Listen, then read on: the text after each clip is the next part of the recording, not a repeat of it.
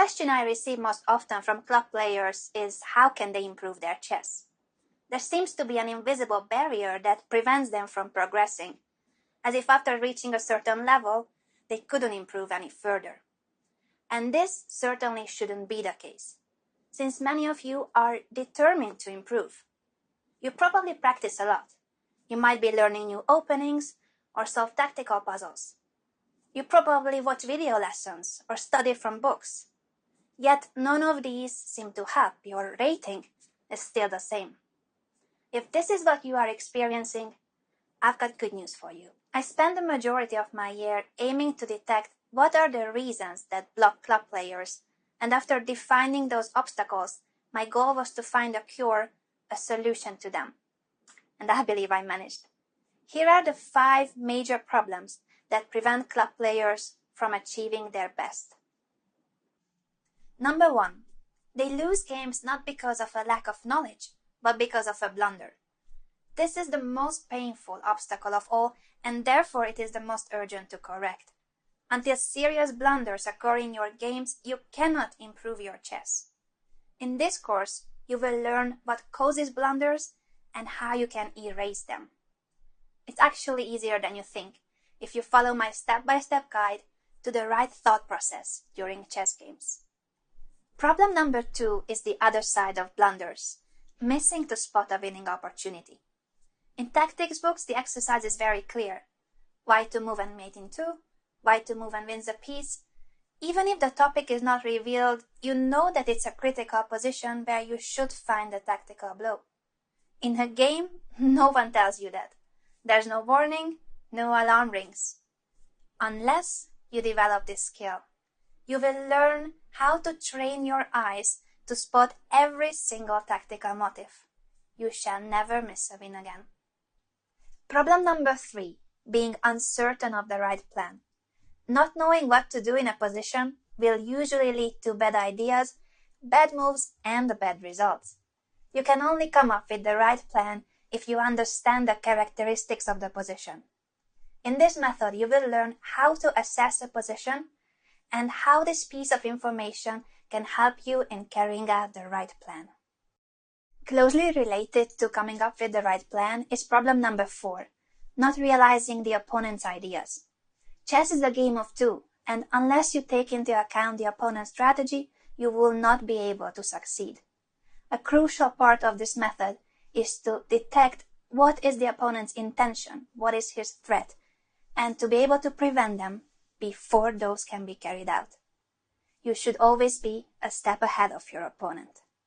Last but not least, psychological factors and inefficient thinking can also cause you bad results.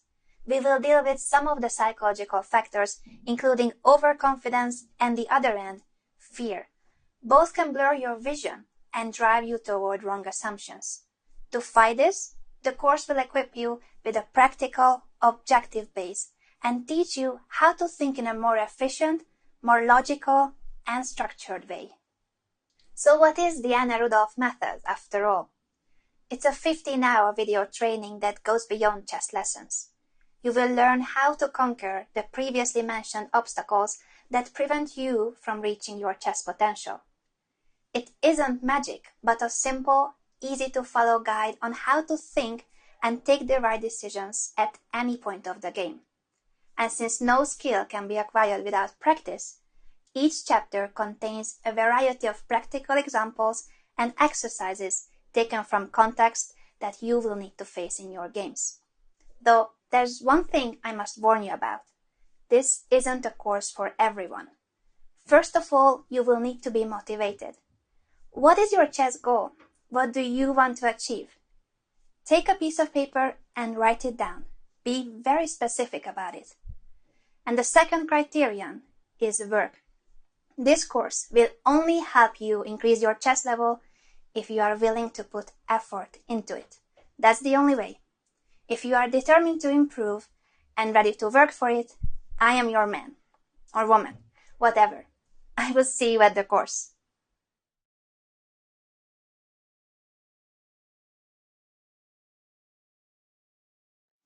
Welcome to the first chapter in this course. Our topic is openings and whether you are playing the opening that's right for you. Please note that this chapter has the longest presentation part.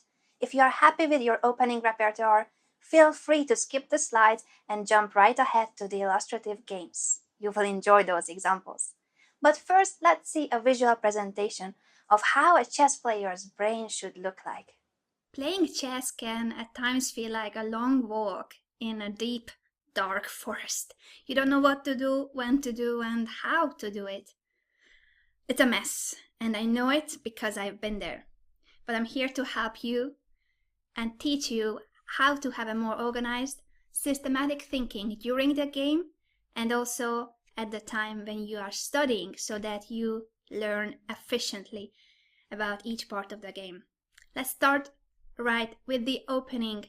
This little poem will help us to know the most important about the opening, which is that it is not the most important part of the chess game. We spend way too much time on studying openings, and if you think about it, how many times did you lose a chess game because of the opening? Because of an opening trap that you fell into, or because of making a huge mistake in the opening? Now, a huge mistake in the opening most of the times is a blunder, a tactical blunder. We will talk about preventing blunders at a later stage of this course, but in general, just because you don't know the opening, you are not supposed to lose the game. Games are decided mainly in the middle game and in the end game, and simply because of chess knowledge, not opening knowledge. So why are we going to spend 4 chapters on the opening if it's not so important? Well, it's because they shape the entire course of the game. So, the opening you choose will define the middle game and the end game. It will define where your pieces are, it will define the pawn structure, it will define the plans, and so on and so on. That's why it is so important that you choose an opening that fits you. You, not me, not your friend, you. So what are the factors that you shall take into account when picking the right opening? I'm sure you know openings, but I want you to think whether you are playing the best possible opening for you or whether you should change. Now you see on the screen many factors. We will discuss them briefly, but the main factors, the 2 key factors are what is your style and what is your goal, your ambition. Think about the second one first. What do you want to achieve in chess? What is your goal? This might sound like a cliche, but how do you see yourself in a year from now on? What kind of chess player you want to be? Do aim high, but also be objective. So what is your aim in a year from now on? Now, depending on your goal, you might want to study a lot, or you might just need an opening that is playable and you just enjoy the rest of the game. It really depends on what is your objective. So first of all, define your chess goal. What chess player you want to become, and be objective in a year from now on and on the long run. What level do you want to reach? Second, and most important, what is your chess style? Now, I hear this question from many of you that how do I know what is my chess style? I know it's not easy. It's not like I like the color blue, I like that kind of cars, I like this kind of food. Chess style is not that easy to define. But together we are going to get closer to the solution. What is your chess style? So let's see how to do it. What is my style could be paraphrased to what kind of positions do you enjoy playing? Think about this. What kind of positions do you enjoy? And I have a little bit of help for you. I listed some of the possibilities that you might think about. This list doesn't contain every possible term, but it does have quite a lot that you shall consider. Now, before you start thinking, I would like you to grab a paper and a pen. I know this is the 21st century, but old school handwritten notes are still the best. Grab a piece of paper, pause the video if you need to, but grab a piece of paper and a pen. Now that you have it, I do want you to start writing. I need you to decide whether you prefer playing open or closed positions. Or if you like both, then write both. But you might have a preference. Do you like modern positions or classical positions? In terms of opening here, but also think about the middle game. Do you like to sacrifice? Some people love to sacrifice. I know that when I started my chess career, I didn't want to sacrifice. When I sacrificed a pawn, I wanted to get it back. I did not want to have material disadvantage. So it's up to you whether you like to sacrifice. Are you aggressive or are you solid? This is kind of a term that you might discuss in terms of personality. I like solid chess structures, I like solid chess play, and I think that I'm a peaceful person, but there are people who are more outgoing, who are more dynamic, more anything that might make you want to be attacking, dynamic in chess as well.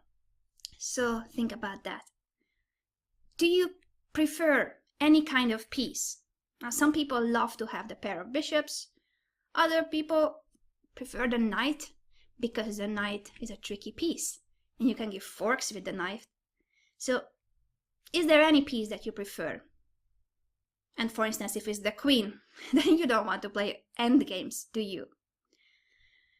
Do you want to study theory or you prefer to be original? You just want to get a position where you can go creative. Of course, in chess, at some point theory will be over and you need to be creative. So it's not only theory or only creativity, but in general, what do you prefer in the opening? Do you want it to be something that you know from the book, or do you want it to be an inspirational, artistic phase of the game? Do you prefer dynamic positions or positional play? Now, dynamic positions is more about attacking and aggressive play, as I said when I was talking about aggressive and solid style, and positional is more about maneuvering, long-term plans, strategic goals, weaknesses in the position. Do you want to play sharp or do you prefer calm, balanced positions? The second is also about that. I already mentioned balanced. So whether the position is symmetrical, or it doesn't even have to be symmetrical, but balanced usually means that the pawn structure is healthy, your pieces are just nicely placed, developed, but it also might mean that the opponent has a very similar position. For instance, in the Italian opening, that is a very similar balanced structure. Or do you imbalanced imbalanced positions, for instance, castling opposite flanks and launching a pawn storm against the opponent's king? You might prefer that. Have this also in mind. And of course, the question whether you love attacking. I think most of us would say yes, but it is not the same. If you want to kill the opponent's king, you want to give mate no matter what, you would sacrifice half of your army in order to give mate, or you want to attack the weakness in your opponent's structure, so you would attack in a more positional way. And actually, positional and dynamic play can also be mixed, so it is not that you only play like this or you only play like that, but here we are trying to figure out your preference. How do you like to play? Do you risk? Do you take risk? Or do you want to be safe? This is also connected to sacrificing, attacking, going forward. Also, risky might mean that you want to trick the opponent. Do you go for tricks in the position, even if it's not the best move? Or you prefer to play safe and more normal moves. I would say not so tricky, not so risky. Maybe the objectively best moves, we could say it. So sometimes tricky moves are not the best in the position, but you want to play it because you want to trick your opponent. You hope that your opponent will fall into a trick, or you simply want to play the best possible moves in the position. And endgames, do you like playing endgames? I love playing endgames, but I know many of you might not like endgames that much. We will talk about the endgames much later in this course, so I hope that you will change your mind about endgames in case you don't like them yet. But for the moment, think about these, and also a pro tip. Think about the opening as a bridge to the middle game. This is what you should remember from this first topic of ours, that the opening we must study because we want to get the middle game position that we enjoy playing. Now, if you play chess, the point is that you enjoy the game. That should be the objective of all of us. It doesn't matter what's your overall chess goal, but when you play, you must enjoy the game. If you don't enjoy it, then it's already bad. So, in order to enjoy the game, you should aim for the kind of position that you love. And that's why it is so important to pick the right opening. Now, at the beginning, you saw a huge list with factors that you must consider and other factors that sometimes matter. Let me discuss some of them. So, playing style and personality go hand in hand. I think the kind of person you are usually describes the kind of chess that you play. So, think about what kind of person you are and what kind of chess will that make you love playing. And what is your goal? It's so important to know, why do you study chess? What do you want to achieve? Define that. Also, write it down on your piece of paper, please. Now, ambitions and goals, as I mentioned, is important. Playing level, it's not the same to study the Najdorf variation when you are a super grandmaster, and it's not the same to study the Najdorf variation when your rating is 1500. So you need a different kind of knowledge. Of course, you can study the same openings if you love the Najdorf, if you love dynamic chess, but make sure that you don't go too far. You don't need to study as much as a grandmaster. The time at your disposal is always, of course, something to take into account. If you don't have much time to study, don't choose openings that are very theoretical, that you will need to spend hours and hours and hours on studying sidelines in that one opening. Now, factors that sometimes matter. Depends. Openings you already know. At the beginning, I was saying that I'm sure that you know openings already, but are you playing the right openings? If you do, keep them. If you like some of your openings, the middle games that you get into, then keep those. And now, once again, I want your paper. And I want you to think about your games. Think about the games that you have played, and think about which games did you enjoy the most, without the result. Now, for this analysis, you need to forget about the result of your games, because we tend to love the games we win, and we don't like the games we lose. But now focus on the positions that you got from your openings. Which of those middle game positions did you love playing? Did you enjoy? And which ones you thought that, well, I got a position, but it's not really the kind of position that I wanted to get. For instance, I don't like structural weaknesses, therefore positions with isolated pawn are not really for me. I know that when you play the Panov variation, you have so much compensation for the isolated pawn, or the Alapin variation, but I always end up not having enough attack, and I still have this pawn on d4. So that is clearly not an opening for me. Now, what your coach recommends depends, because if he knows you very well, or she, if they know you very well, then of course you can take their advice. But I know so many coaches that only teach openings that they know.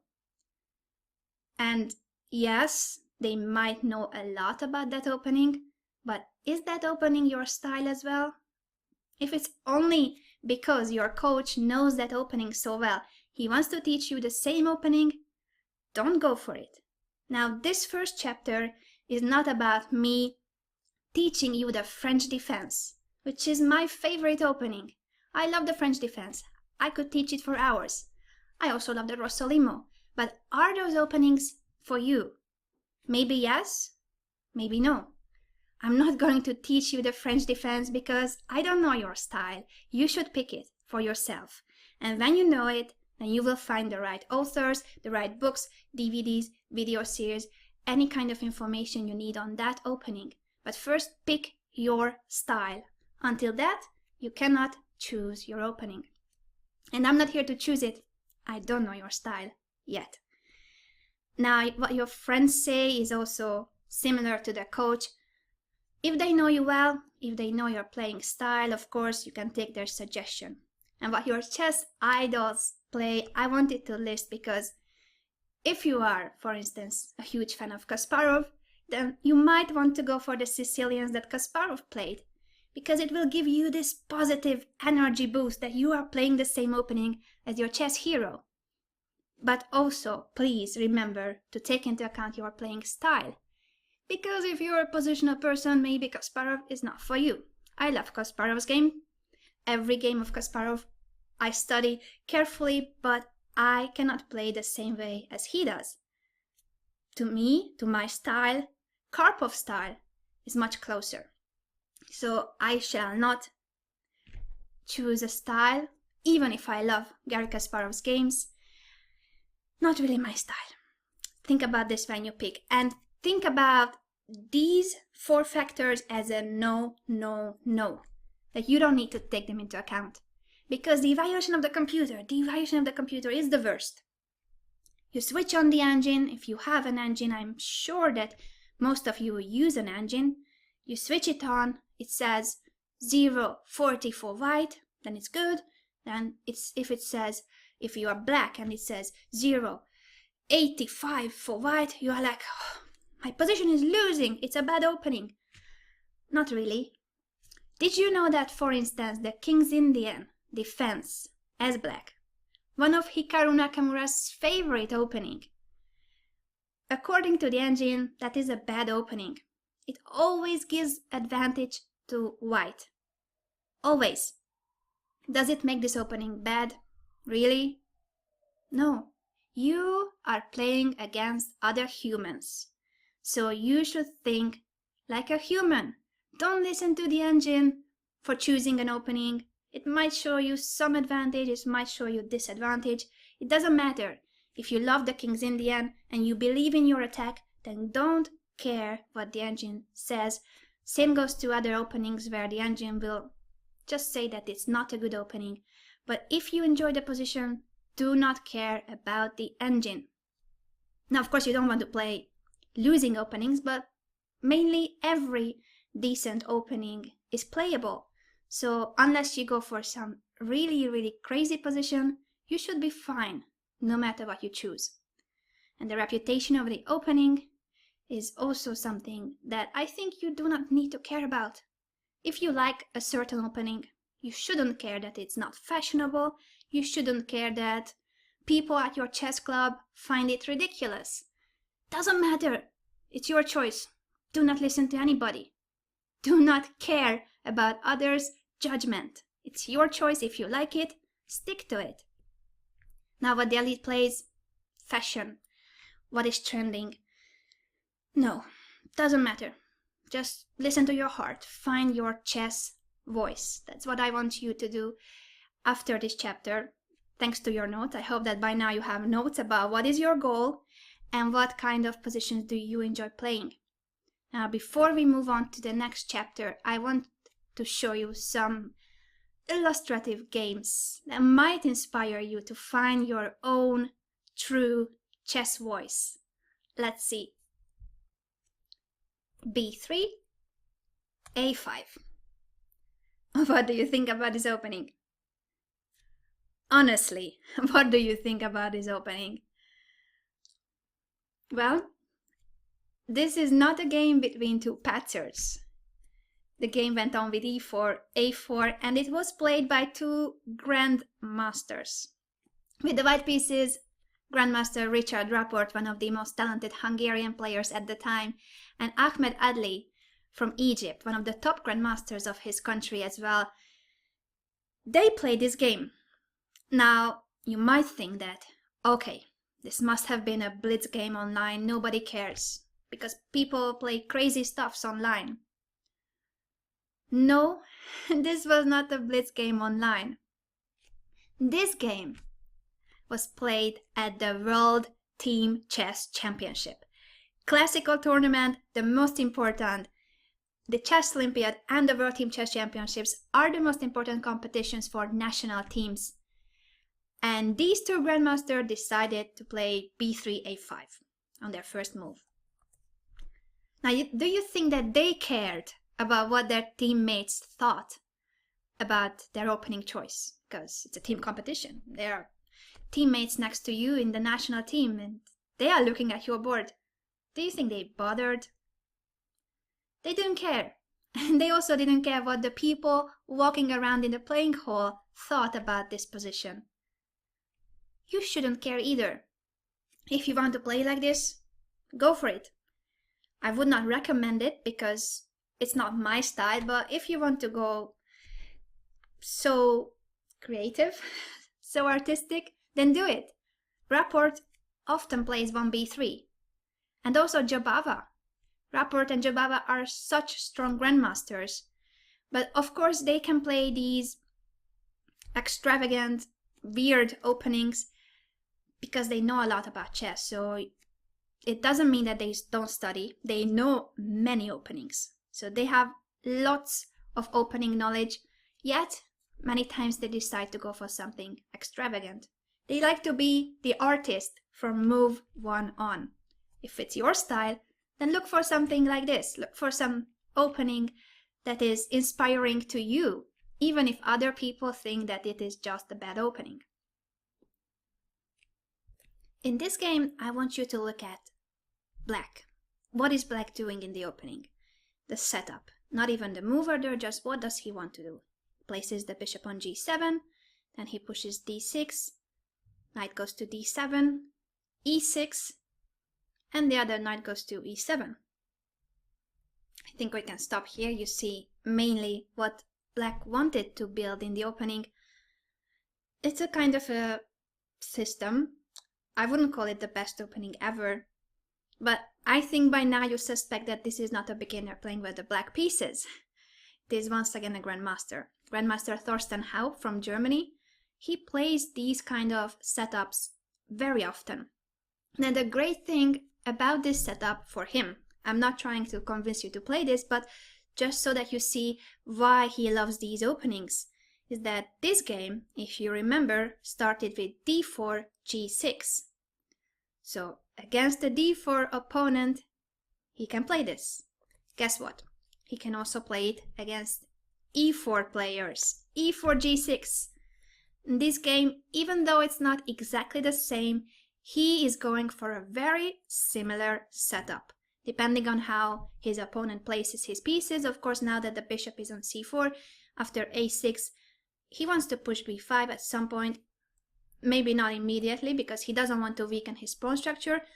This setup is all about being solid, but depending on the opponent's play, he modifies his structure a little bit. The main idea is still the same. He wants to have his pawns like this, knights on e7 and d7, both bishops fianchettoed, and castle kingside. So he can play this against d4, he can play this against e4, and guess what? He can also play this as white. This game started with g3. Now, Grandmaster Haupt with the white pieces, and look at this, what he is doing. Look at this. Isn't it familiar to you after the previous game? Look at what he's doing. It is the exact same setup that he played in the previous game. You know who is playing this game with the black pieces? Me. I played against him. And I wanted to tell you about this because I knew that he was going to go for this setup. He plays it so often. At classical tournaments, you have time to prepare for the opponent, so I checked in the database what he plays. I saw that he plays this setup so often with both colors. He doesn't just play this opening, to be fair, but he plays it very often. So I sort of expected it. And what you see on the board as black, that was my preparation. I knew that he was going for this. I didn't know what move order, but I thought that he would somehow reach this setup. And I studied this setup. I analyzed what is the best possible response against this setup. And even like this, that I knew what I was doing for the first couple of moves, I ended up having, for the moment, a decent position, but from here on, and being too aggressive, I ended up having a bad position in just 16 moves from an opening that looks completely harmless as white. And I thought that white is not doing anything. It's not an ambitious opening. What is his plan? Well, it is solid, but some people like to play for counterplay. And I believe that Grandmaster Hao goes for these setups because that is his style. So yes, he developed his pieces, but it's kind of passive. He's waiting. He's waiting for your move. And as soon as I started to be too aggressive, trying to attack, I weakened my position, and he took advantage of it with these knight jumps, and I soon ended up having a bad endgame. The c7 pawn was the main target.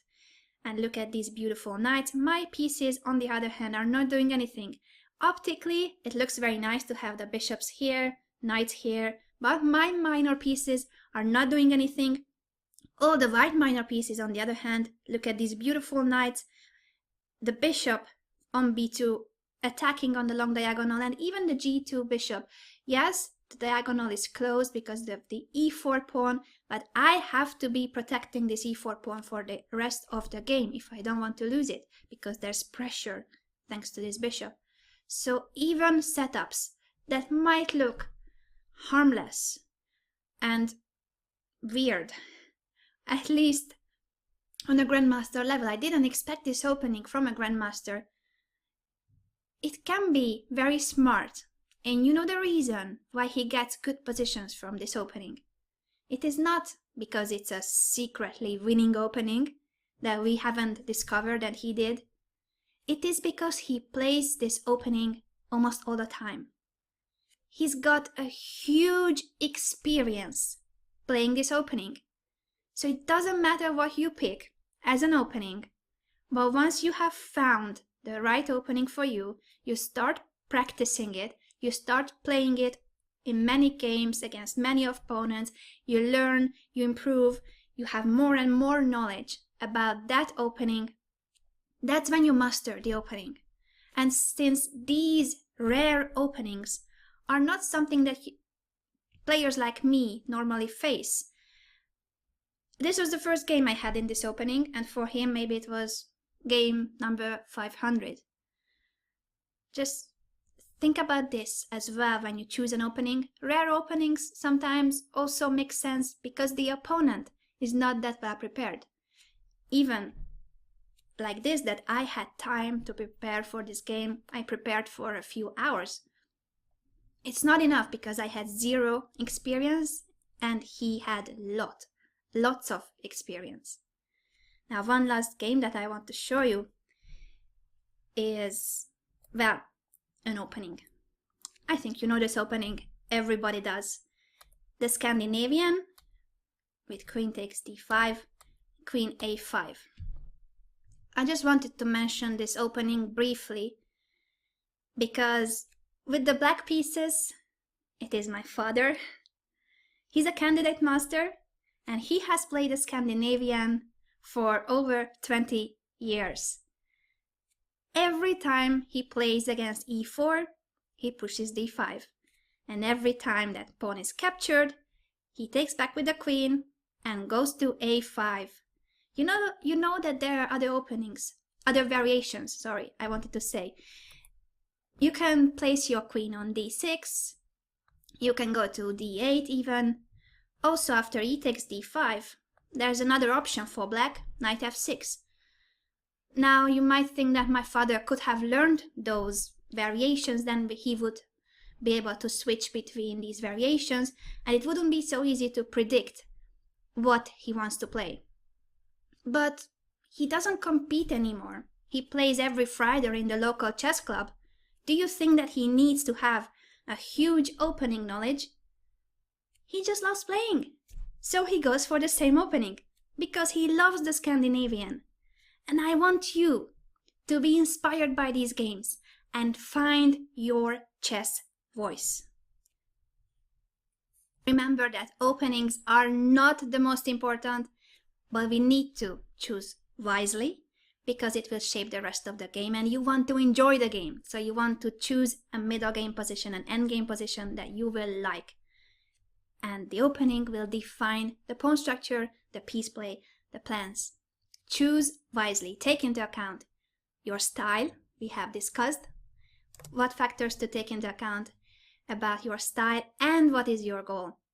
Also, when you think about your chess ambitions, think about where do you play? If you play, do you compete or do you just love studying? If you compete, do you play classical tournaments? Do you play in a club? Do you play leagues? Or do you play online? What time control do you play with? It's not the same to play a classical game or blitz games or bullet. So I'm sure that if you love blitz and bullet, for that time control, I think in general it's wise to go for something tricky, rare variations. But make sure that even if you are tricky and you're playing something not so classical, it should still fit your style. I will see you in the next chapter. Make sure that you have filled your paper in, figure out your style, find your chess voice, and play the kind of chess that you love. Because you must enjoy playing chess. That is the goal. Enjoy chess, and I'll see you in the next chapter.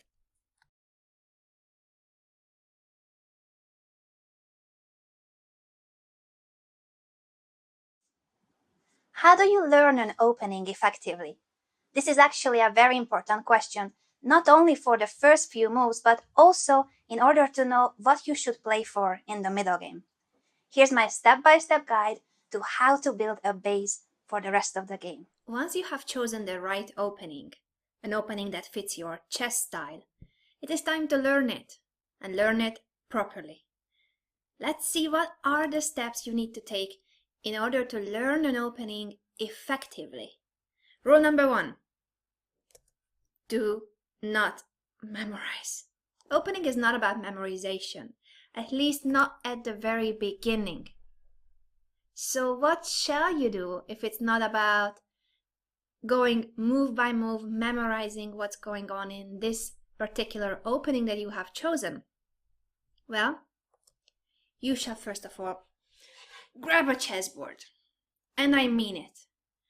I know that you are watching this on your computer probably, and you are likely to have most of your chess material, including video series, DVDs, chess analysis, databases, on your computer. Yet, I need you to be good friends with a real chessboard. It is very important in my opinion, because if, for instance, you just go through opening lines by clicking on the next button, you don't really get the ideas. It's just playing through games on the screen, but you are not making the moves. If you have a real chessboard with pieces on it, now I couldn't demonstrate it, but imagine. You're actually moving the pieces. You physically make the move. And that is when you question, oh, why is this piece going here? Why do I do that? You are making the move, and that triggers your brain. You start thinking about the position, and that is a crucial step. We will discuss this very soon, but as a first step, I want you to grab a chessboard. Even if you study from the computer, place the board next to the computer.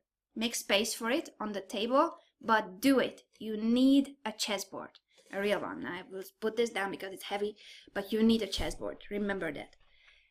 Next step is that you need to learn the introduction chapter of a book, listen to it on a DVD, or ask your coach to tell you briefly about the opening you have chosen. So it doesn't really matter whether you learn an opening from a book, DVD, by someone telling you, or on your own. But in each case, it's very important that you take seriously the first 3-4 pages of that book, the very first minute of the video, or listen to your coach about the basic ideas of that opening.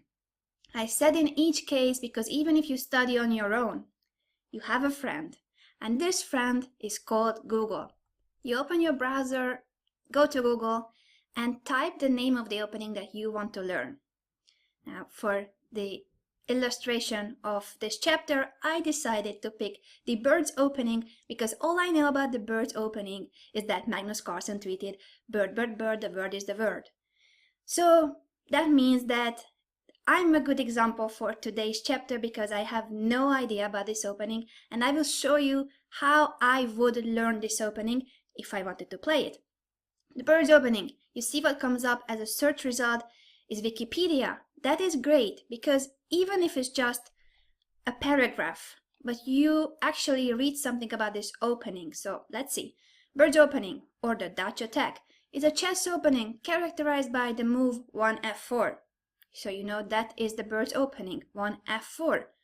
Bird's is a standard flank opening, so you don't play in the center like e4 and d4, but you push the f-pawn flank opening.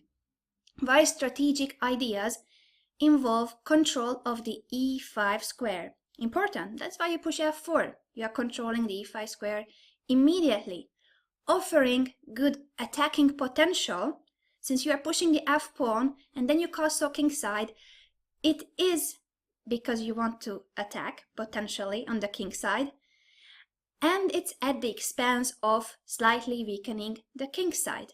Since you castle kingside, you already pushed the f-pawn, it is normal that you accepted this weakening for the sake of attacking on the king side by pushing your f-pawn further. Now, this paragraph is so important, and if you have a book, a DVD, or a coach, you can learn even more about your chosen opening. And this first step after grabbing a chessboard is crucial because first you need to understand the very basic idea behind your opening. So what is about the Bird's opening that we shall know? We push f4 because we want to attack later on with this f-pawn. Yes, it weakens our king, but we will have attacking chances. That is the basic idea behind the Bird's opening. Now we can move on, because of course this is not enough to start playing the Bird's opening. So let me show you what I would do if I didn't have a book on the Bird's opening, and if I didn't have DVDs, video series, or any free material on YouTube that I could find about the Bird's opening. Now, it's unlikely. I think it's just impossible what it does. But for the sake of this video, I will show you what can you do when you have nothing available. Let's see. What you need to do is to find model games. How shall we do that if we have nothing? Well, I'm sure you have a chess program. I'm sure you have a database. Or if you don't, then you can find games online. Let's see how to do that step by step. I opened ChessBase and the Mega database. I also have the Week in Chess, the Twix, but you can basically use any database, even if it's an old one. It serves. All you need are some model games where you can see how this opening is played normally. So I want to search for games that start with f4, and I already set it up for f4, d5. Now, yes, the Bird's opening is f4, but at this stage, I'm just starting out. I don't want to look for games that include every possibility of black. You want to focus on the main positions, the typical positions, the most popular ones, the most frequent ones. So f4, d5, that's the main choice of black, and that's why I want to look for model games after that move. As I'm just learning this opening, I have no idea about it. Let's see what comes up as a search result. I already see some very old games from 1834 by de la Bourdonnais against MacDonald. But here comes my way of learning an opening. I always want to know who are the strongest players that have played this opening. So I sort my list, my search result, my rating. Oh, Magnus Carlsen. That's not bad, but since we know that he tweeted, it's not a surprise. You see that the Carlsen-Kramnik game is not here because that is a more recent one, but we don't care about that. Here, all that matters is that you have so many games. Tens of thousands of games. You're not going to look at all of them. You will just pick some. Now, if you see a player appearing on the list more times, like Hikaru Nakamura, then you certainly want to look at his games. But since the Birds opening is not so popular on the very top, it's alright that you see one Carlsen, one Karyakin, one by Aronian, Swidler, and several by Nakamura, 2 by Rapport. So this isn't really an opening that they have as a main repertoire. You can look at any of these games, but if it's a more mainstream opening, like the Ruy Lopez, then search for players that play that very often. You want to know who are the experts of that opening and look at the games of the very experts, especially if it's a rare line. For instance, 1b3, you want to look at the very best players who play that often, not just in one game. Now here comes Anna's tip. It's not a pro tip, it's my personal tip. What you do with this list is that you look at games that White won. I'm not kidding. When I want to learn an opening, I look at the games that were won by the side that I'm looking at. So if this is a White opening now for us, I'm looking for 1-0. If I look at the French, I'm looking for 0-1. And yes, it's not true that you will always win and your opening is winning, but I think this is useful at the beginning. Why? Because you want to be inspired. You want this opening to blow your mind. You want to see the beauty behind this opening, and therefore you want to see successful games in this opening. So let's look at Magnus Carlsen's game, Karyakin's game. I will skip the draw ones and just go through games that White won at the beginning. So we are just looking at model games. By the way, let me show you what we want to do with these model games, because that is important before we move on. So what you want to do with the model games that you have now is to play through them on your chessboard, your real chessboard. Remember that it's not about clicking the next button, but looking at it on a real chessboard, feeling the moves, touching the pieces, actually making those moves so that you actually think. You use your brain when you make those moves. That's why I need you to play out those moves on a real board and have fun, because it should be fun. You are learning a new opening. It's gonna be inspiring. It's gonna be great. You will look at games that were won by White, and this is a White opening for you. So that is great. You are going to see many brilliant games. All you need to do is to enjoy looking at those games. There's nothing about move order, nothing about memorizing, just enjoy playing through those games. Let's go back to our list and see some of the games about the Birds opening, now that we are learning the Birds opening. So the first game is by Magnus Carlsen. We saw that on the list, Magnus Carlsen against Caleb Peterson. It's a simultaneous exhibition. Actually, I love games that are from simuls. I find them very instructive. So it doesn't matter if you find games where the opponent is not very strong. I would even say it's better, because it means that the stronger player, the one who is playing the opening you want to learn, will actually carry out all the typical plans in your opening. If two very strong players face each other, sometimes you don't see all the typical ideas being played out because the opponent is too strong. We can't always achieve everything we want in an opening. But if you see such a huge difference, it's Magnus Carlsen with the white pieces against an unrated player, then it's very likely that Magnus managed to play out most of the ideas that exist in this opening. So I even recommend that you look for games that are from Simos or from other exhibition events where one of the players is much stronger, or at least a couple of 100 points stronger. So let's see, what would you do on your real chessboard? Playing out these moves, you see that the pawn is on f4 with fianchettoed the bishop to g2, castle kingside. You just look at what is white doing. Now d3, what is he doing? He wants to push e4, but that square is controlled with many pieces, so you will need more support if that is the idea. Let's see what happens later so that we learn what is going on. Oh, the knight goes to c3. It's not going to d2, but it went to c3. He doesn't mind black pushing d4. When you play out these moves, really make sure that you think what is going on, but it doesn't matter if you are not sure. Just be curious about the position. By the way, what is this knight a6? But since black is not the high-rated player, you don't need to understand black's moves that much. Just focus on white. Focus on how white is placing his pieces. And look at that, e4. So f4 is the first move. Then he fianchettoed the bishop to g2.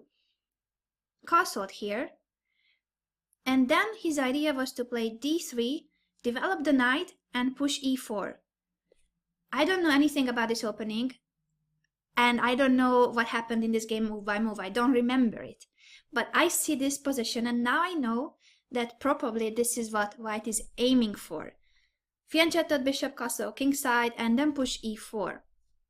Now, this is the first game that I have seen, so it's not sure that I'm right, but for the moment, this is what it seems like to me. And after a capture, he doesn't mind trading queens. That is curious. So, apparently in this opening, it's okay to trade queens on the d-file quickly, because you have now so much space in the center. e5, chasing the knight away, and you jump to e4 with your knight. I love this position already. I think it's really beautiful. So let's see if this is the position that we achieve all the time in this opening, because then I will want to play this, of course. Karyakin against Paravian. It is a Moscow Blitz tournament, also 300 rating points, 330 rating point difference, and same thing happening. Don't care about the move order, but you see that once again this fianchetto bishop, and once again we castle kingside, so we don't want to castle queenside. Imagine if you wanted to castle queenside, you have all these pieces here occupying the back rank, so first of all, it will take you ages to castle queenside. Secondly, this bishop is already eyeing on the b2 square, so it's very logical that you castle kingside here. And you push f4 because you will want to use the f file. It's logical to have your rook on f1. Now what happens in this game afterwards? Okay, black plays in a different way, but we don't mind. We still play d3. And queen e1. This is new. So since black is playing more active, he pushed c5. Now Karyakin didn't go for knight c3, what we saw from Carlsen. I'm not sure yet why this move is wrong. Maybe the reason could be that after d4, I don't know where I'm going. Knight a4. You can analyze anything on your board, so if it's fun for you, just play out this move and look at it. It doesn't have to be a correct analysis, but just play with the position. Am I losing my knight on a4, or am I winning the pawn on c5? I don't know. But what happened in the game was queen e1, and now this is a new move that we are learning, that you still want to push e4. So after you have settled down with the kingside development, everything is already finished on the kingside, you want to push e4. You play d3 and then either knight c3 or bring the queen to e1, and you want to place this e-pawn on e4. That seems to be the basic plan in this opening. Oh, d4. Black is not allowing you to push e4. So what's gonna happen now? Because if you play e4 here, That's not the same. Black can take if he wants.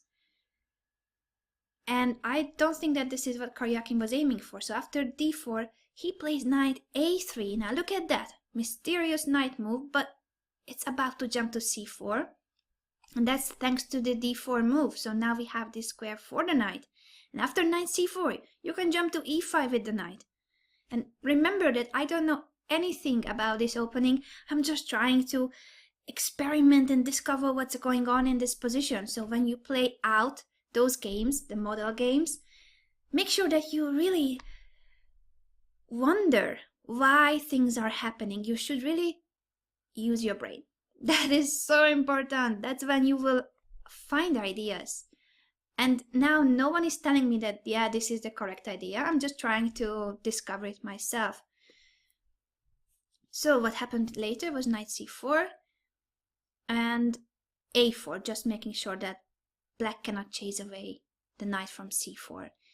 Now, for now, I think this is enough from this game. Oh, then he pushed d4. So, interesting. And then c3. Oh, this is getting complicated. Let's move on to the next game. You can go through these games completely, but I don't want to waste your time now by looking at the bird's opening very deeply. I just want you to understand that this is what I would do. I would go through games on a real chessboard. I will not save this beautiful analysis. I would go through all the games that white wins. And after a couple of games, you start to realize patterns. You see that once again this fianchetto bishop, once again castle kingside. It kind of looks like these are always the first moves.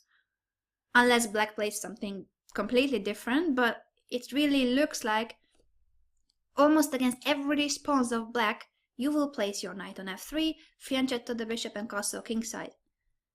Ooh, and after bishop g4, knight e5. By the way, this is a game, have I said, Levon Aronian against Veselin Topalov from Amber Blindfold in 2006. So this game maybe has too much level. Here black is playing very well, and it was a blindfold game, imagine. Yeah, this is different from what we have seen, but d3 is still a move, and queen e1 is still a move. You see these patterns repeating, and we have just looked at 3 model games. Imagine what happens if you look at 5, 10, 15. Look at as many model games as you wish, as long as you enjoy them. You don't have to look at hundreds, but a couple of model games for sure. Now, what you saw that I was doing by looking at these games is something that you should do as well. But let's bring up a slide because I have summed it up for you. What shall you do after you have played through these games and you like the position? I included and you like the position because you might change your mind. If after looking at these model games, you don't really enjoy the position or you don't think it fits your style, switch to another opening. It's still very early, so maybe you had this idea that you want to play the bird's opening like I did, and then I realized it's not an opening for my style. I don't find it so easy to understand. I don't understand the strategy that much. If it's not something that attracts you, switch to another opening. You haven't lost anything because playing out those moves is learning about chess in general. So whenever you have a chessboard and you play through games of the top grandmasters, you always learn, even if it's not an opening that you want to play. Now, but if you stick to this opening, then do the following. Observe. I think you realize that that is what I was doing, and I was observing certain things. Pawn structure.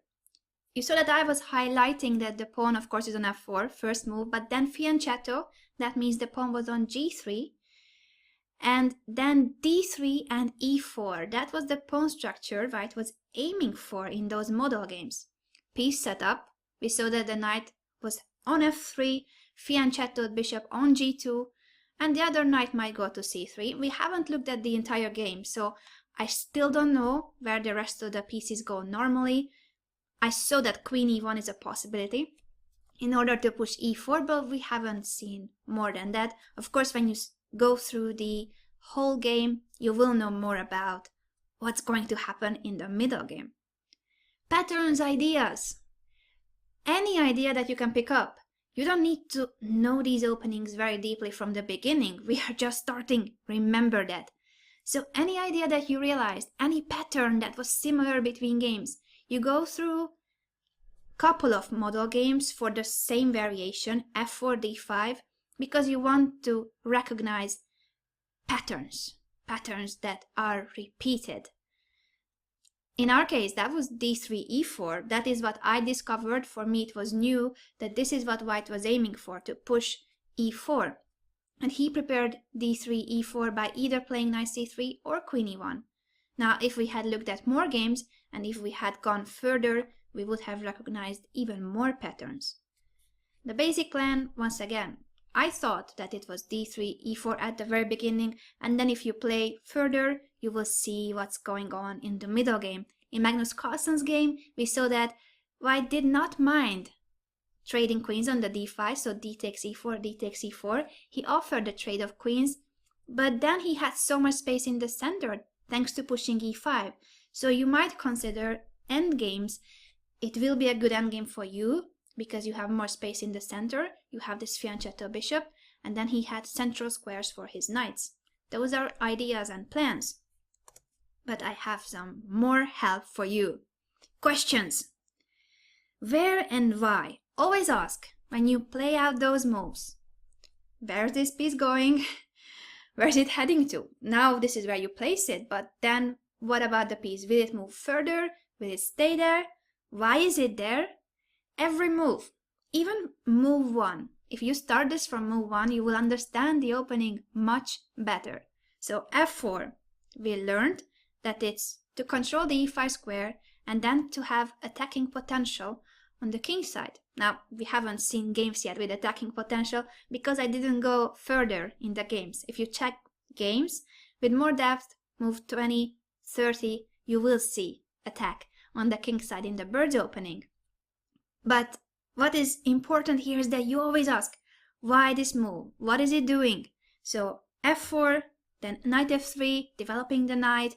The knight is nicely placed on f3. g3, you want to fianchetto the bishop. Bishop g2, yes, you have developed the bishop. Castle king side, because you want to castle king side, you want the f5 later for the rook, and so on and so on. Always explain to yourself why that move.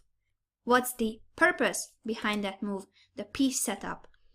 And recurring themes. Look for patterns like the one we discovered about d3 and pushing e4, supporting this e4 push by playing knight c3, queen e1, and so on and so on. The more games you see, the easier it will be for you to detect those patterns.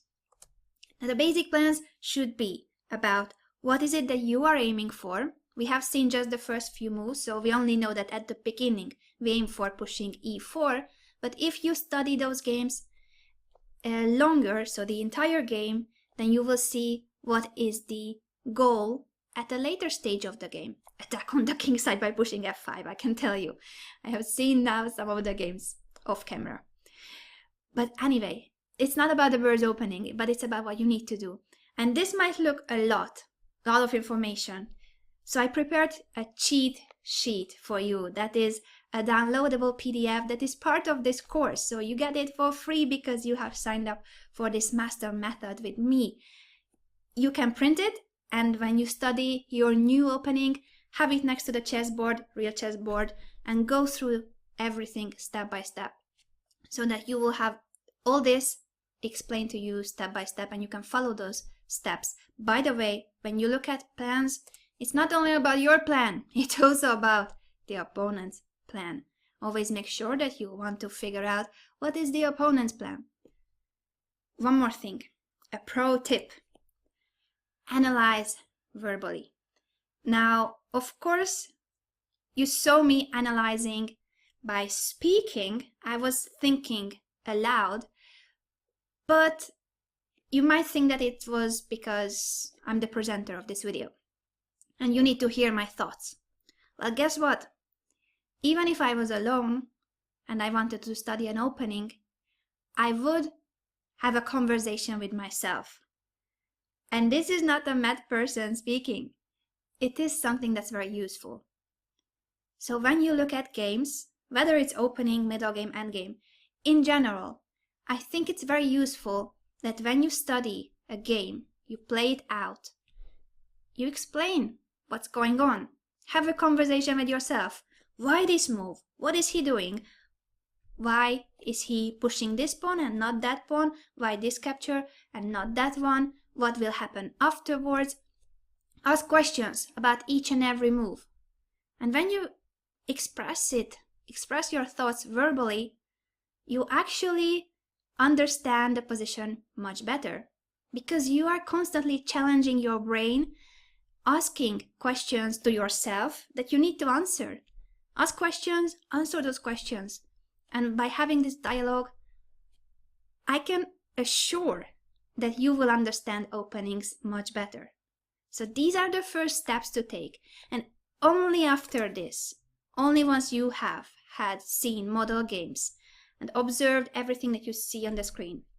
By the way, by observing model games, I don't only mean that you need to do it if you don't have a book or DVD.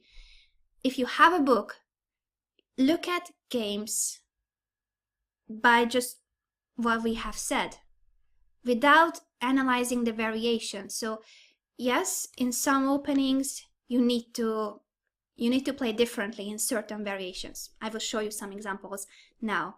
But the important thing is that even if you have a book or a DVD, a video series about the opening you want to learn, it is of course a great help because it's full of selected games. So you don't need to make a database search. You have your model games in the book included already, and your coach will for sure show you the best games in that opening. But once again, focusing on books and DVDs, what you shall not do is to go chapter by chapter memorizing the variations. Forget about memorizing. First, you need model games. You have a book, 200 pages, every chapter discusses a different variation.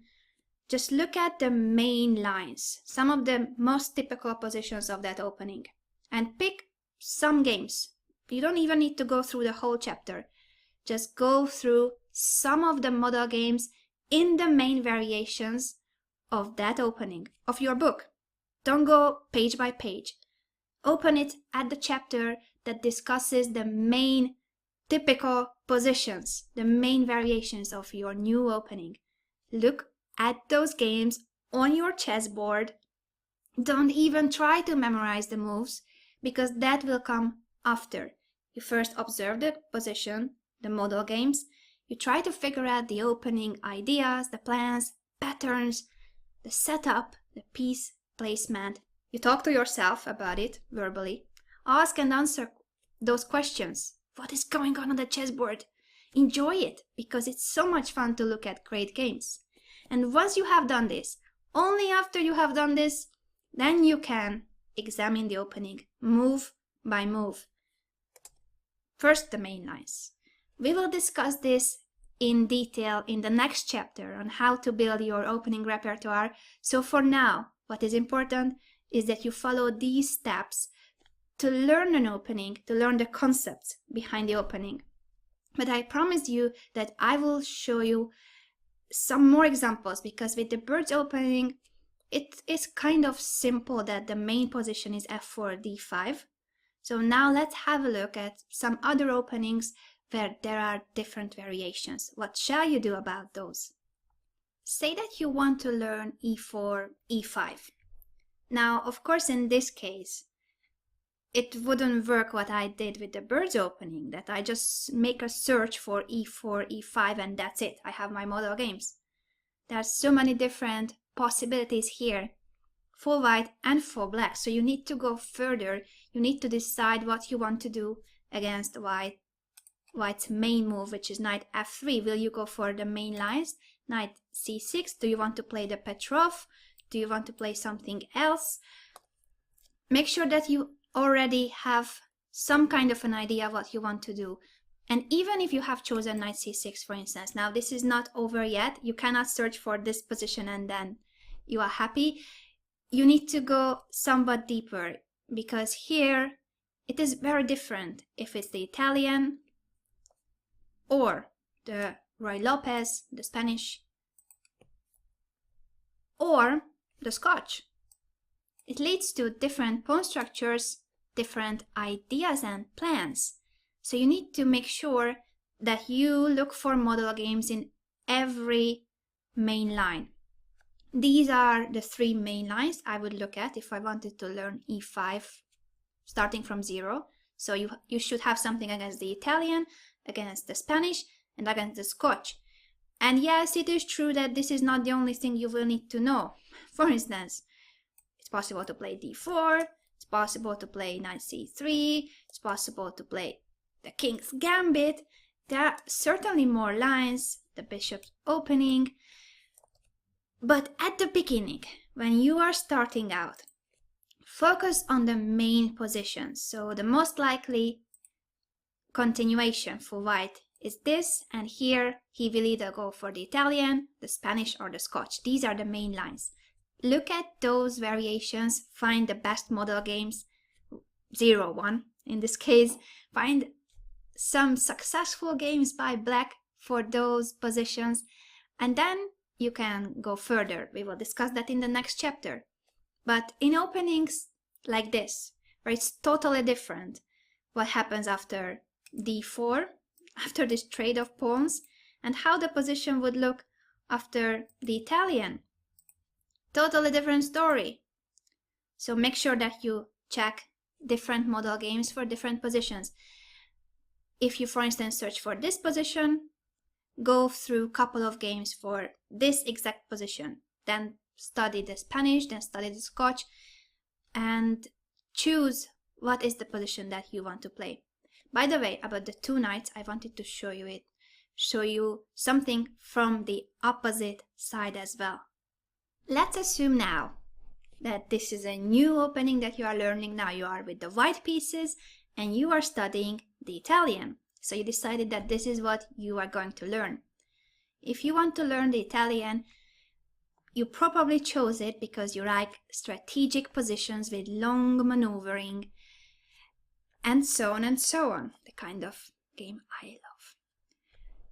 But make sure that you always have in mind the true essence of the opening. So if you want to play the Italian because of a long positional game with maneuvering and building step by step your position, then each time you are faced with a decision, like the 2 knights defense against the Italian game, stay true to the opening, the style that you have picked. Knight g5 here is a possibility, but it leads to this position, and then this position. And I don't know what's happening anymore, but this is one of the main positions. What is happening here? I have no idea. This is a mess. White is a pawn up, but black is more developed. Black has a lot of initiative to compensate for the sacrificed pawn. And certainly this position doesn't look like the Italian.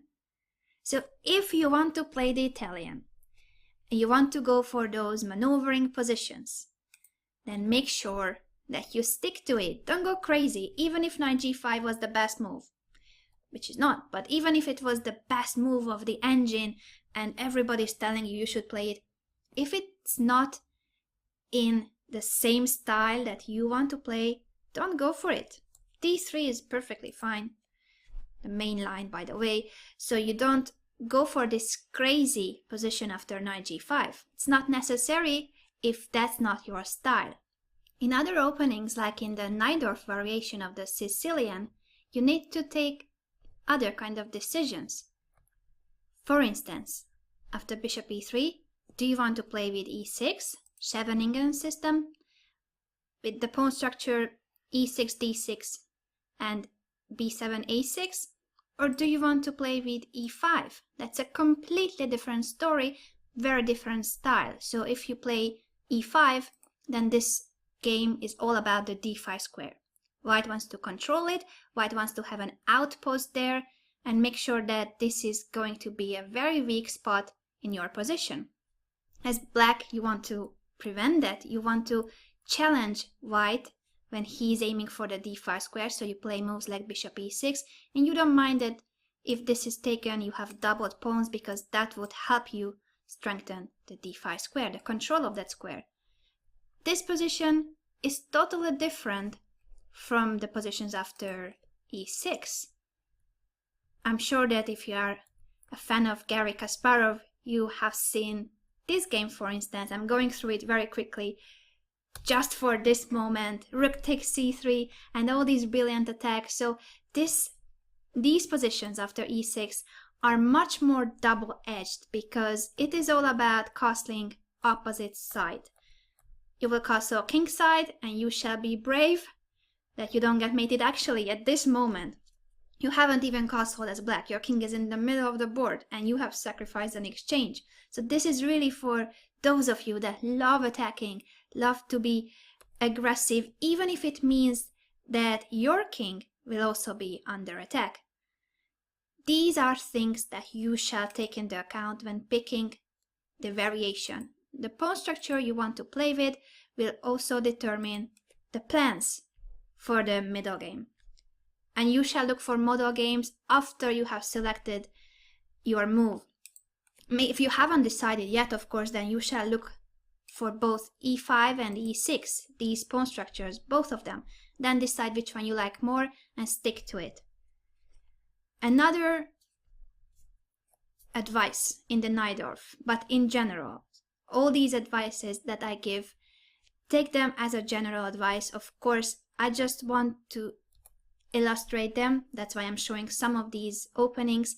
But the main point is that in these openings, for instance, we have seen e4, e5. You needed to choose what to do against the Italian, against the Spanish, against the Scotch to start with.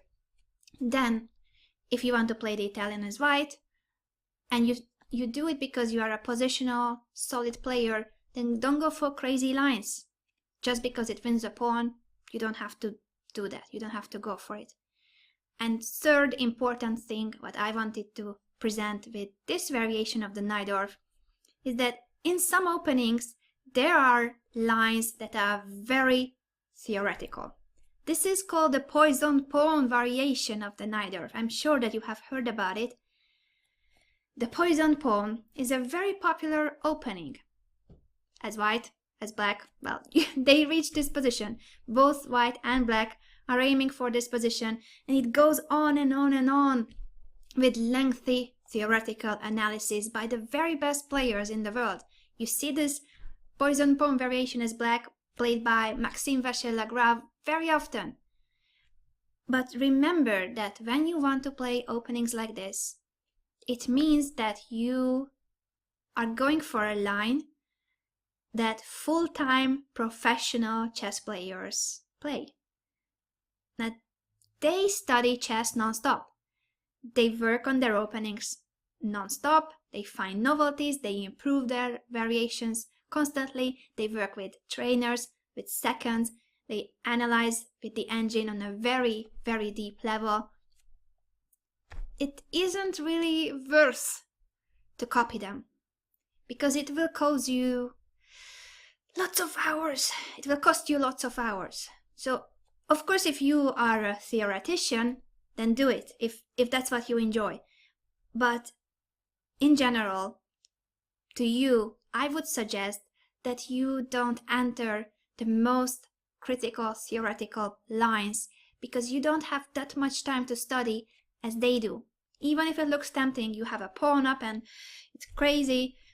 Black is undeveloped. So unless you know this position by heart until move 30, you will lose, because it's not logical that you are not developing. You just go on a pawn hunt with your queen. You have to know this by heart for a very long time of the game.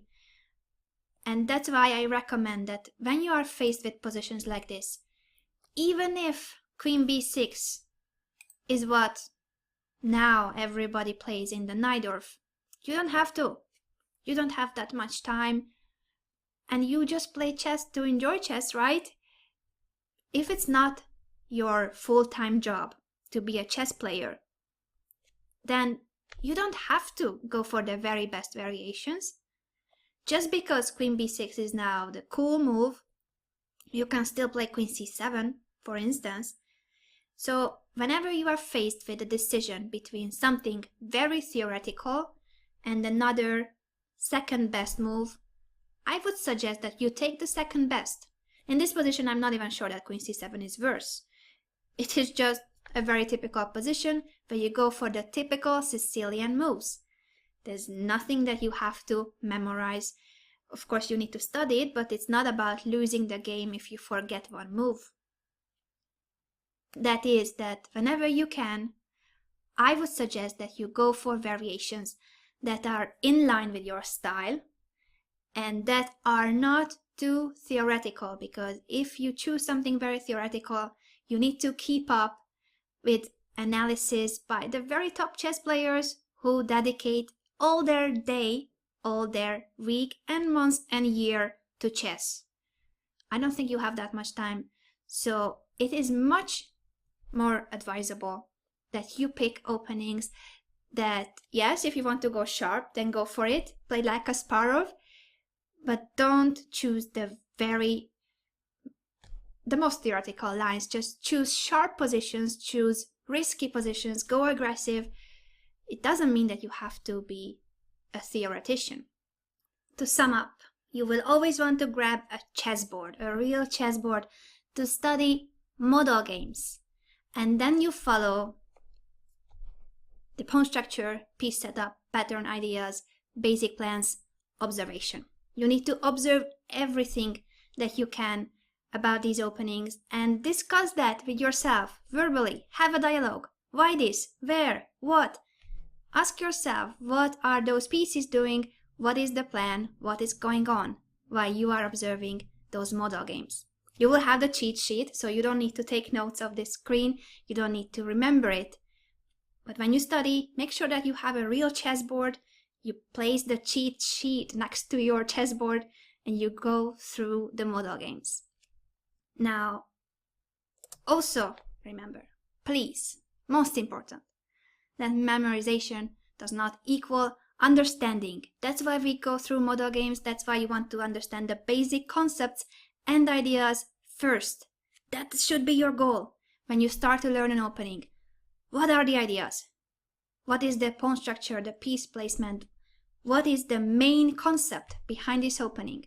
That's why you read the introduction section of the book. That's why you listen to the introduction video of a DVD series. You can even read it 2-3 times or read it very carefully. But that is such an important chapter. Make sure that you grasp the main ideas by observing the model games. And understand first. That should come first before you even start to see the move order or memorize anything. You must understand the main concept behind your chosen opening.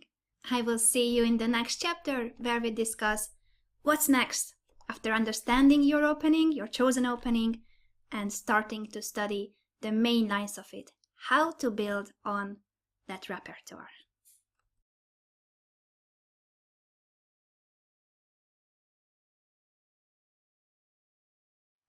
Congratulations on completing the first 2 chapters. It's already more than what most club players know about learning openings. Unfortunately, it's true. Unfortunately for them. Now let's take it a step further and build your opening repertoire. You have already chosen an opening that fits your style, and then you started observing this new opening by playing through model games, seeing what is the basic setup, the piece placement, the pawn structure, the basic ideas, the strategy behind your new opening. So now that you have this basic understanding of your new opening, you can start building your opening repertoire. Let's see what are the exact steps in order to study the opening in the best possible way. First goes first, IOTMM is crucial. Now, IOTMM doesn't make sense, does it? Well, this is something that one of my professors wrote on the blackboard at our very first lecture with him at the university, And he told us that IOTMM is so important. You need to know that it's IOTMM, crucial. And then he revealed that actually this is a sentence. IOTMM, these are the initials of words in a sentence that he finds very important. So then we started guessing what it could stand for, IOTMM. We had many interesting ideas, but none of them was the real one. So after some 10-15 minutes, he revealed that what he meant and what we need to know is that it's okay to make mistakes. And now I want to teach you the same. I want you to know that it is okay to make mistakes. It's impossible to learn everything in chess. You will always have gray areas. You will have opening variations that you did not study. You will need to play middle game positions that you haven't seen before, and you will end up in endgames that you did not study. It is okay. Nothing happens.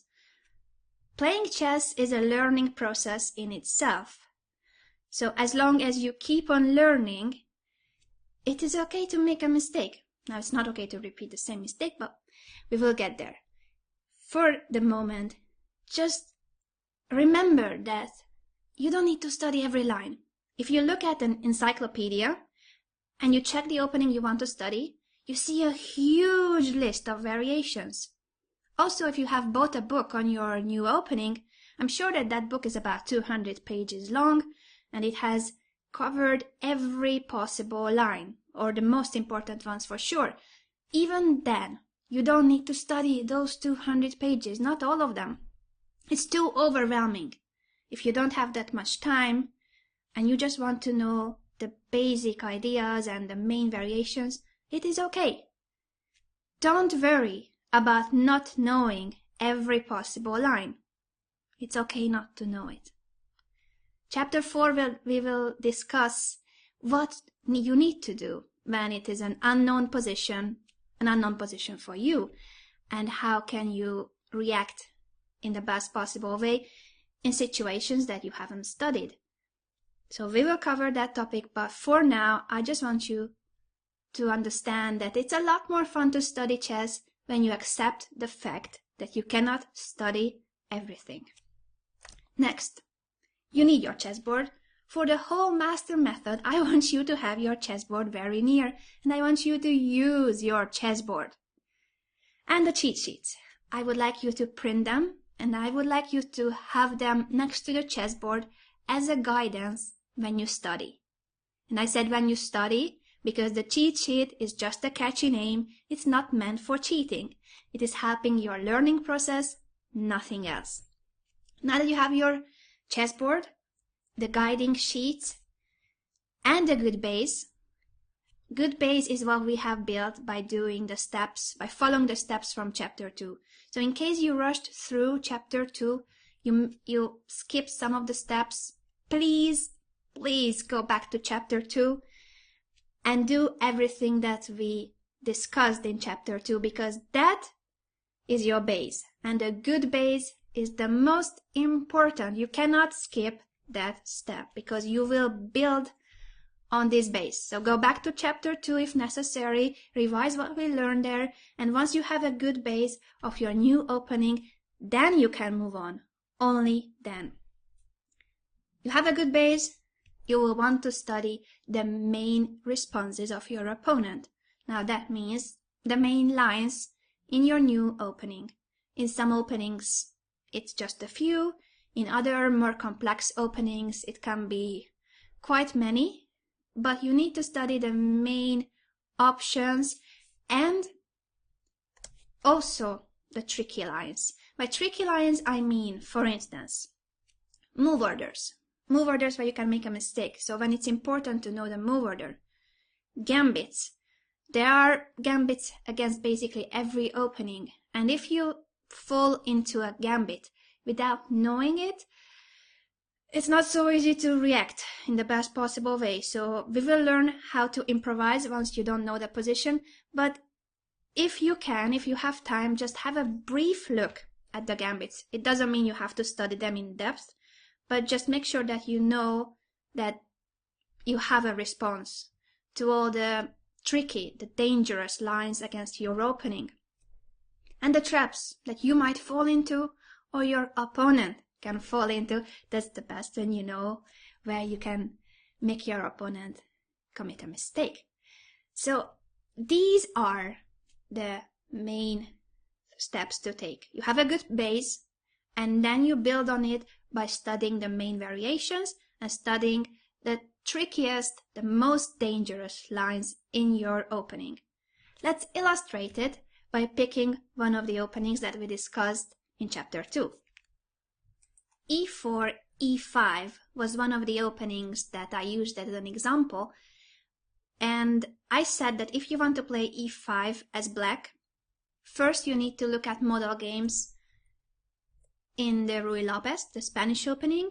You need to check also the Italian and the Scotch. These three, you have to look at model games in order to know what is the basic strategy, how you place your pieces, what is the pawn structure like, and how will you proceed in the middle game. This is what you had to study already after chapter 2, watching chapter 2. Now, we have this good base in these three main lines against E4, E5, and then we shall start studying the exact main variations. So as I said, you know the basic ideas in the Spanish, how you want to react to it. So you have already decided that you go for knight f6, or if you want to play a6, you already chose by looking at model games. Here, if you have chosen a6, you will need to look at bishop a4, which is the main move, and also bishop takes c6, because even though this is not a main line, it alters the pawn structure.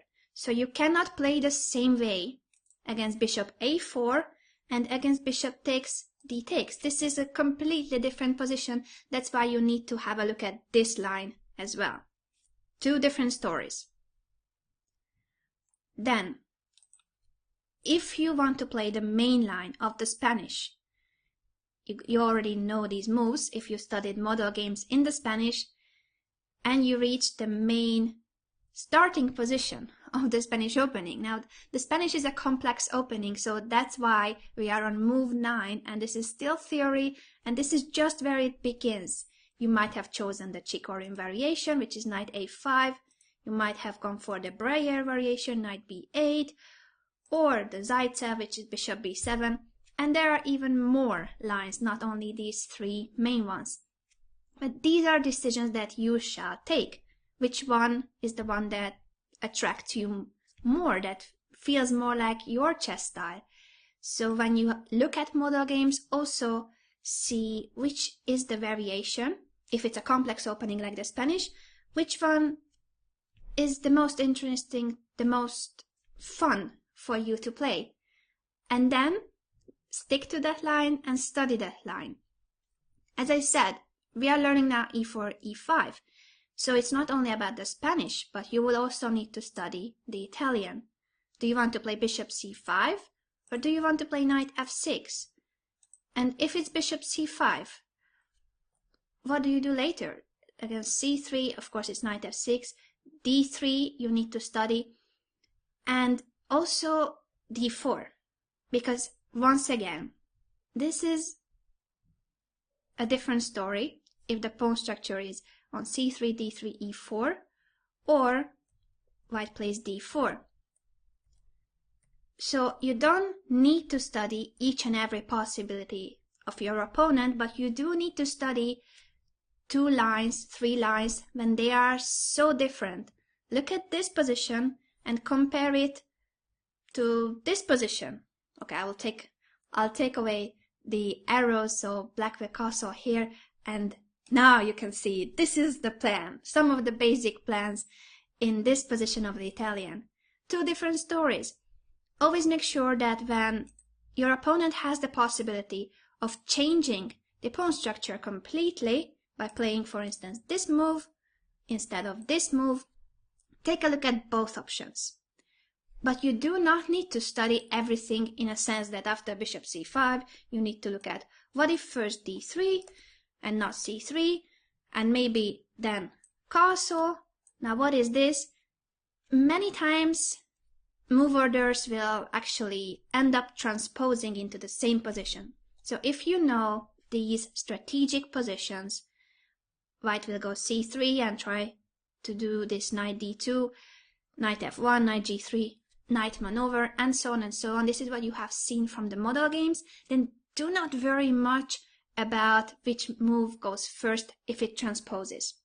What you do need to care about is when it's a totally different position. So this is not like the normal maneuvering Italian. This is a different story. And as I mentioned, you need to study the Scotch, and against the Scotch you need to decide whether you play knight f6 or you go bishop c5. I'm not really recommending queen h4, but if you like tricky lines, you can go for it. It's up to you. It's not the best, but as I told you, you might want to go for tricky lines, especially in blitz games, if it's your style. Remember your style. So these would be the first things to look at: the Spanish, the Italian, the Scotch, and within those lines, here in the Scotch, either knight f6 or bishop c5, the main moves, and then the main responses of white.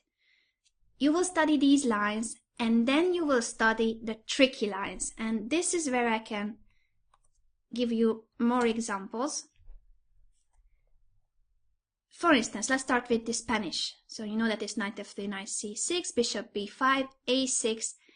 As I mentioned, you will have a look at bishop takes c6, but if it's the main line, knight f6 and castle is the main line. This is what you know.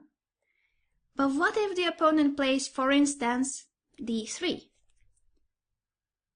And here, if you play the same way as in the main line, then you have just lost a pawn. I know this might sound like, yeah, it's obvious, but it's not always obvious if you play automatically. Always make sure that if the opponent plays something that is not the standard main line, d3 is a perfectly fine move, of course, now it's very popular. But in case you haven't studied d3, just make sure that you observe what is the point behind this move. d3 protects the e4 pawn, and now white is threatening to win your pawn. Now why is this not a threat in the main line? After castle, bishop e7, white cannot really take the pawn, it's not hanging at least, because the e4 pawn is also hanging. And it doesn't matter that you open the e file, because you have a bishop on e7 covering your king. So it is totally fine, this position after rook e1. You can even come back with the knight if you want. Nothing happens on the e file, you will castle. This is important that you pay attention to these details when you study. That's why even when you are already learning the exact variations, you need to keep reasoning. Keep talking to yourself about what is happening and why it is happening. It's not about memorizing, it's about understanding. Remember that. That is so important, that you don't just go and memorize the main line of the Spanish, and then once somebody else plays not the very main line, you might just go and play the automatic bishop e7 and lose your pawn.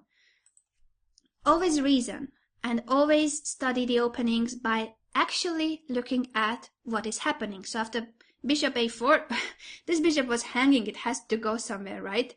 You develop your knight, you attack the e4 pawn. The opponent castles, well, his pawn is still hanging, but you want to develop bishop e7. So he cannot take your e5 pawn, because both the e4 pawn and the e5 pawn will be hanging. Now, after rook e1, he has protected the e4 pawn, and this is when you shall do something. Now your pawn is hanging, and that's why now you play b5. And here you can either go castle or d6. but always understand why you are making those moves. When you study, when you are building your opening repertoire, go move by move and understand it, because that's the only way you will actually remember it, only when you understand what's going on.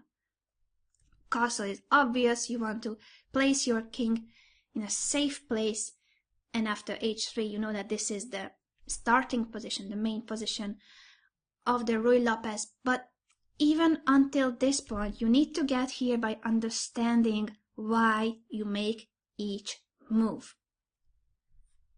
Let me show you another example for a mistake, a possible mistake.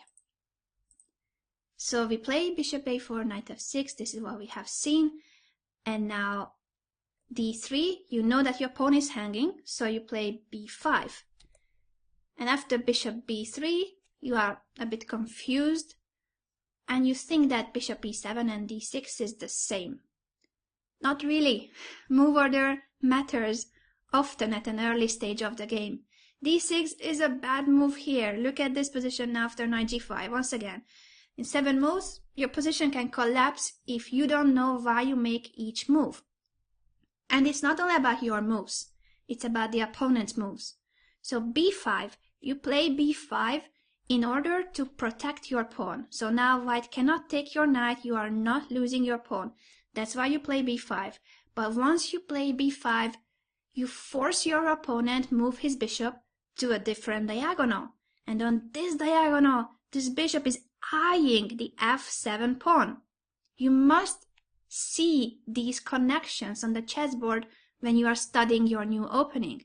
It's not just moves, it's about what is going on. What is this bishop doing? Attacking the f7 pawn. If you play d6, knight g5, and now how do you want to protect the f7 pawn? You have to play d5, and this is already a very bad position.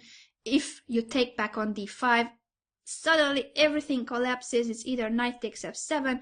You can check these positions if you want, but now we are here just to understand that it is so important that you understand why you make each move. If not, you can end up having a position like this, 9 moves only, and you are basically lost. Don't do this. You don't want to do this. Let's take another example in the Italian. Now, knight f3, knight c6, bishop c4. Let's say you have chosen bishop c5. And here, as I said, it can be c3, or it can be d3, or castle. And these always lead to similar lines. Sometimes it can also be a gambit. So if white plays with d3, it will always transpose, but white can also play d4. Make sure that you are aware of these gambit lines. Speaking of gambits, after bishop c5, the most obvious gambit that you need to look at is, of course, b4, the advanced gambit. You don't need to study gambits in depth, but you do need to know that they exist, and you also need to know the first few moves, how you are going to react. Will you take the pawn on b4, or will you play bishop b6, and what's next? If you don't know it, if you just take the pawn, and then take all the pawns that you are given, take on c3 as well, after bishop takes f7, once again, you are in trouble. This is the danger behind not knowing gambits. Remember that gambits exist almost against every opening, and they are not the most principal lines. They are rare normally because gambits are risky. It's also risky for white because white is sacrificing many pawns, and black doesn't have to take all these pawns. After castle, for instance, d3 is an option. You can study how to react against the advanced gambit or any other gambit that will appear in your opening, but the point is that you need to be aware of these openings, these gambit lines, because when you are surprised with a gambit, that your opponent plays a gambit, it's much more difficult to know how to react just by thinking of general opening concepts. Here, yeah, you need to develop as black, but at the same time, white will take on d4 with the pawn, and you don't know what's happening. So make sure that you pay some attention to gambits. You don't need to study them much. It doesn't have to be an in-depth analysis, but you need to know how to react to gambits. Finally, when looking at the Scotch, you need to follow the same steps, so make sure that after studying the main variation of the Scotch, you decided which one you play and you started studying the main lines. Also, reason why you play each move. So bishop c5 attacks the d4 knight. You want to take this piece for free. If bishop e3, which is the main line, you understand that yes, now white is defending this piece, but also be aware that he might just move away the knight. This is one of the other main options. And always question, what if not bishop e3 or knight b3? What if he just takes here? And whenever it's a capture, you need to be careful not to take back immediately. Whenever your opponent takes a piece of yours in any stage of the game, now this is a general advice, never take back automatically. Sometimes you have a better move than taking back. And this is the case here in the Scotch. D takes c6 is a bad move because you will end up having a worse endgame. Here white has an advantage because he has 4 pawns against 3 pawns on the king side. So he has a pawn majority. He will be able to create a passed pawn. It is likely. What is not likely at all, basically impossible, is that you will be able to create a passed pawn on the queen side. And that is where you have your extra pawn. These 4 pawns against d3, and yet you have no possibility of creating a passed pawn. And in the endgame, that is crucial, whether you have the possibility of creating passed pawns. Now, you might think that this looks like the Berlin endgame. If you follow elite tournaments, you know the Berlin endgame, but there's a huge difference. Let's just briefly see. The Berlin is in the Spanish opening, knight f6 here, castle, knight takes d4, knight d6, and now bishop takes c6, d takes e5, knight f5, queen takes, king takes. Yes, it is the same pawn structure, but hey, not the same pieces on the board. White's large squared bishop is missing. It would be a very nice piece on this diagonal, but it's missing. White has given up his bishop in order to destroy black's pawn chain. So black, as a compensation for the doubled pawns, has the pair of bishops. It is very important, once again, that when you study openings, you understand what's going on, not just memorize, because if you just memorize, you might think that this endgame and the other one is very similar, and it's not. So when your opponent takes the knight on c6, first of all, no automatic capture ever. Even if that's the only move in the position, think for a moment, unless it's a bullet game. Think and realize that you have a better move. Queen f6 is a very important intermediate move that you need to know if you want to play the Scotch with black, the bishop c5 line. Threaten mate in 1, what could be better than this? And what is the point of queen f6? Always reason why this move is so good. It threatens mate in 1, but at the same time, it moves away from the d5. So after queen d2, for instance, you can take back with the d pawn. Yes, you have doubled pawns, but your pieces are very active. The queens are still on the board.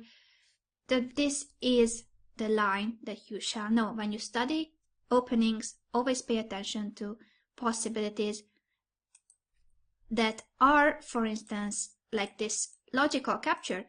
The knight is hanging, and even though bishop e3 is the main move, you shall question, what if he takes my knight?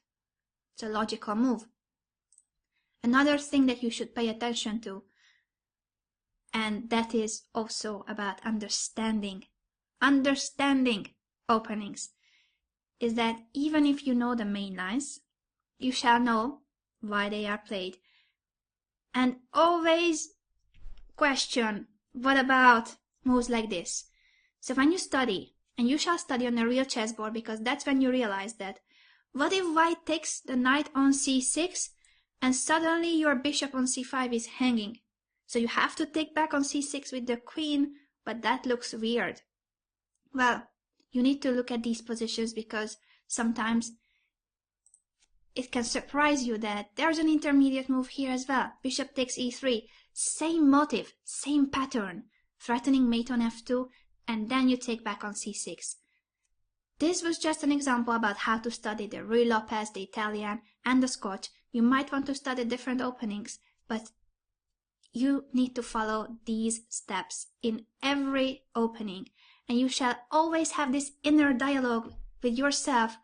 Why I'm making this move? What is the purpose of this move? What is my opponent doing? Is he threatening something? Make sure that you always ask questions constantly. That's when you remember openings properly. Now, I mentioned that you need to know gambits. So if you want to play e4, e5, of course it's not only about the main lines, Spanish, Italian, and Scotch, but there are other possibilities, such as the King's Gambit. Now, this is a dangerous gambit. You don't want to play this position, take the pawn, defend the pawn, and then not know what's happening on the board. You cannot enter this opening without knowing it. Neither you can go for this position without knowing it. Make sure that you know what is your style. First step, remember your chess style, and then you can decide how to play against gambits. Maybe you don't like to take the pawn, the extra pawn. Maybe you prefer to actually start a counter play immediately instead of taking this extra pawn that the gambits offer. You need to know this, whether you like being greedy and then holding on to your pawn, defending, or you prefer to have an active position and not taking the pawn. We have a good base, and we started building on it by learning the main lines of your new opening and the tricky lines, gambits, traps that you might fall into, the opponent can fall into, and move orders. And in each case, in all this, you want to be reasoning non-stop. Have the inner conversation in your head, this dialogue, asking, what is this move doing? What is the purpose? What is my opponent doing? Is he threatening something? If you do this, if you keep questioning every move, even if it's a natural developing move, explain, what is this move doing? I have just developed the knight. I'm attacking that pawn. Now I can castle after I have moved the bishop. Explain what's going on in that position after every move, and then you will start understanding the position. You want to understand, not memorize. Remember that. Now the next logical step after having done all this would be to start studying sidelines. Yet, I'm going to tell you to forget about that step. No, I don't think it's necessary. Sidelines that are tricky, yes, you have already covered them here. Gambits, tricky lines, traps, check them. You don't want to fall into them. But sidelines, just because there are many sidelines in every opening, you don't need to know them. My recommendation is that you learn as you go. So you play a game, you have doubts, and then you check it, and you learn from it. This is something that I believe will help you learn and improve all the time. So whenever you play a game and you have a doubt, even if you won that game, it's not about the result. Just if you play a game and during the game, in this case in the opening stage, because now we are focusing on the opening, if you are learning a new opening, you play that opening in a game, even if it's a blitz or bullet game, and then you had a doubt about a position. You didn't know what was the exact line. How is this variation? Check it after the game. Make sure that you check it, because that's how you will learn. You check it, then you learn it. Next time you will not have this doubt, you will have another one, but you keep increasing your knowledge by constantly checking every doubt that you had during games.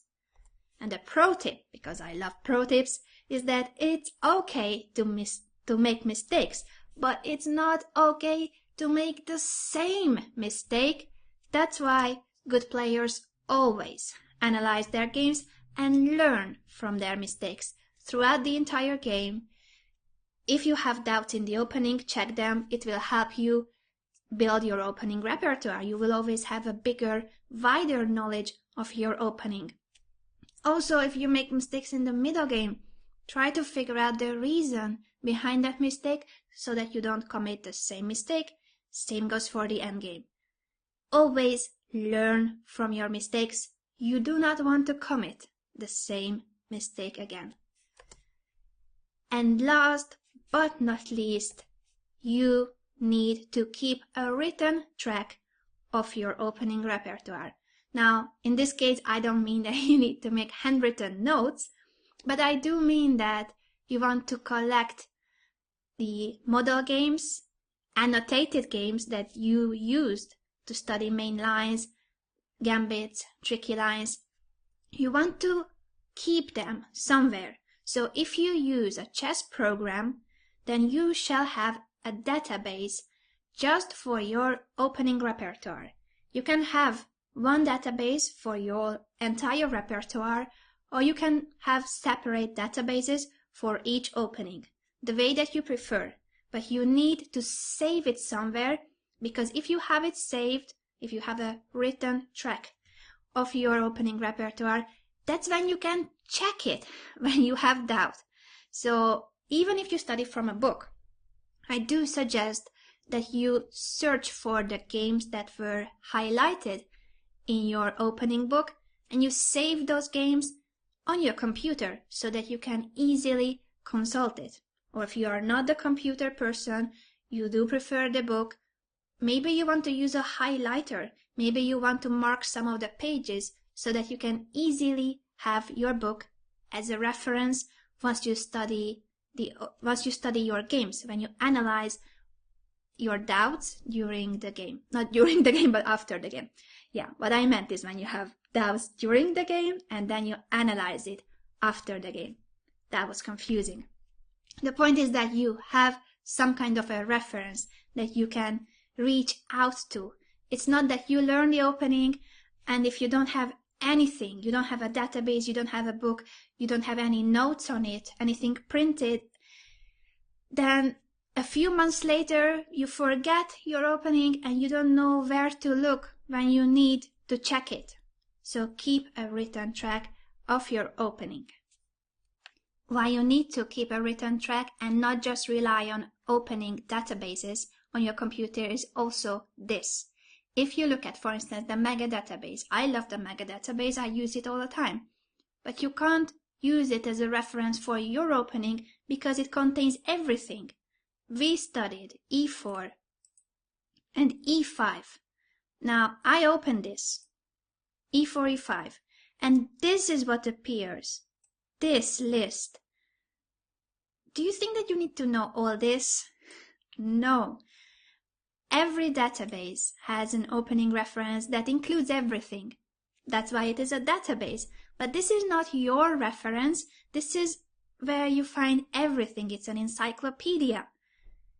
Do not rely on this, because if you look at this, you will not be motivated to study. It's impossible to study all this. Keep track of your variations, the main lines, the tricky lines. You don't need to go into much depth. That is another thing I wanted to mention, that depending on your playing level and your ambitions, it might be enough to know the first couple of moves. You don't need to memorize 15, 20 moves. You don't need to go that much far in your opening. It's up to your ambition and your playing level, how much of a depth you need in an opening. We used E4, E5 as an illustration in this chapter. But when you build your opening repertoire, of course, it's not only one opening that you must study. Unfortunately, there are other openings, especially when you think that not every player will start with the move E4. You need to think, what will you play against one D4?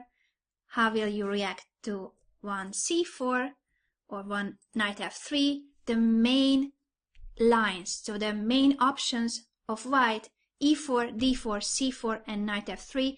Knight f3 and c4 can transpose, or knight f3 and d4 can also transpose. Think of a system that you want to play, an opening that you like against d4, against c4, and then see if you can reach the same after one knight f3. Make sure that you build your opening repertoire in a sensible way so that move orders cannot really trick you. Last but not least, here are 3 steps to make the opening stick. First, a chessboard. You know this. I already told you, but I keep on emphasizing. You need a real chessboard. It doesn't matter if you study from a book. Have the chessboard next to your book. Play out the moves on a real board. It's different when you touch the piece, you place it on a square, and you actually start thinking why you are making that move. Same goes to DVDs and video series, YouTube clips, anything on the computer, anything that's visual, a video, multimedia. Make sure that you, either during watching the video, you play out the moves, or, if you prefer, after each video clip, after each segment, go through the variations that you have learned from the video by playing them out on a real chessboard. It will really make a difference in how efficiently you learn the opening. You will remember it much better and you will understand it much better, because that is why you're doing it. You need to observe why each move is being played. From move 1 on, when you study a new opening, make sure that you observe what is that move doing. You push one e4. It is to control the center and open up the diagonal of the bishop on f1 and the queen on d1. It sounds like basic stuff, but once you go further in the opening and you keep observing the purpose of each and every move, you will understand a lot better what is happening in this opening. And that's when you will remember it. Analyze verbally, have this inner dialogue in your head. Ask questions to yourself. What is this move doing? Why am I going to that square? Where will I go next? What is the plan? What is my opponent doing? Is he threatening something? What does he want? Ask questions constantly. When you study openings and also during the game, it will help you to understand what is going on. And that's what you want when you study chess. You want to understand what is happening. Don't just memorize. Understand chess and enjoy playing chess. In the next chapter, we will study what to do when you are in an unknown position. Unknown to you, when you are surprised by your opponent, or when it's a completely rare variation, and you still will be able to react in the best possible way. That's what we will learn coming up next.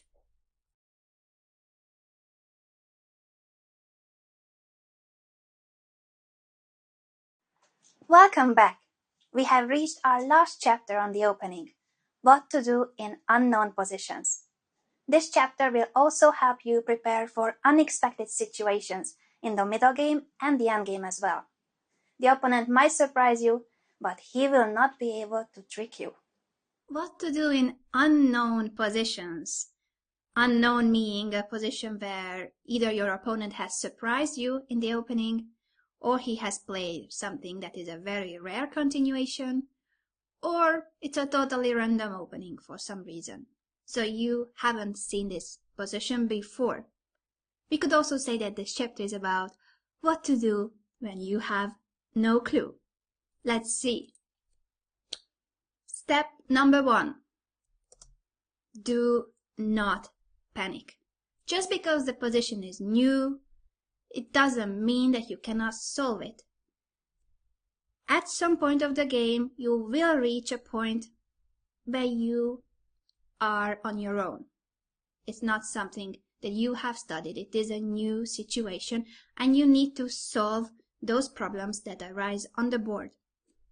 Happens every game. Get used to it. Never panic just because the opponent played something that you did not expect. And also, never ever go autopilot. Just because the opponent prepared something, he surprised you, you don't need to pretend that you still know it. Yes, you can stay calm and confident, but that doesn't mean that you respond immediately with the same move that you know from other variations. Superficial automatic moves are your enemies. You shall never fall into this trap.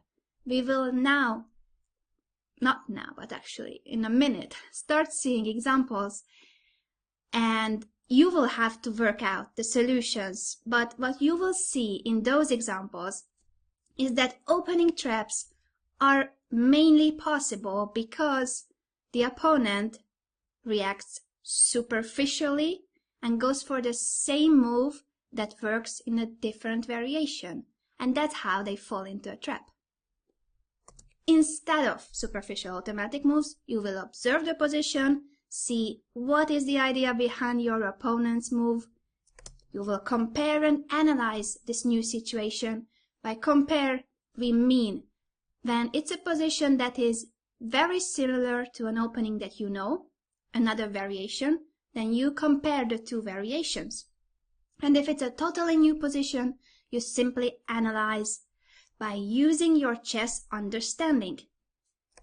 In the end, we will draw conclusions and see if the same move is still the best, the same move that is from another variation that you know is still working here, or you shall go for a different one. In all of these steps, observe, compare, analyze, and take conclusions, you need to use your logic and reasoning. Keep that inner dialogue going in your head. And now, as I promised before, the fun begins. Tragicomedies. Drum roll, please. Tragicomedy number 1. Sit back and have fun. E4, C6, D4, D5. The Caro-Kann defense. Everything is going normal. The main line with knight C3, D takes E4, knight takes E4, and here black is not playing the main move, bishop F5, but knight D7, which is another popular option. The common move here for white is knight F3, where black goes knight G F6. So what happened in this game? Well, after knight D7, white responded with queen E2, and black went knight G F6. Yes, knight G F6. After 5 moves, it is mate in 1 on the board. This is not a game that I have created with my imagination. There are plenty of games like this in the database. Imagine players with the rating of 2200 falling into this trap because of going autopilot. Knight D7 you play because you want to go knight Gf6 the next move. But this does not mean that you shall switch off your brain. You will always need to think when the opponent makes a move.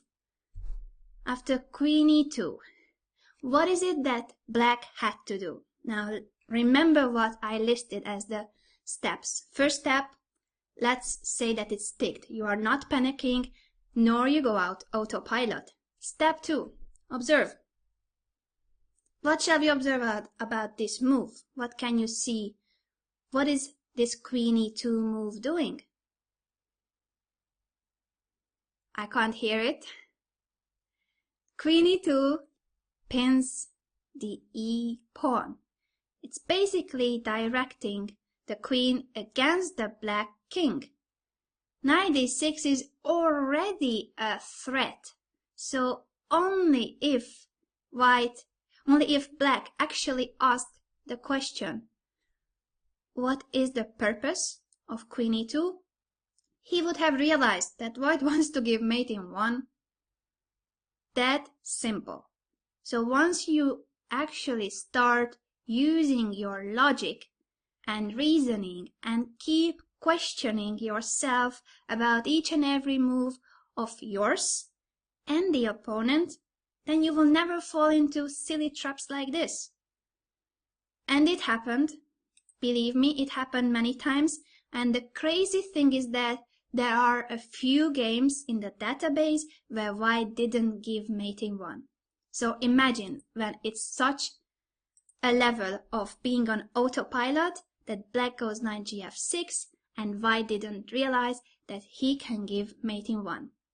Rated strong players. Tragicomedy.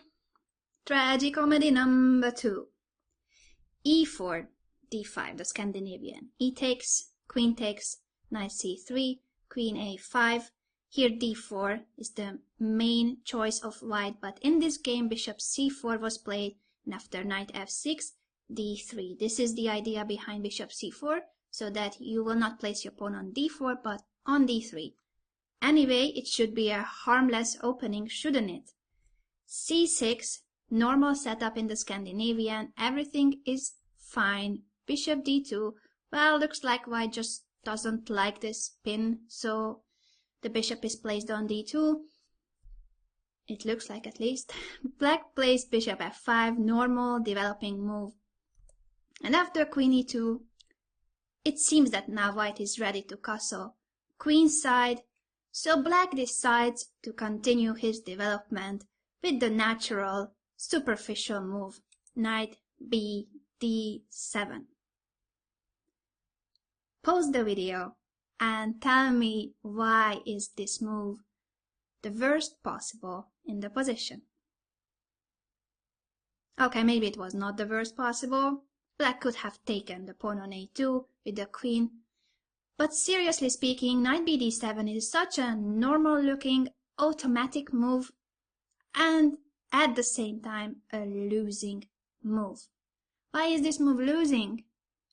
Because it doesn't take into account white's idea.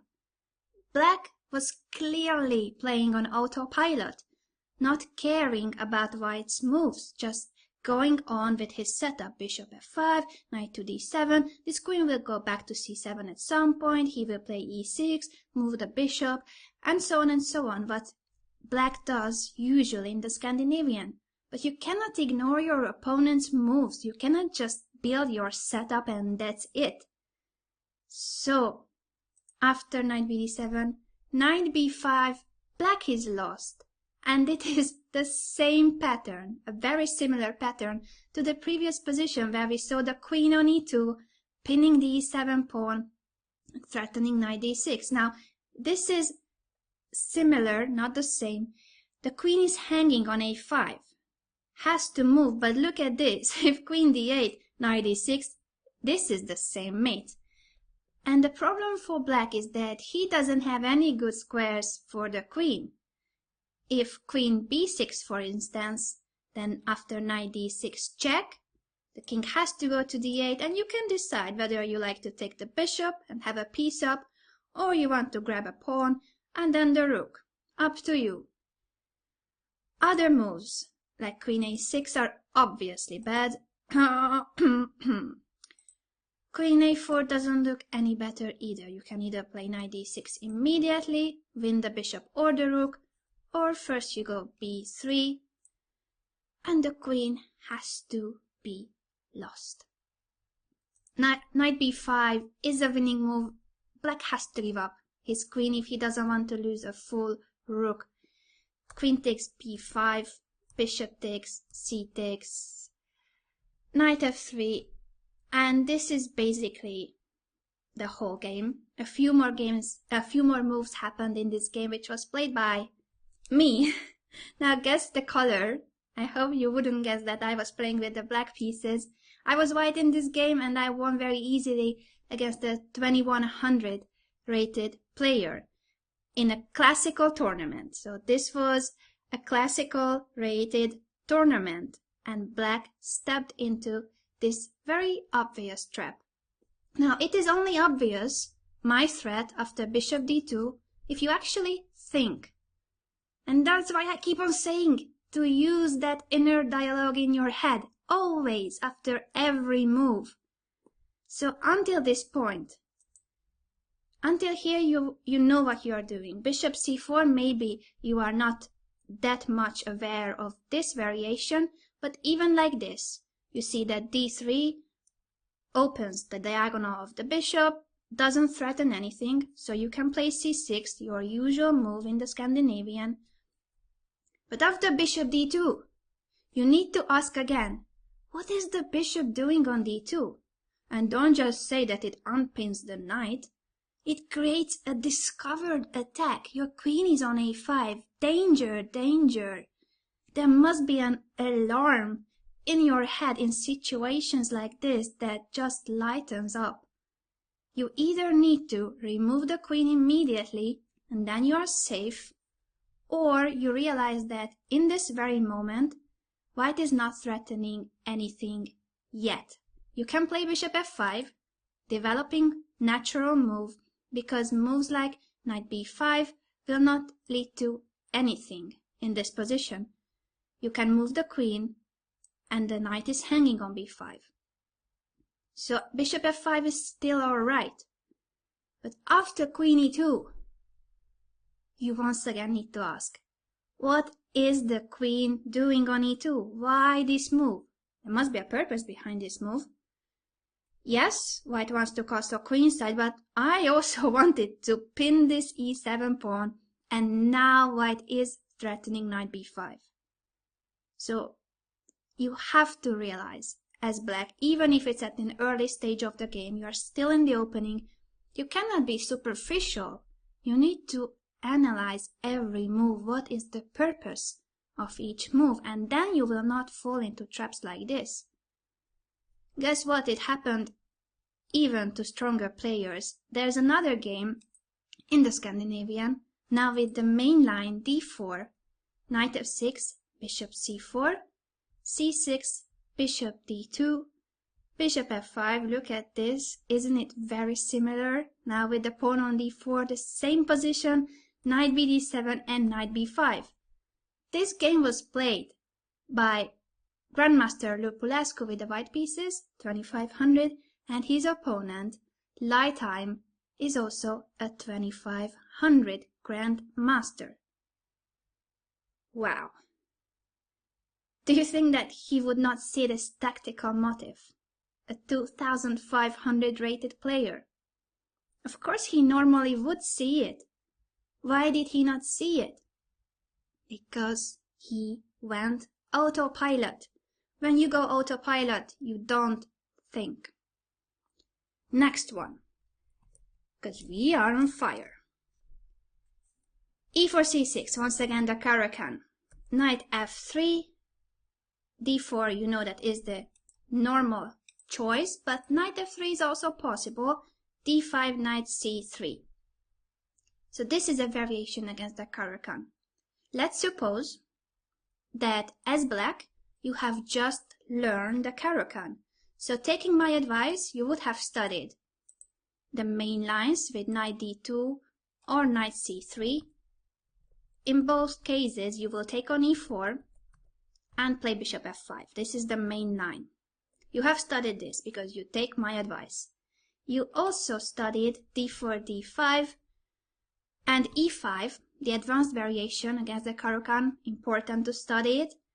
And you also might have looked at e takes d5, c takes, and here white has two options, either to play solid with knight f3 and then c3, or the pan of attack with c4. Isolated pawn structure, very different, you need to study it. So you have covered these variations. But since you listen to me, you do not study every possible sideline, and that is okay. You don't need to know everything at the beginning, nor will you know everything throughout your career. But as you go, remember, as you play games, you keep improving because you keep on checking the opening and improving your doubts, the holes in your repertoire. So, let's say you haven't yet seen this knight f3, knight f3, knight c3. This is the first time you are faced with it. And you react the same way. You take the pawn on e4, you play bishop f5, you move it to g6, and then after h4, you need to prevent the loss of your bishop, so you play h6, and here comes knight e5. Ouch! The bishop has to go, because if not, your pawn structure will be horribly weak after knight takes, f takes, isolated e-pawn, doubled pawns, weak king. You have to move the bishop, and now queen h5. Once again, problems. You cannot play queen d5 to protect this pawn because you step into bishop c4. Therefore, after queen h5, you need to play g6. And now queen f3 once again, threatening mating 1. What do you need to do? Prevent it somehow, but it's not very effective because now the queen comes from b3 and this is a double attack. Threatening mating 1, threatening the pawn on b7. And even if you play queen d5, white can take on b7, give up the knight on e5 with a check. But after bishop e2, it's mating 1 on c8, or you lose the bishop. You can't prevent the loss of the rook, sorry, not the bishop. Ouch! Again, this is move 12, and black has lost. So what has happened? The problem was that black knew the main line, which is once again d4, d5, the knight goes to d2 or c3. In both cases, you take the pawn and you play bishop f5. And after bishop g6, yes, h4 is the move for white, but when black plays h6, there's nothing wrong happening to black. The bishop is fine on g6, even if white pushes h5. Now the bishop is on h7, healthy. The g3 knight cannot do anything about the bishop on h7 or on g6. The huge difference between this position and the other one we have just seen is that the knight was on f3. So it is the other knight in this position, the other knight that will cause problems. Remember, in the main variation, the knight was on g1. Here it was on f3 and jumps to d4. This is what I meant when I mentioned comparing as a step number 3. So, in the main line, the pawn is on d4, knight is on g1. In this variation, the knight is on f3, pawn is on d2. If you realize in this position that that is the difference, then you will not take on e4 and step into white's trap, but you will take conclusions by this comparison and realize that, okay, I cannot play the same way. I cannot take and play bishop f5 because that is the point of white's play. What is the difference between the main variation and this variation? In the main variation, the pawn is on d4 and the knight is on g1. Now what you see is that the pawn is on d2 and this knight is on f3. What does it tell you? Well, it tells you that, for instance, as black, one of your options is to go d4. The white pawn is not on d4, so you can push d4. As black, this is one of the options, and it's a good option. Another option that doesn't exist in the main variation is bishop g4. Now, why does this move not exist in the main variation? Very easy. With the knight on g1, you cannot play bishop g4. If you analyze verbally, reason why each move, what is each move doing, what is the purpose behind each move, you compare it to the variation that you know, you can take the right conclusions. And you see that here, either d4 or bishop g4 are both logical and both natural in this position. But guess what? Even a third option is good. Basically anything but not going for the superficial same position, taking and bishop f5. You can also play knight f6, and after e5 you realize that you have knight e4, because in this position, after the trade of knights, this knight is hanging. This doesn't happen in the main line. In the main line, nobody plays knight f6 here because you don't have knight e4, this is just silly. This pawn is basically dead. White will protect his pawn on d4, and sooner or later will manage to take your e4 pawn. This is why it never happens in the main line. But with a knight on f3, you can do this. You have so many options. If you use your brain and you reason, you spot the difference between these variations. Ready for the next tragicomedy? e4, c5, d4, the Mora gambit. C takes, c3, d takes, knight takes c3, knight c6, knight f3, queen c7, bishop c4. This is a bit longer than the previous games. e6, castle, knight f6, queen e2. This is still theory. We are not discussing this. But knight g4. Well, this is the first weird move. Everything else looked like a normal, natural developing move. So white realizes that this knight on g4 is annoying. It looks like black wants to give mate on h2. At the moment it's not possible, but you realize that this piece is annoying your king, and you want to chase it away. You play h3. Pause the video, please, and tell me why h3 was a losing move.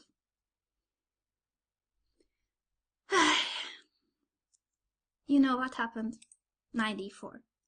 You know who played this game? Me. With the white pieces.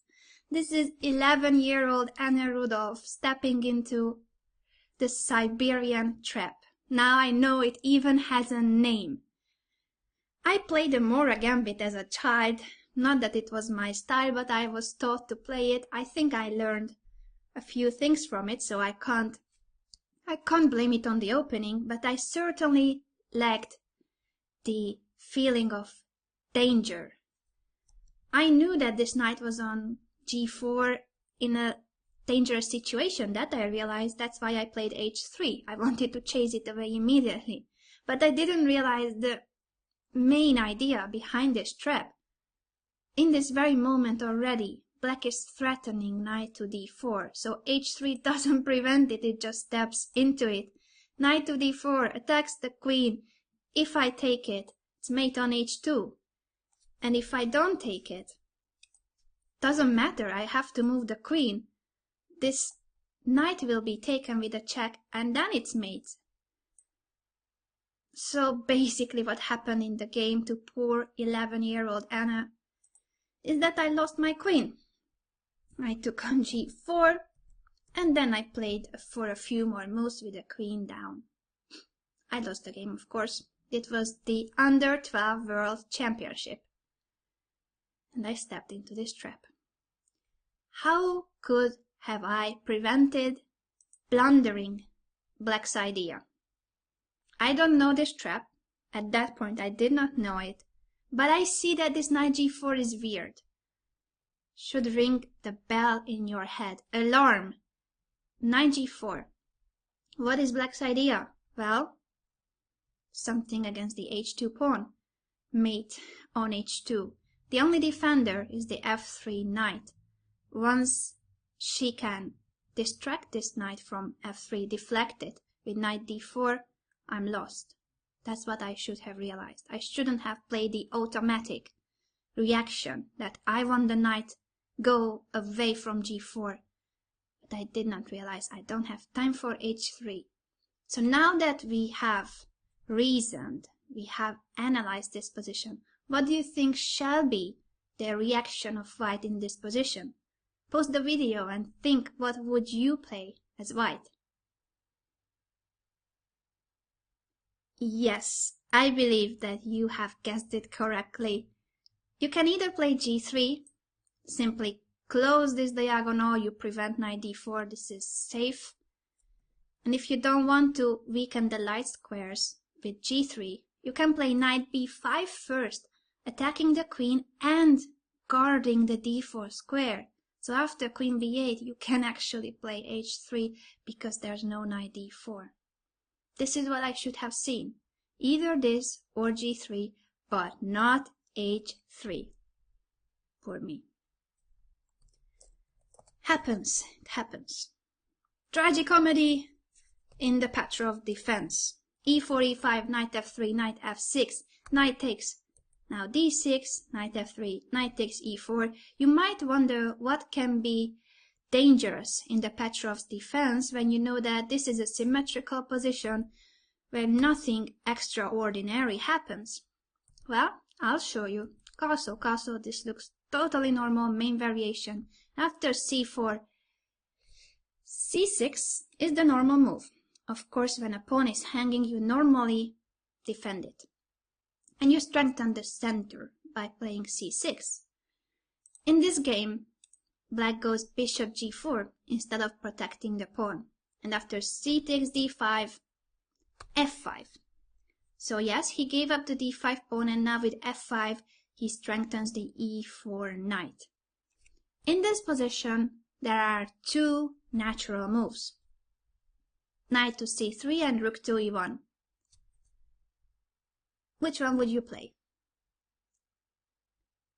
You can pause the video or tell me immediately that your move would be knight c3. I hope that would be your move, and then you are better. This position is a very nice position for white. You not just have a pawn up, but you will also now force black to do something with the e4 knight. It was a dangerous, strong piece on e4, but after knight c3, he's forced to do something. He either has to take or go away with his knight. Now the other natural move, rook e1, is a losing move. Why? Why is it a losing move? Now let's find the reason why this move is bad.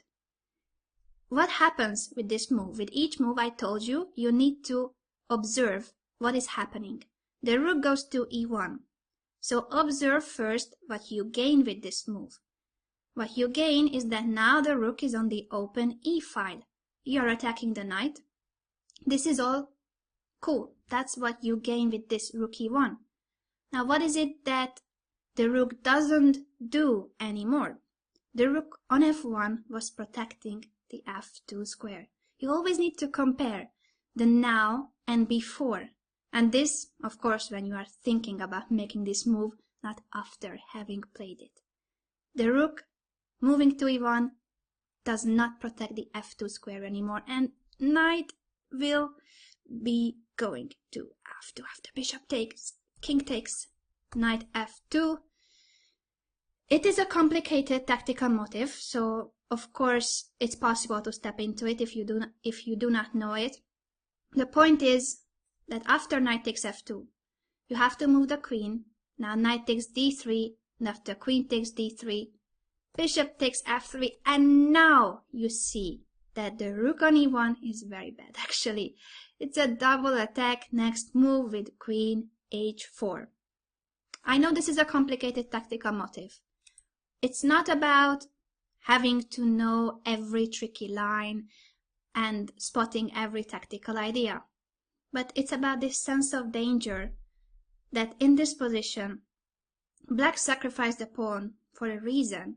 He's got three dangerously placed minor pieces, and the queen can easily come to the king's side in a few moves at least, with queen e8, queen h5, and if this knight is not on f3, then even queen h4. So in this moment, you shall definitely be cautious. I told you that the first step is not to panic, but there's a big difference between panicking and being alert. So in positions like this, I do want your alarm to ring in your head and be cautious about what you do. Analyze the position. Do pay attention to which pieces are defending your king, the f3 knight you need, the f1 rook you need. And then you start to create trades. Because when you see that the opponent has so many attacking pieces, active pieces, you want him to trade those pieces for your pieces, or chase them away. That's why knight c3 is the best move. This is a dangerous piece. You want to eliminate it. We will discuss these techniques that you can do, these tools that you need to use when you are defending.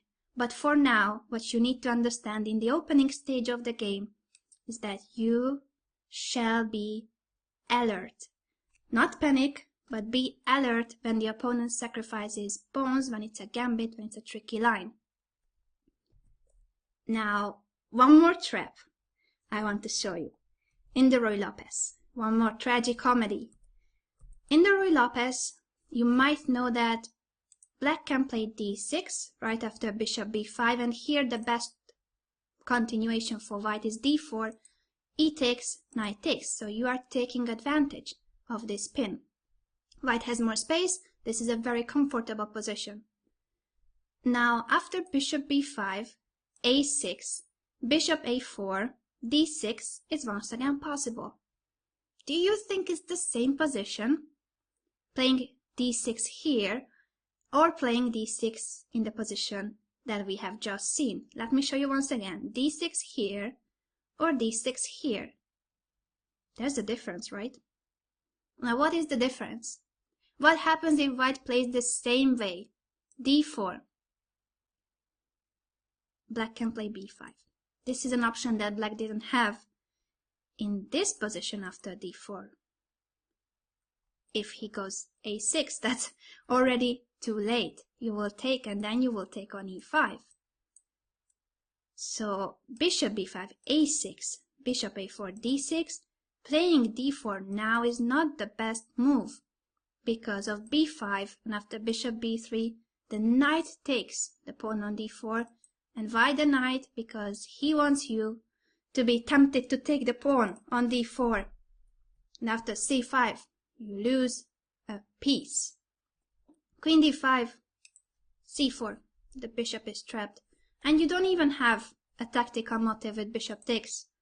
Looks tempting, but it doesn't work, because after queen d5, bishop e6, the queen protects the rook. Bad luck. Now, after e takes d4, white is not lost. You can still play bishop d5, and after rook b8, you take the pawn. But first of all, this is not an advantage for white. This position is not the most tempting. Just look at this position now. It's equal. Secondly, you should really pay attention to the opponent's idea. And if he plays with a6 and then d6, he has the option of b5. You shall keep these factors in your head. Once you see that a6 has been played, b5 is always an option.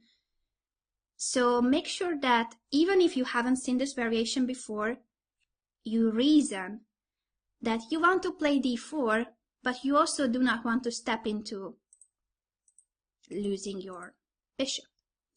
So how to play d4 and not lose your bishop at the same time? By preparing d4. c3. Create space for the bishop in case you need it. And now you really want to play d4, and you will take back with the c pawn in case that pawn is taken. Simple. Once you reason, once you draw conclusions, you compare, you will find the right move. Of course, not knowing the variation and playing an automatic move will not always make you lose material or get mated. Sometimes it's just a positional disadvantage that you will have because of being superficial. d4, d5, c4, e6, the queen's gambit. The queen's gambit declined since black doesn't take on c4, and I would like you to see this position after e3, bishop f5, g4. It is a sharp variation in the queen's gambit declined. Bishop e6, bishop d3, knight d7, h3, and knight b6. This is my game again. I'm with the black pieces, and I've just played knight b6. Can somebody tell me what is my knight doing on b6? Because I have no idea. I play this move. I played this game against Tanya Stajdev, and I managed to place my knight on b6. Just like this.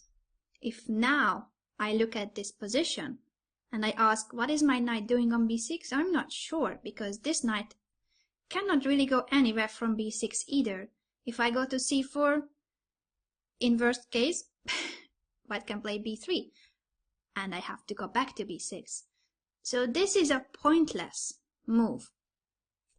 Now, what happened to me was that I prepared against Tanya, and I expected this g4 variation. But this was not the only variation that I revised. I revised many different variations. I didn't know which one she would pick. So I realized during the game that yes, I analyzed this g4 variation, but I got confused. And I knew that there was something with the knights. In another variation, knight b6 is a move. Not here, not in this position. So I remember that there's something about the knights, and knight b6 exists in another position. I didn't know it was another position. And therefore I played knight b6.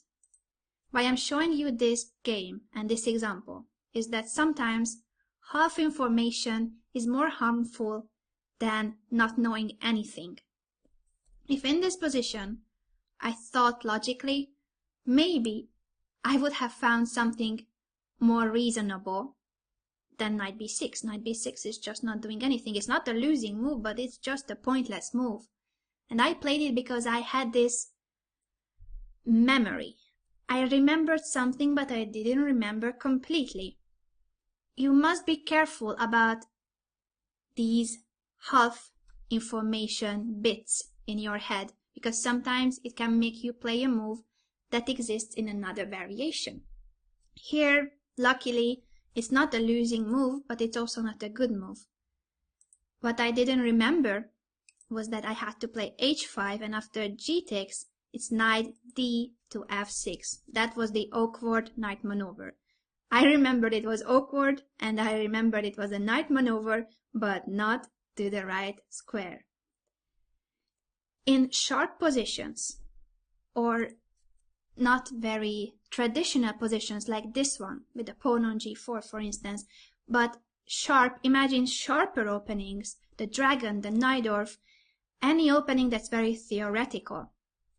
If in those openings you forget a move, you might be in trouble. So the sharper the position, the more crucial is that you know the theory. And that's why I was suggesting that you shall not pick the most theoretical positions, because in those openings, once you forget the move, it's not so easy to figure it out on your own by pure logic and reasoning. In many sharp openings, like the Najdorf and the dragon, if you don't remember the move, you might not find it, because those moves are computer moves, not human nature. Therefore, once again, I suggest that you play openings that are more to the human eye and to the human brain, understandable openings. And when you study, make sure that you play the moves out on a real chessboard. When I prepared for this game against Tanya, all I did was to check my database, and I was clicking on the next button. And that's why I got confused with the knight moves. I didn't remember properly.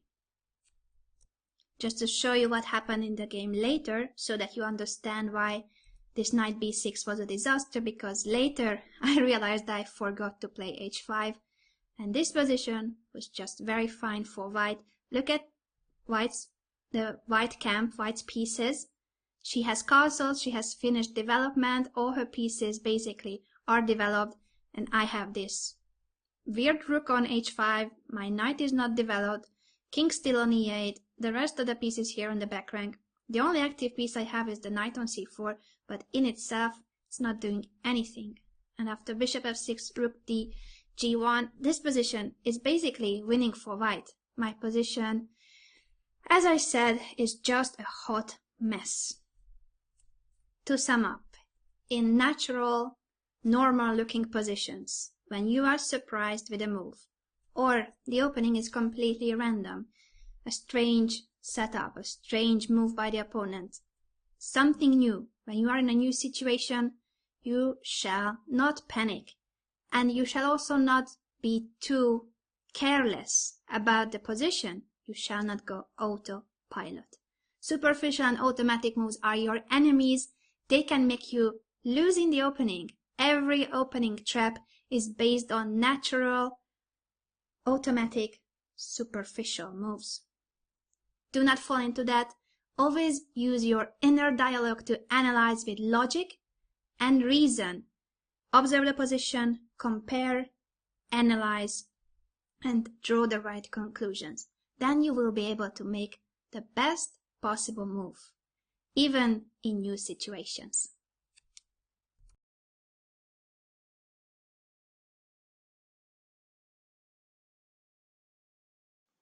Now that you have successfully completed the opening chapters and created a good base for your play, it's time to start to acquire the most important middle game skills, starting with planning. It often happens to club players that once the opening stage of the game is over, they don't really know what to do. What shall be the plan? How shall they proceed? Has this ever happened to you during a game that you didn't know what to do? You were at a loss for ideas, for plans, and then you might end up looking for something concrete.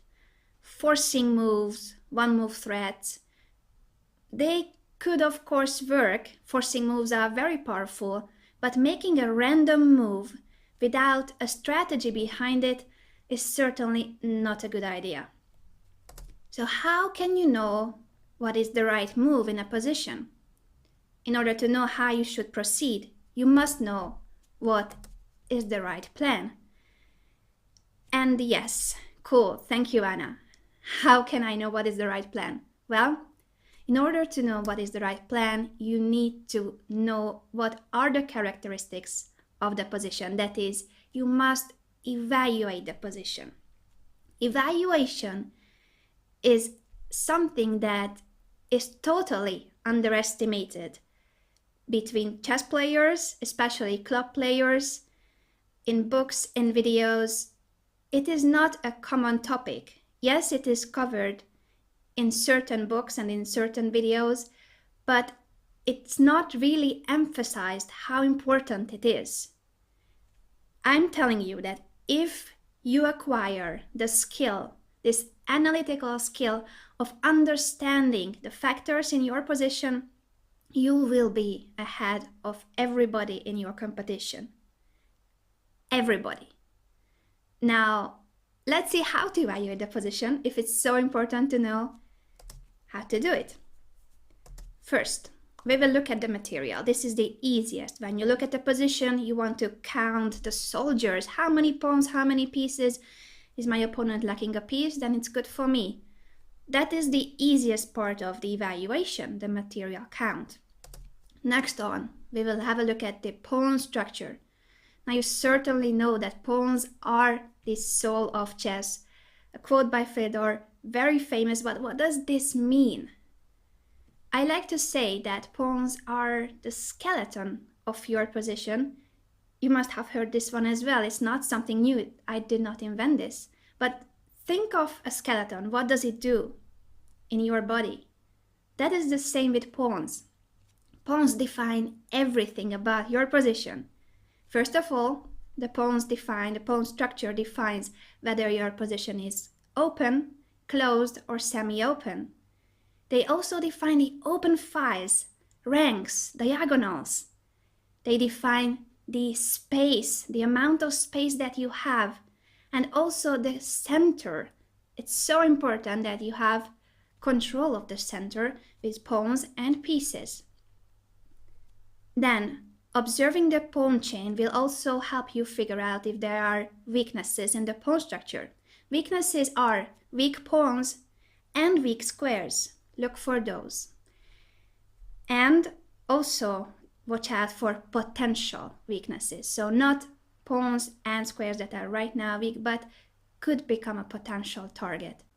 All of you that are signed up for this master method, of course, receive free printables together with the course.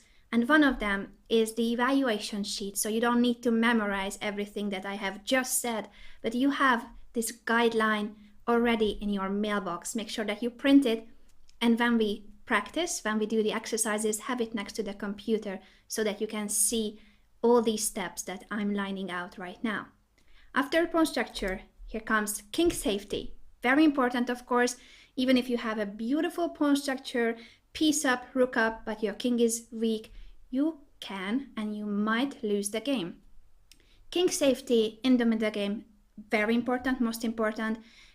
As soon as you trade pieces and we are entering an endgame, the less pieces, the more likely that your king can finally come out of his shelter and become the hero of the game. So in the endgames, we will watch out for king activity as a factor, but in the middle games, focus on king safety. Now, king safety, I should also include that, of course, when you see a weak king, I'm sure that you can detect that it's weak, but it will only be weak for real when it can be exploited. So all of these factors that we are listing, you need to look at them in the context of the position. Therefore, if there are no attacking pieces and no potential attack against the king, it might not matter that the pawns in front of the castle king are destroyed.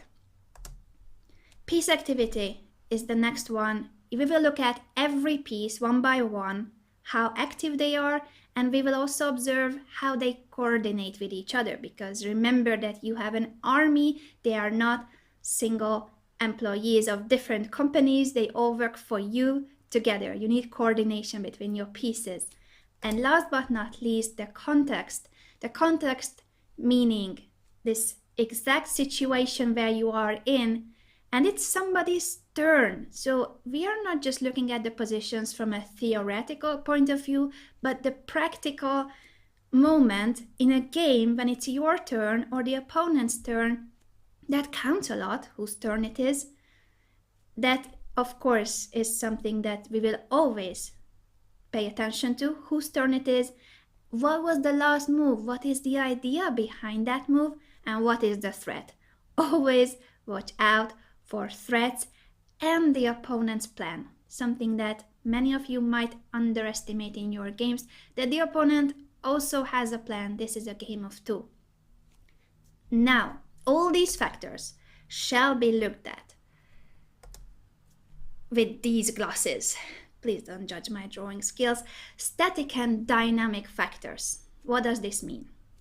Well, for instance, material. Let's say that you are 2 pawns up. That's a static factor. That is a permanent factor. But your opponent might have compensation for it. He might have the initiative. He might be attacking you. So in return for the 2 pawns, which is a static advantage, you have given to him the initiative. He's got a dynamic factor in favor of him. It's important to know which factor is static and which one is dynamic. We will also practice these. Don't think it's so difficult. It might sound difficult, but it's not that difficult actually. But you need to know it because it will guide the plan, the right plan. We will look at these factors, see if they are static or dynamic factors, and then it will be a lot easier to actually decide on what the plan shall be and what is the target, because we need a target for finding the right plan. Let's start practicing, because we are not here just to be theoreticians. We want to have this as second nature. We will practice until you are a master of planning. So let's get that chessboard on the screen. Who is ready to train? I have prepared 9 exercises for you, 9 positions from real life games of club players, so that the positions, the problems that you need to solve in these exercises will be similar to the problems you need to solve in your own games. And I want that you see that it's actually simple to solve these problems if you evaluate the position correctly. First of all, then the task is to evaluate each and every position. You will pause the video when I ask you to go through the steps. For that, I recommend that you print the guideline that I have prepared for you. Have it next to the computer. Go through each step one by one, and then we discuss it together. We discuss your conclusions, And once you have the right conclusions, the right factors, you need to come up as a second task with the right plan. So first of all, evaluation, we discuss it, then coming up with the right plan in each and every position. This is the first position. I'm sure you started thinking about it while I was speaking. It is black to move, but please don't look for any moves. That's the biggest mistake you can make. That when you see a position, you start to look for an immediate response. It is black to move, but you will not look for any move. You just need to evaluate the position. Please pause the video and evaluate the position as we have just learned it. Good. I'm sure that you have come up with some excellent conclusions. First of all, the material is quite obvious. Black has an exchange up. It's a whole rook for the bishop. That's great news for black. We are playing with the black pieces, so we have material up. Good. Next step. Now that we know that black is material up, we shall have a look at the pawn structure. What can we see from the pawn structure? It's relatively healthy for both players. You see that white has 2 pawn islands, black as well has 2 pawn islands. There are some weaknesses. In white's camp, which pawn do you think could be a target? Which pawn is potentially a weakness? I hope that you thought of this guy on f4, which is a loose pawn, so it can become a potential target. That is right now in white's pawn structure the weakest spot. Also, there are some weak squares on the dark squares. g3, for instance. It's not surprising that white has weaknesses on dark squares. These squares are potentially a very good spot for the black queen. And it's because white has a large squared bishop. You see that this bishop is controlling many squares on the king's side, but it's not controlling, it cannot control the dark squares. Great. What about black's position? We have detected a potential weak pawn and some weak squares on the dark squares. What about our pawn structure as black? This pawn chain b4, c5, d6. Whenever you see a pawn chain like this, the pawn that is at the very end of the pawn chain, that is the base of the pawn chain, can be weak and is a target here for white. Actually, that's why black is protecting this pawn already with 2 pieces, because white is putting pressure on this d6 backward pawn. So that is a weak spot in black's camp. The h6 pawn is loose, but it doesn't seem to be a big factor in this position. There are no white pieces around black's king. It doesn't look like this pawn will be in trouble. Now that we have mentioned the king, what about the king's safety? The king on h1 seems to be safe. We can't give a check to this king, and he's got pawns in front of the king. Important when you castle, you want to keep those pawns close to your king. Also, this bishop is protecting the king. It doesn't look like the white king will be in trouble. The black king is similar, in a similar situation. Yes, these pawns have been pushed and there's no bishop on g7, which is normal when you have the fianchetto set up. Probably this bishop was given up for the rook. That's how black might have won the exchange. But what matters now is that it is a somewhat weakened castle, just like white's one, so there are some holes. But it doesn't look like white can take advantage of this either, because white does not have a dark squared bishop. If he had a bishop here on b2, it would be a completely different story with all those weaknesses, the weak dark squares around black's king. So all these factors are relative.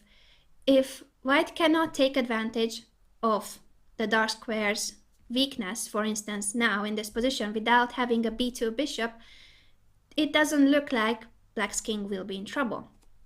Let's move on to the pieces. I'll try to get rid of these arrows so that you are not looking at it all the time. Let's go piece by piece, starting with white's pieces. The queen is active. It's a nice spot for the queen on c4, controlling many squares both on the queen side, in the center, and also eyeing this f7 pawn. So it's pinning the pawn, it cannot be pushed. The d1 rook is attacking the weakness in black's pawn chain, the d6 pawn. That's also something very useful. So both of these pieces are well placed, they are active, and they have something to do, they have a purpose. The f3 bishop is not that good. It is in a safe position, it won't be captured, and it's protecting the e4 pawn. But at the same time, this bishop is kind of restricted by its own pawns. So thanks to, or not thanks to, but because of the e4 pawn, this bishop doesn't have a good diagonal. It would be much more active if the bishop was on d5. Imagine this bishop on d5 and not on f3. So the bishop is not very active on f3. What about black's pieces? Black has an exchange up, so it is black who wants to win this game. White wouldn't mind to just be protecting everything. So this setup, this solid setup, is not bad for white, since what he's aiming for, this is the context, what he's aiming for is a draw in this position because he is material down. He's fighting to hold this position. Therefore, we need to look for activity, especially for the black pieces. The black queen is not very active, it's protecting this backward pawn, but a queen on c7 is not a big deal. Oops, I made a move that I didn't want to. That's not the right move, that was just a mouse slip. So the queen on c7 is not very well placed. Black has to improve the situation of his queen, that is for sure. How about the rooks? What about this rook on d8? It's not a very active piece, is it? But at least it's protecting the d6 weak pawn. It's better to protect this pawn with the rook and not the queen. So if you need to sacrifice the activity of one of your pieces, make it the less valuable piece. Let's protect with the rook and activate the queen. The other rook is fine on e8. It's targeting the e4 pawn. It's a semi-open file, so for the moment it is all right. But if we look at the pawn chain, as I mentioned, the pawn structure defines everything, then we shall also realize that the only open file is the A file. This in the future could be important. Right now, it doesn't seem to be the right way to play, to start doubling rooks on the A file, because you will leave your weaknesses unprotected, and also stepping to A8 with the rook would be in the diagonal of the bishop. So careful about the attacking possibilities of the opponent's pieces. Now that we have evaluated more or less what's on the board, the pieces, the pawn structure, the king safety, material, and we had looked at the context, which is that it is black to move and black wants to win this position. So black will not stay solid and quiet. He wants to make a progress. He needs to activate his pieces and start attacking with his exchange up. What shall be the target of black in this position? You can't win the game immediately, so our objective right now is not to give mate, because that is the long-term objective. Right now you need to find a target that you can play against in the next couple of moves. Pause the video if you need some time to look for a short-term plan in this position. And if you have thought of something already, then let's discuss it. When you looked at the pawn chain, the pawn structure of white, you realized that the weak pawn in white's camp was the f4 pawn. And you also realized when you evaluated the pieces that the queen on c7 is not active. So you can link these two factors to activate your queen and attack the weak pawn.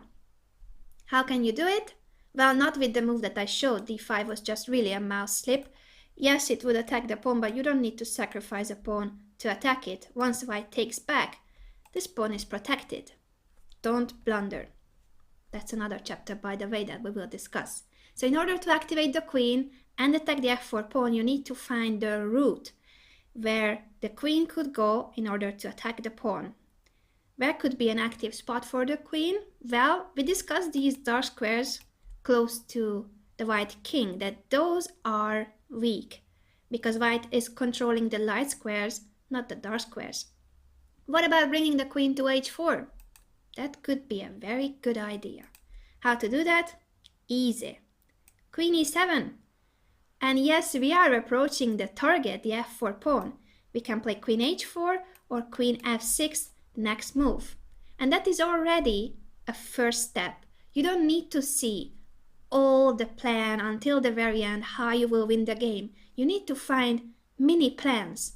I like to call them mini plans because they are really short-term plans against a target. You focus on one target, one goal, and once you accomplish something by attacking that spot, then you move on, you find the next mini plan, improving your position constantly and getting closer and closer to the final objective, giving mate to the white king, or making your opponent resign before mate. So, queen e7 is a great move. This is what should have happened in the game. And after, for instance, queen d3, you can play queen f6, attack the pawn. Doesn't mean that you will win the pawn, but we have activated the queen. And now white has to react to this threat. He has to protect the pawn. And after g3, here would be another moment to evaluate the situation. Now white has pushed one of his pawns. This is a new situation.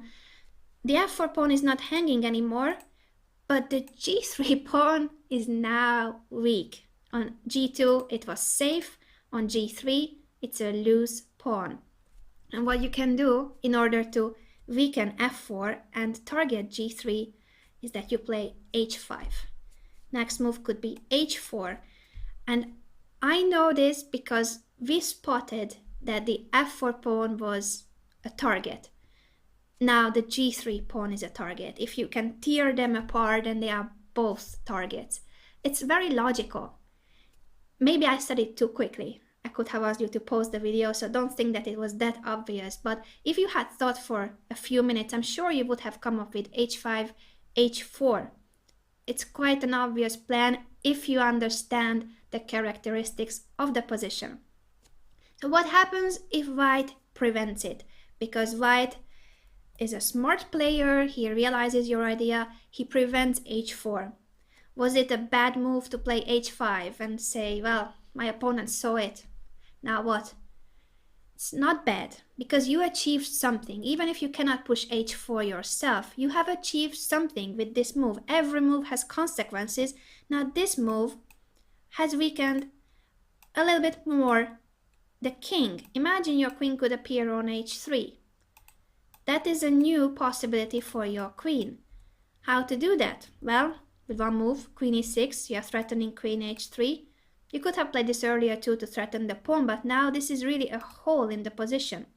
White has to prevent queen h3 with king g2. And yes, he once again prevented our idea. That's why we need constantly to renew our plan, to go for a new mini plan. We have activated the queen, we were targeting the pawns, the f4 and g3 pawns. They are not weak anymore. White has managed to defend them. But our queen is nice on e6, and it's not only about the king side, it's also eyeing the queen side. And now that we have activated the queen, we can start activating our rooks, because we need our whole army. Can you find a way to activate at least one of the rooks? And remember that rooks love open files, which not necessarily mean that you have to go rook a8, but you might want to open another file. Pause the video and try to figure out what I mean.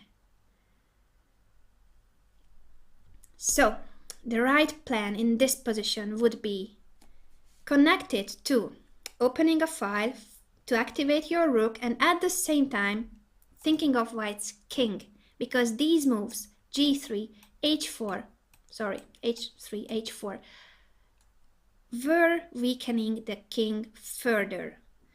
Now, if you could have your rook on the second rank attacking the king, you would already be having a very powerful, potentially mating attack. How to get your rook to the second rank, eliminating the c2 pawn, because that is the pawn that will hide the king. It's not enough to bring your rook to a2 because this pawn is there. It's protecting the king. You want to target the c2 pawn. And you can do it by bringing your rook to the c file, pushing c4 next move. Of course, when you play a move like this, you should take into account that you are giving up this pawn. We will discuss calculation and candidate moves in the bonus chapter. So for now, all I want you to understand is that when you take into account the consequences of your move, you have given up this pawn, but you are aiming for the c2 pawn. And by temporarily sacrificing the d pawn, you have traded queens. You are material up. It is you who wants to trade pieces because an endgame with an exchange up should be winning unless you exchange all your pawns. So now that the rook is on the d file, you can come to the d file. Suddenly you switch your plan. It's not about pushing c4 anymore, but about trading the rook on the d file. That's a new open file. With every move, it might happen that the position changes and you need to reconsider your plan. Now the d file is the most important open file, and when you have an exchange up, you want to trade one of the rooks. Why you want to do that? Because if you trade rooks, you are the only player that has a rook. With an exchange up, it always happens. If you know this, and if you analyze the position, even temporarily giving up the d pawn means that you have seen that the c2 pawn is weak, you will get back your pawn. And this is an endgame that favors you. No queens, no trouble. Just an exchange up for you. Next example, same task. You first need to evaluate the position. It is white to move, but please don't look for a move. Just evaluate each and every factor. Pause the video. And once you are back with me, hi again, let me know about the conclusions that you have come up with. Starting with material. It's equal material, but we can spot a difference in material, which is between the bishops. It's opposite colored bishops. It's important to note. We will see later why. What about the pawn structure? White has 2 pawn islands, 3 pawns on the queen side, 3 on the king side. On the king side, these pawns are doubled, but it doesn't necessarily mean that it is weak.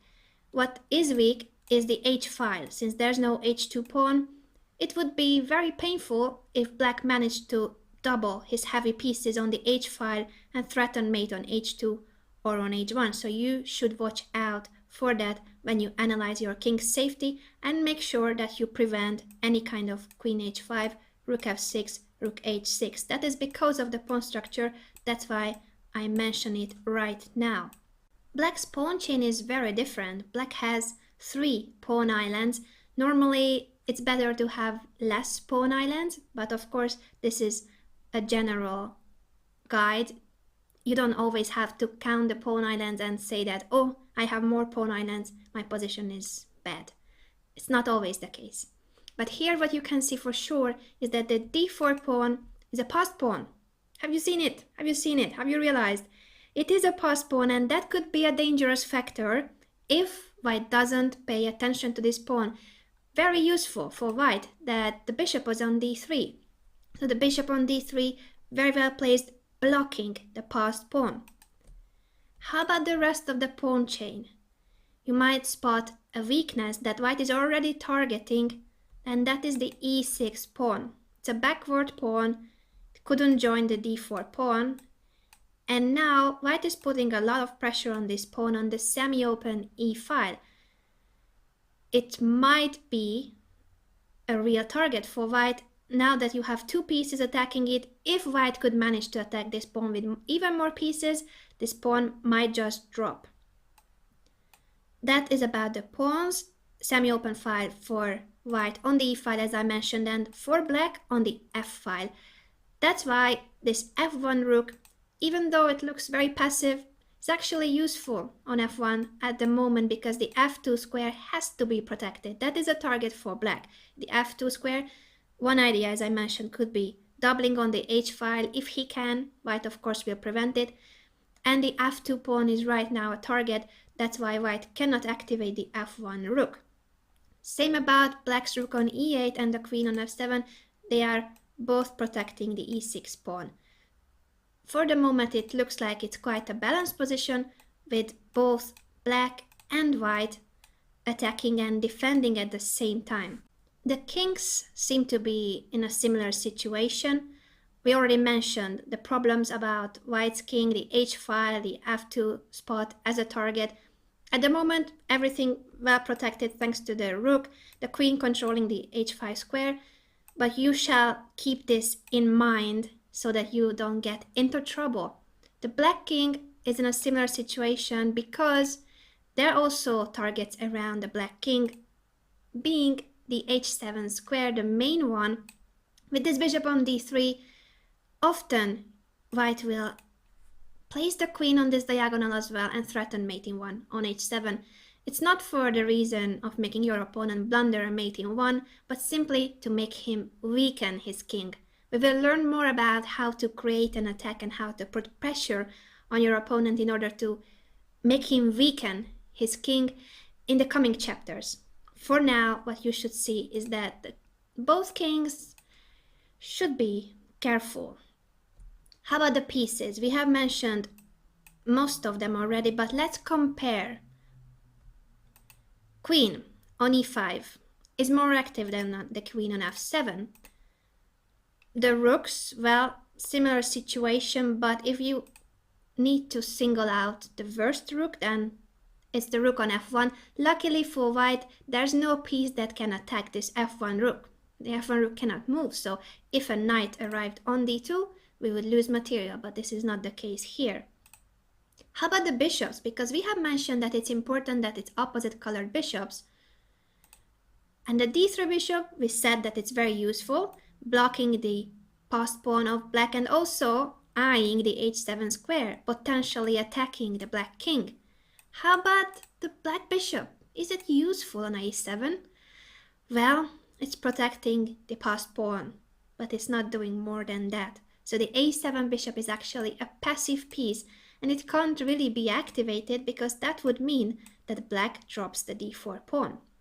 That's why it's a problem that black cannot protect the d4 pawn with the e pawn. He cannot connect those pawns.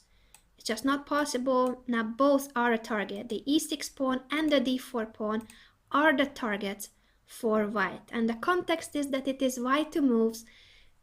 So make sure that if you haven't thought about a plan yet for white, take into account these factors and think about a mini plan. How could you put more pressure on these weak spots in black's camp?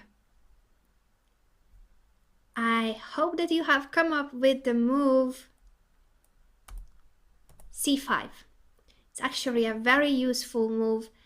It not only cuts the connection between the a7 bishop and the d4 pawn, so right now the pawn is hanging, but it also allows the bishop, the d3 bishop, to be activated.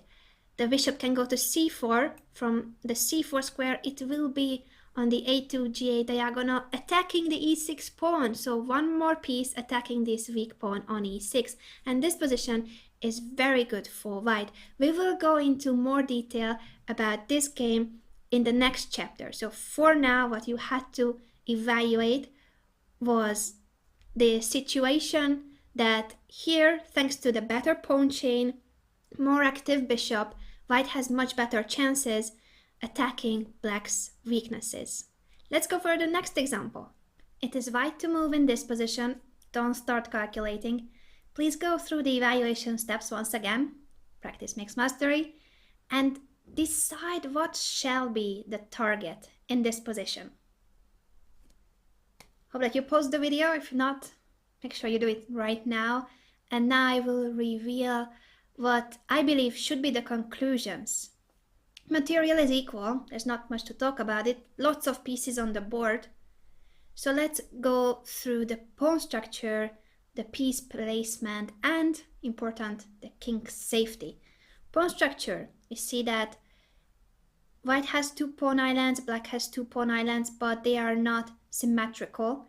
White has an e4 pawn, 4 pawns on the king side. Black has 4 pawns on the queen side. This e4 pawn is nicely placed, it takes away space from black.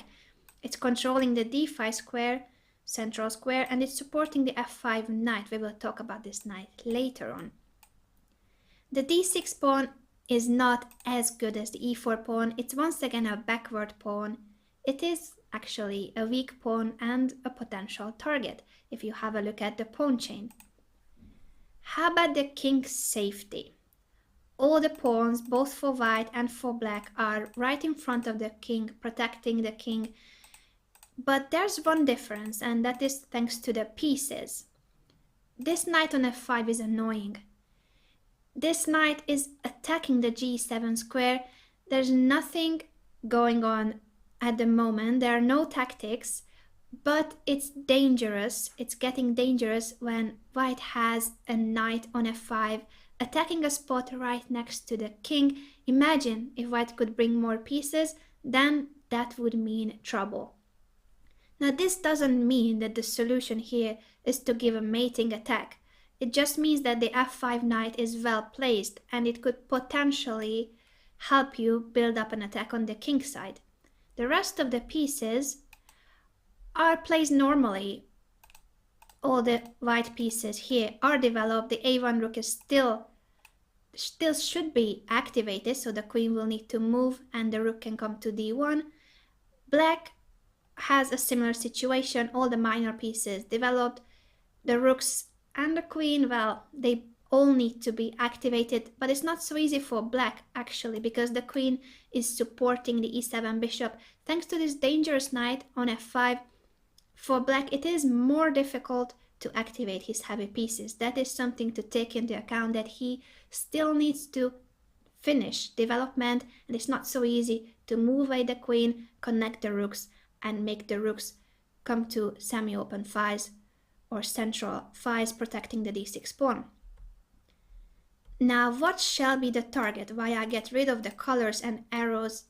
Tell me what shall be the target. We have discussed that this f5 knight is dangerous, attacking the g7 square, but just because you spot one factor that could be important, it doesn't mean that that will give you the solution right away. Because we also discussed the d6 pawn, that's a weak pawn. Which one is an easier target right now? That is what you shall ask yourself, because this knight is attacking both. Both can be weak. The d6 pawn is a weakness, the g7 pawn is next to the king. You want to attack the king often, I know. Which one shall be your target right now? I hope that you have said the d6 pawn. It's nice to dream about kingside attack, but here it's much easier to attack the d6 pawn. Actually, you can do it right away simply by removing the d3 bishop from the d file. You can either play bishop f1 or bishop b5, even more active, and the d6 pawn is hanging. That's simple. You spot the target and you go for it. Black in the game took on f3, and after queen takes f3, the pawn is still hanging, now attacked by the knight and the bishop. Knight f6 was played, and I'm sure that you would play the next move. We discussed that the d6 pawn is the target, and all that you needed to finish development was to move the queen, connect the rooks, and bring the rook. All the white pieces have been developed, and the d6 pawn is about to drop. 3 pieces attacking it. You can even attack it with the queen if necessary from g3, and black is going to lose the pawn no matter what. He played a6 in the game, and after bishop a4, actually any bishop retreat would have been good. Knight e8, he kept the bishop on this diagonal so that he could eliminate this piece and then take the pawn. It's a pawn up for white, and he still has all the active pieces on the board, so white won the game in a few moves. I was mentioning that you could have retreated the bishop to any other square, because even if you don't eliminate this e8 knight that is protecting the weak pawn, as I said, even the queen can join the attack, so this pawn was going to fall no matter what. All you needed to do was to realize that the d6 spot was the weakest square and the real target. Thinking of a kingside attack was not that good of an idea here. since the knight is the only piece that is attacking the g7 square. For an attack to be successful, you will need more attacking pieces, and here White's problem is that he can't really bring many pieces to the king side. Imagine if he had the queen on g3, that would be a different story, but this isn't the case here. We will learn more about how to create an attack and what makes an attack successful in the coming chapters. Next example. This is the position that you will need to evaluate, but I will just briefly show you what happened a few moves before so that you put it into context. This is a Maroczy bind, Maroczy setup. You see it from the pawn structure, e4 and c4 pawns against the Sicilian hedgehog. You probably play it either with white or black, and if you do, it helps. That's what I was referring to when studying the openings correctly. Then you know the basic ideas and plans, and you know that after eliminating this pawn, black has taken the c4 pawn, white gains the b6 pawn for it, and in this moment, if you play the hedgehog system, you probably already know what shall be the right plan, the right move in this position. But I still want you to evaluate the position and place it in the context of the actual situation, that is, that white has a threat. Evaluate the position and spot what is it that white wants to do after bishop takes b6. What is his threat? I hope that you have come up with all the right conclusions. This is a position full of pieces, of course, so many things to have a look at. Let's start with the material. It's equal material. What you can see as a difference between the pieces is that black has a pair of bishops versus a pair of knights for white.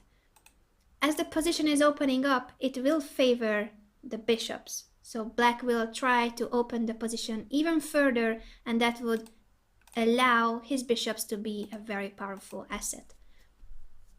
Pawn structure. As usual in the Sicilian, the d6 pawn is weak. It's not dropping, it's defended by the e7 bishop as usual, so it's not like a huge weakness, but you shall pay attention to it. As for white, his pawn structure is quite healthy. What he has done with this f3 move is to protect the e4 pawn, but it has a disadvantage, and that is that it weakens the a7 g1 diagonal. If the bishop was not on b6, then this diagonal could be vulnerable since the king is on g1. A weak pawn in white structure could be the b2 pawn, but it's not easy to target it, it's not easy to attack this pawn. So for the moment, I would just say that the only potential target among the pawns is the d6 pawn. That's what white will try to attack. King safety, I mentioned that by pushing f3, you somewhat weaken this diagonal. Now with the bishop it's okay, but the pawns never go backwards, so this diagonal could be a potential weakness towards the king on g1.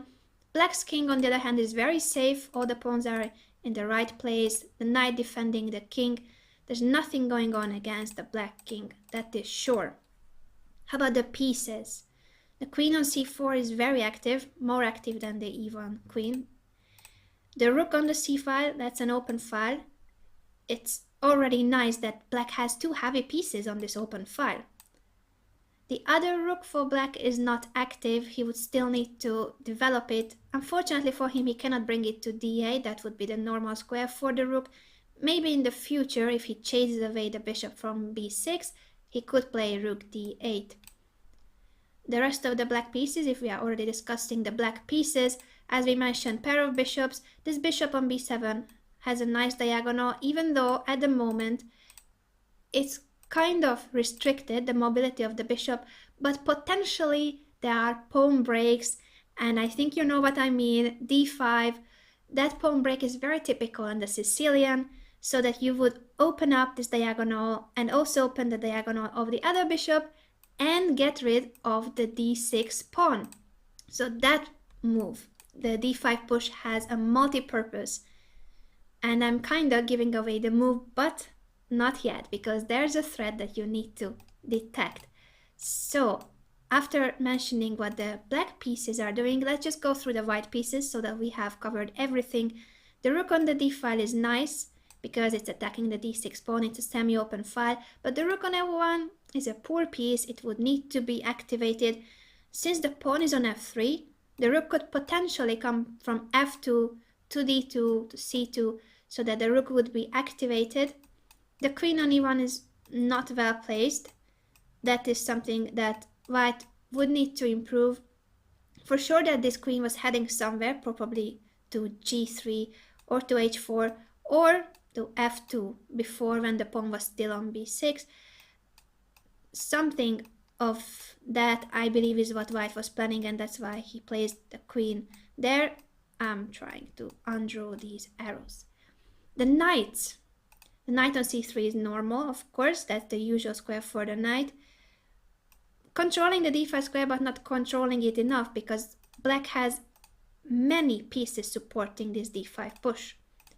The other knight, on the other hand, on b3 is normally not that well placed, but without the pawn on b6. So taking into account the last moves, suddenly this knight on b3 makes a lot more sense. Without the pawn on b6, white is threatening knight a5, attacking both the queen and the bishop. Double attack. You might lose a piece if you don't take this into account. This is the threat that you had to detect, that the white wants to jump to a5 with his knight. After spotting the threat, of course, you need to evaluate how dangerous this is. Maybe it is very dangerous, maybe it's not dangerous at all, but you know that this is what white is aiming for. The bishop on b6 is nice, as I said, that it's protecting the vulnerable diagonal, but at the same time, it's a loose piece.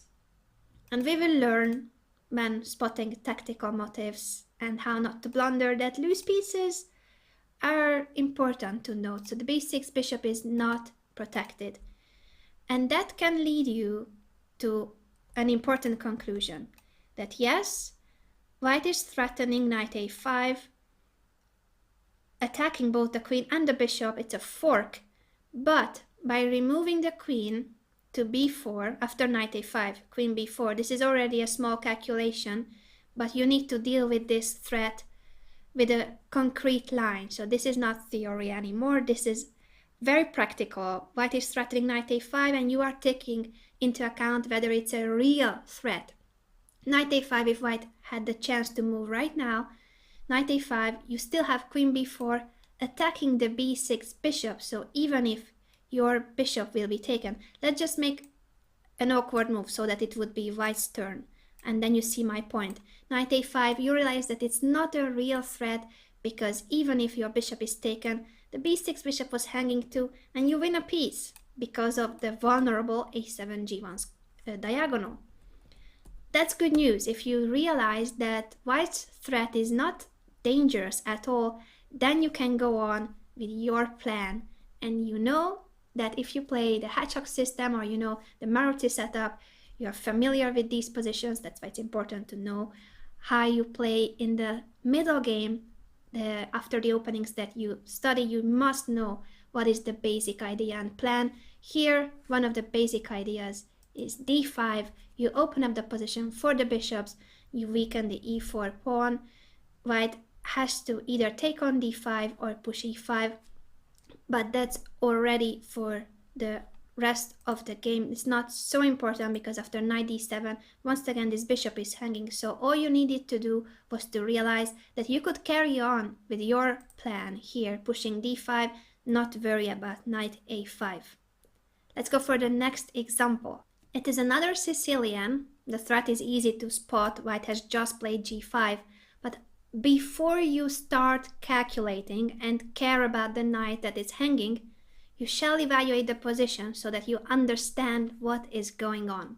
Please pause the video and carry out all the steps in the evaluation. I hope that you took very many important conclusions. Let's start with the material. As you can see, the material is equal, but the pawn structure is very different. So you see, for instance, that this e4 pawn is isolated And the d6 pawn is also isolated. They have both weaknesses. Then, pushing g4, g5 is a very aggressive move by white. White wants to attack on the king side, but this move not only attacks, it also has drawbacks. It weakens the king on g1. And since there's no f-pawn, this diagonal is important that for now it's protected by the queen on f2. g4, g5, as we said, is weakening the white king. So in this moment, between the kings, the big difference is that white's king is a lot more open than black's king. Black's king is very much safe for the moment, if you don't allow white to go for some kind of a crazy attack. But it doesn't look like white will succeed. How about the pieces? We discussed the weak pawns, but a weak square, as usual in the Sicilian, is the d5 spot, and this knight from c3 wants to jump there, but luckily for black, he is controlling that square with two minor pieces. A weak square in white's camp is the e5 square, and that's where the knight from c6 has just jumped to. It's a nicely placed piece in the center. The rest of the pieces, we could say that the bishops are normally placed for white. This bishop is hanging at the moment, so it's not only the knight that is hanging, but also the f3 bishop. You must note that.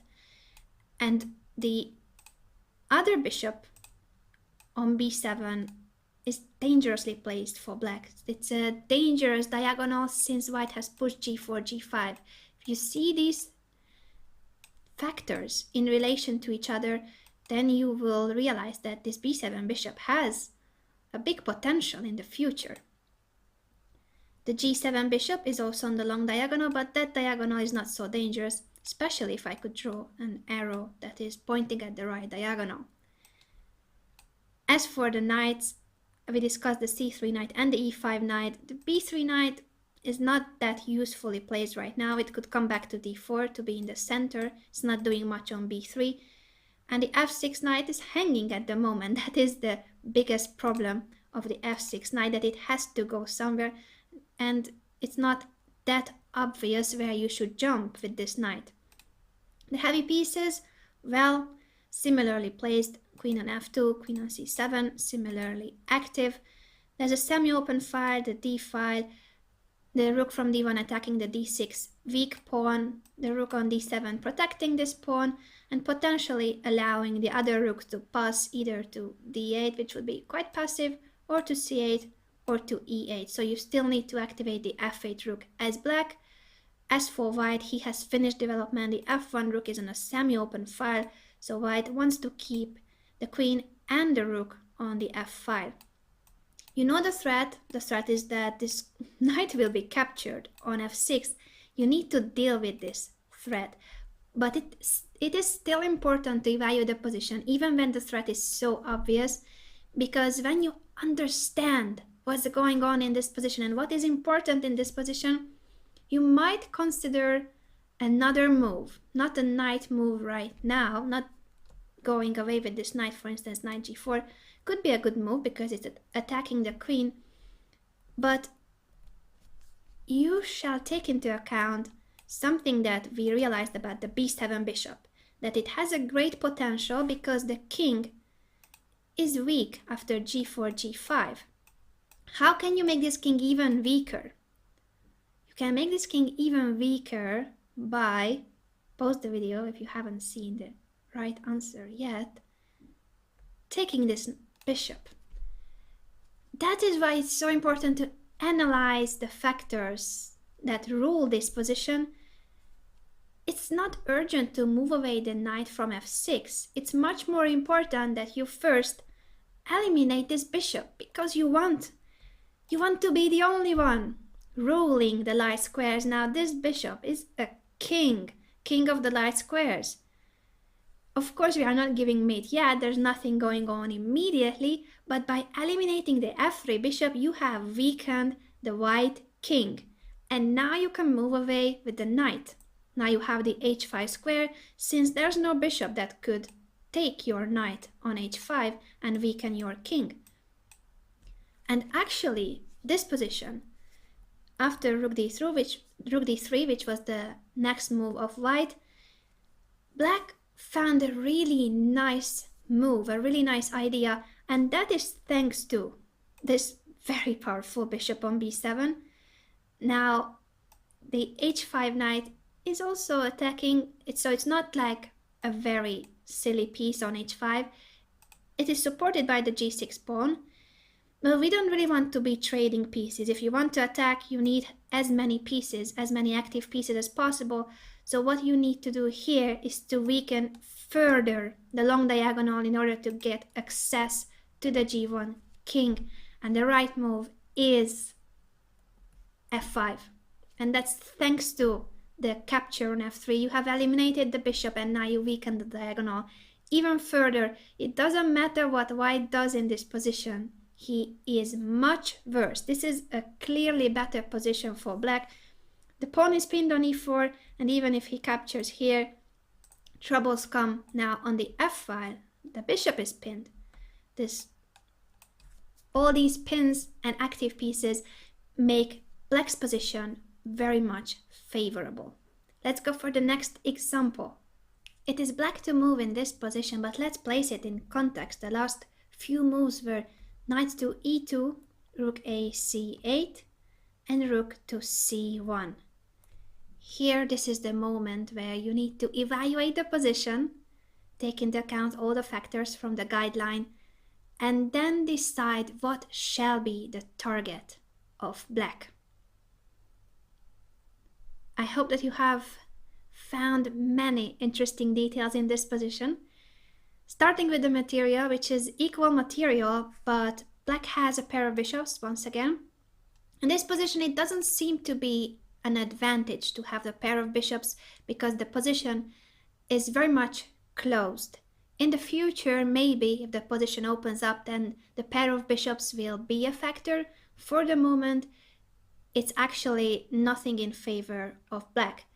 It's even, I would say, more favorable to have a knight in this kind of position if this knight could maneuver to an outpost. It takes ages. Luckily for black, it's not likely that this will happen, but if the knight could land on e5, then that would be a great spot for the knight. The knight could be a very useful piece in this position, but on e2 it's not well placed. About the pawn structure, we can see that both players have two pawn islands. White has a pawn majority on the queen side, but actually it is black who is attacking on the queen side thanks to the semi-open c file. He has built up pressure against the c2 pawn. That is a target. That's what he was aiming to attack by doubling on the c file. White has a semi-open file on the e file, but the e6 pawn is not weak. It's protected by the f7 pawn. We could say that black's pawn structure is somewhat better thanks to not having any real weakness, and also the fact that pushing f2, f4 weakens the g1 king to some extent. It's not a problem at the moment, but could be a potential factor in the future if black can open up the a7 g1 diagonal. While all the pawns around the black king are very well placed, it's a very safe king side. Now, moving on to the pieces, we already mentioned the heavy pieces on the c file for black, that he's got a pair of bishops, but the bishops are not that useful, especially the d7 bishop. It's quite a passive piece. You would need to gain some more squares for this bishop. Pushing e5 is not possible, so what you could do is to try to open diagonals for this bishop on the queen side. The rook on f8 still has to be developed. Maybe you will triple on the c file, or this rook will come to b8 directly once you play rook c7. Those are possibilities, but you should take into account the fact that if you leave with this rook from f8, then the f7 square will be weaker, and white will try to attack your king to create counter chances. It is black who is clearly attacking on the queen side, and white might try something on the king side. White's pieces are not very active. The c1 rook just protecting the c2 pawn, the d1 queen, the same. The rook on e1 would be good, but the e2 knight is clumsy and it's in the way of the rook. The g2 bishop is the only actually good piece of white in this position. And since it is black to move, you need to keep the momentum. It is black who has the initiative, and you shall keep going on the queen side and try to create more targets, more weaknesses, provoke more weaknesses. How can you do that? You have been attacking the c2 spot and now it's well protected. What else can be attacked on the queen side? It's a pawn that I did not mention on purpose. The a2 pawn. That's another target. It's very much hidden. That's why it was not so easy to spot it.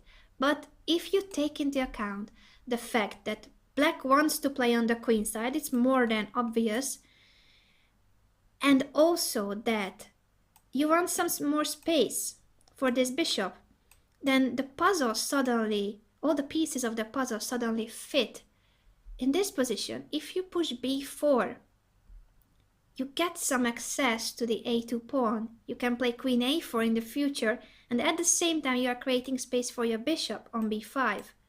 So you gain a lot just by pushing a single pawn. After queen a4, both the a2 pawn and the c2 pawn will be hanging.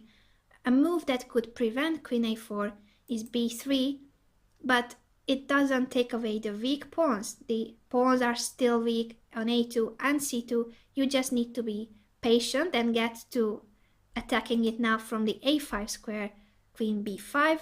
Next move can be queen a5, or simply you double rooks on the c file. And thanks to having the pawn on b4, you are restricting the options of white. He cannot get rid of the weaknesses. It is black who is attacking. Black has a better position. It's not a winning position, but it's a very nice position where black has the initiative. Last but not least, we have quite a strange position. The last move has been bishop to d3. The bishop was hanging on b5, came back to d3, and you need to evaluate this position and decide what shall black do. Pause the video, take some time, and tell me what do you think are the main factors in this position. Hope that you have found this position quite an interesting one. It is scary. I can tell you that it is scary to have the king on f8. Could not castle. It surely received a check from the bishop on b5, had to go to f8.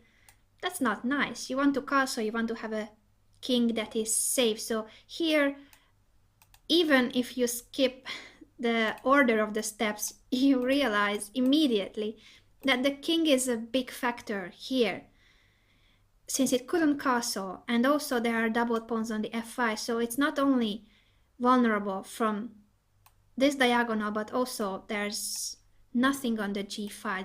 It is really a weak king. The h6 pawn is weak too, and that is also towards the king. If you drop this pawn, problems for the king. So black has to be very careful about his king. What he has in return in material is not a pawn up, unfortunately, but at least he has the pair of bishops. And these bishops are actually very powerful. Look at these bishops, especially the b7 bishop, targeting potentially the g2 pawn.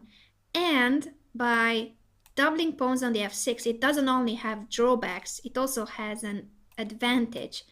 The g file is a semi-open file for the rook, so you could actually build up quite some pressure against the g2 square by playing rook g8. That is what is nice about the position. What is not nice is the king on f8. The queen on c8 is quite weird, so you would need to activate the queen and bring the rook, the a8 rook as well. So you need to develop both rooks, improve the situation of the queen, and take care of your king in the whole time before it's too late. As for white, healthy pawn structure, he is about to double rooks on the d file, it appears. What he should be careful about is the g2 spot, because this bishop, as we mentioned, is already targeting it, and rook g8 can come next move. That is what white shall worry about, and he should of course try to get access to this f8 king. He has to try to attack this king. What happened in the game was rook g8, and this is the move I told you, build up pressure against the g2 pawn. But you must always take into account the opponent's response. You cannot just play your plan and think that everything is fine. The opponent also has a plan to start with, and he also might want to prevent your plan. So always make sure that you take into account the opponent's idea. His last move was bishop d3, and what you must realize that it was not only to prevent that the bishop is captured, yes, of course, but it has an idea. The idea is that next move, he can go bishop e4. And that's what happened in the game. Rook g8, bishop e4. Once these pieces are traded, white is really much better, because you don't have anything as a compensation for the weak king. Before, the pair of bishops was somewhat compensating and this pressure on the g file, but now there's no pressure. There's not enough pressure. It's only the rook attacking. That's not enough. What is happening now is that you have a very poor king on f8. White's pieces are very active. He will double rooks on the d file, try to enter the 7th rank. He will also target your h6 pawn, the f6 pawn. This position is very bad without the b7 bishop. And that's what you must realize in situations like this. If there is a factor that favors your position, make sure that you can keep this factor. Without the pair of bishops and this pressure against the g2 pawn, black is worse. So what he had to do is to realize this and prevent bishop e4. How can you prevent bishop e4? With a simple move. Pawn to f5, controlling the e4 square, and next move will be rook g8. Of course, you should make sure that there's no blunder, you given up the e5 square, but this is only attacking the rook g8, and now you really have pressure on the g file, threatening bishop takes f3. So this position is complicated since you have some counterplay thanks to the pair of bishops, this long diagonal, the g file. But you must make sure that you stick to the factors that are in your favor. Always pay attention to the opponent's threats and his plan. It's not only you playing out your ideas on the chessboard. In this lengthy but very crucial chapter, we discussed the importance of the evaluation. The correct evaluation of the position will lead you to the right plan, and the right plan will guide you to the best follow-up, the best moves. The move order and candidate moves we will discuss in future chapters. For now, what I would like you to understand that this is a skill that can get you to a much better chess level. And in order to acquire the analytical skill of evaluation, of understanding the position, I have some tips for you, how you can improve it. Practice, practice, practice is of course always first. Whenever I tell you to pause the video, please do it and please try to solve the positions. But apart from that, I would like you to practice when you play in your own games. Of course not in blitz and bullet because you don't have time for it, but when you play classical games or friendly games, make sure that you try to analyze the same factors that we have discussed. Once you start applying it in your own games, it will really become much more natural for you to watch out for the characteristics of the position and start understanding chess in a much deeper level. Also, when you study chess, you can try to see details apart from what you are learning. If it's a book about an opening, you might just want to observe the moves and see what is the plan behind them and what are the factors that guide that position. Or when you follow tournaments, when you follow broadcasts, when you listen to the commentators, make sure that you pay attention to these factors, to the plans, because often they talk about them. Try to learn from live commentary as well, or when you follow games of grandmasters, try to understand the reason behind their moves and what are the guiding lines in the positions that they are playing. Apart from that, you should try to increase your chess understanding with learning openings the right way. Chapter 2 and Chapter 3, remember that. You can also observe other openings that you don't play, but you can simply acquire plans and ideas from different openings. It's useful. Just the basic ideas and plans, it won't hurt. It will increase your chess understanding. You should also aim to study middle game positions, middle game strategies. For instance, typical middle game strategy in the isolated pawn positions, in hanging pawn positions, and so on and so on. There are books about middle game strategy, videos about middle game strategy. I, for instance, have uploaded tens of, if not 100, videos about middle game strategy on YouTube. It's a free resource. If you don't have a book, then you can check out those videos, for instance, where you can learn more about middle game strategy, and simply these will help you improve your positional understanding. All in all, no matter what you do, as long as you practice this evaluation skill, the more you do it, the more natural it becomes, and the objective is that it will be so natural to you, it will be a second nature, that it becomes a feeling. When you hear strong players speaking of the game, often they are not telling you, oh yeah, then I went through the evaluation. They don't have to do it step by step. They already feel the position. The more you understand chess, the more you understand the characteristics in certain positions, the better this feeling becomes. And that chess feeling, that chess understanding will guide you also in blitz and bullet games. That's why it's important to improve your chess understanding, acquire this analytical skill, and then it will help you in shorter time controls as well, when you don't have time to go through the evaluation process step by step. Because I know it takes time. It takes time. But at the beginning it will take you time, then it will become second nature. We will practice this skill in the next chapter.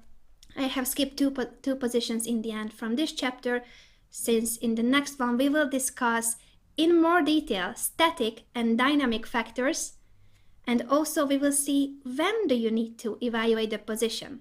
It's not every move, but it's also not once in a game. So how do you know when you need to evaluate the position? After that, typical attacking plans and defensive technique will be coming in the following chapters. All these chapters are about planning and evaluation so that you can become a master of planning.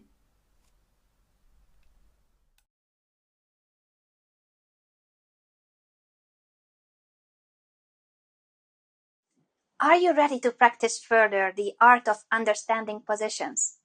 Various exercises will follow. Do your best to solve them all. Perfecting your strategic thinking is the continuation of the previous chapter, How to Become a Master of Planning. If this slide that you are seeing is not familiar to you, please watch chapter 5 first. Now that we have started practicing how to evaluate the position, we can go deeper and see not only how to do it, but also when to evaluate the position. It's certainly not every move, luckily, but also it's not every once in a while. It depends. It depends on many factors, and that's what we'll see in the practical examples and exercises that you will need to solve. Also, the static and dynamic factors I mentioned in the previous chapter, but we did not focus on them specifically. I didn't want it to be too much in one chapter, the information that you had to digest. Therefore, in this chapter, we will see the static and dynamic factors. We will start to observe the main dynamic factor, the most important one, that's called the initiative. Initiative is something that you will hear a lot in the chapters about attacking the opponent's king. You need to take the initiative to give mate, to actually launch a successful attack. You will always need the initiative, but the initiative is not only something for attacking the king or attacking in general. It's good to have the initiative in positional play as well. You want to be in charge. Initiative means that you are the one in command. You are dictating the game. And when you are dictating the game, it is your plan that is going through, and the opponent has to be reacting, responding to your plan instead of going on with his plan. That's why the initiative is so crucial. Doesn't matter what kind of position you have, you want to take the initiative. Let's go for the exercises. What do you think? You're already familiar with this position. You have solved it already by pushing c5. We are preparing for bishop c4, targeting the e6 pawn, and after c5 also the d4 pawn is hanging. This was what we discussed, and I promised that we will come back to this game and see it a little bit further. After c5, let's just make a move. g6, for instance. Now, this would be a moment to reassess the position. We have just made one move, but the situation has changed. After g6, black is offering you the d4 pawn. And you should be suspicious when the opponent offers you a pawn. So check, what would be the position like after queen takes d4? And it is more difficult than just evaluating the position, because you need to be evaluating a position that is not currently on the board. You must imagine the position after queen takes d4, predict what the opponent wants to do there, what is his plan, and then evaluate that position that will arise from the complications. Not easy, but by practice you can get really good at this, believe me. So focus on queen takes d4 and try to figure out what the opponent wants to do there and how do you like that position for white. Please pause the video and think about this for a few minutes. I hope that you have realized that queen takes d4, even though it's a very tempting move, it might not be a good one. Yes, right now the material balance is one pawn up for white. But queen takes d4, pawn up static factor, gives a dynamic factor to black. That dynamic factor is the initiative. After queen takes d4, black can play rook d8, placing his rook on the open d file, attacking the queen and also the d3 bishop. And suddenly it is black who is in charge of the position. A pawn down, temporarily, and he is attacking. You have to react to his move. You need to remove the queen. You don't have that many options if you want to keep both the pawn on c5 and the d3 bishop protected. But if you analyzed this position correctly, you realize that the d3 bishop is depending on the queen. Also, the c5 pawn is depending on the queen. That means that the queen has too many things to do. It can't be right. In this position, actually, black has a tactical motive exploiting this fact. Bishop takes c5. The queen cannot take on c5 and keep on protecting the d3 bishop. After queen takes, rook takes, this is just an equal position.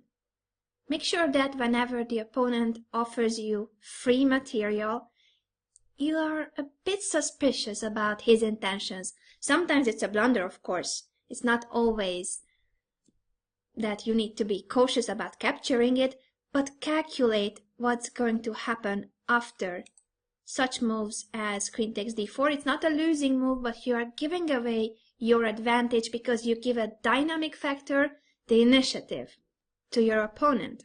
Now that we know this, let's see what is it that white should do after g6. g6 is not the scariest move in the world, so you can basically react to it in any way. You are not in a rush.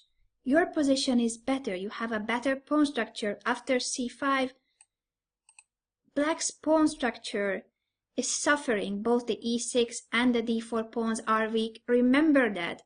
And they are not weak temporarily. That is a long-term problem for black.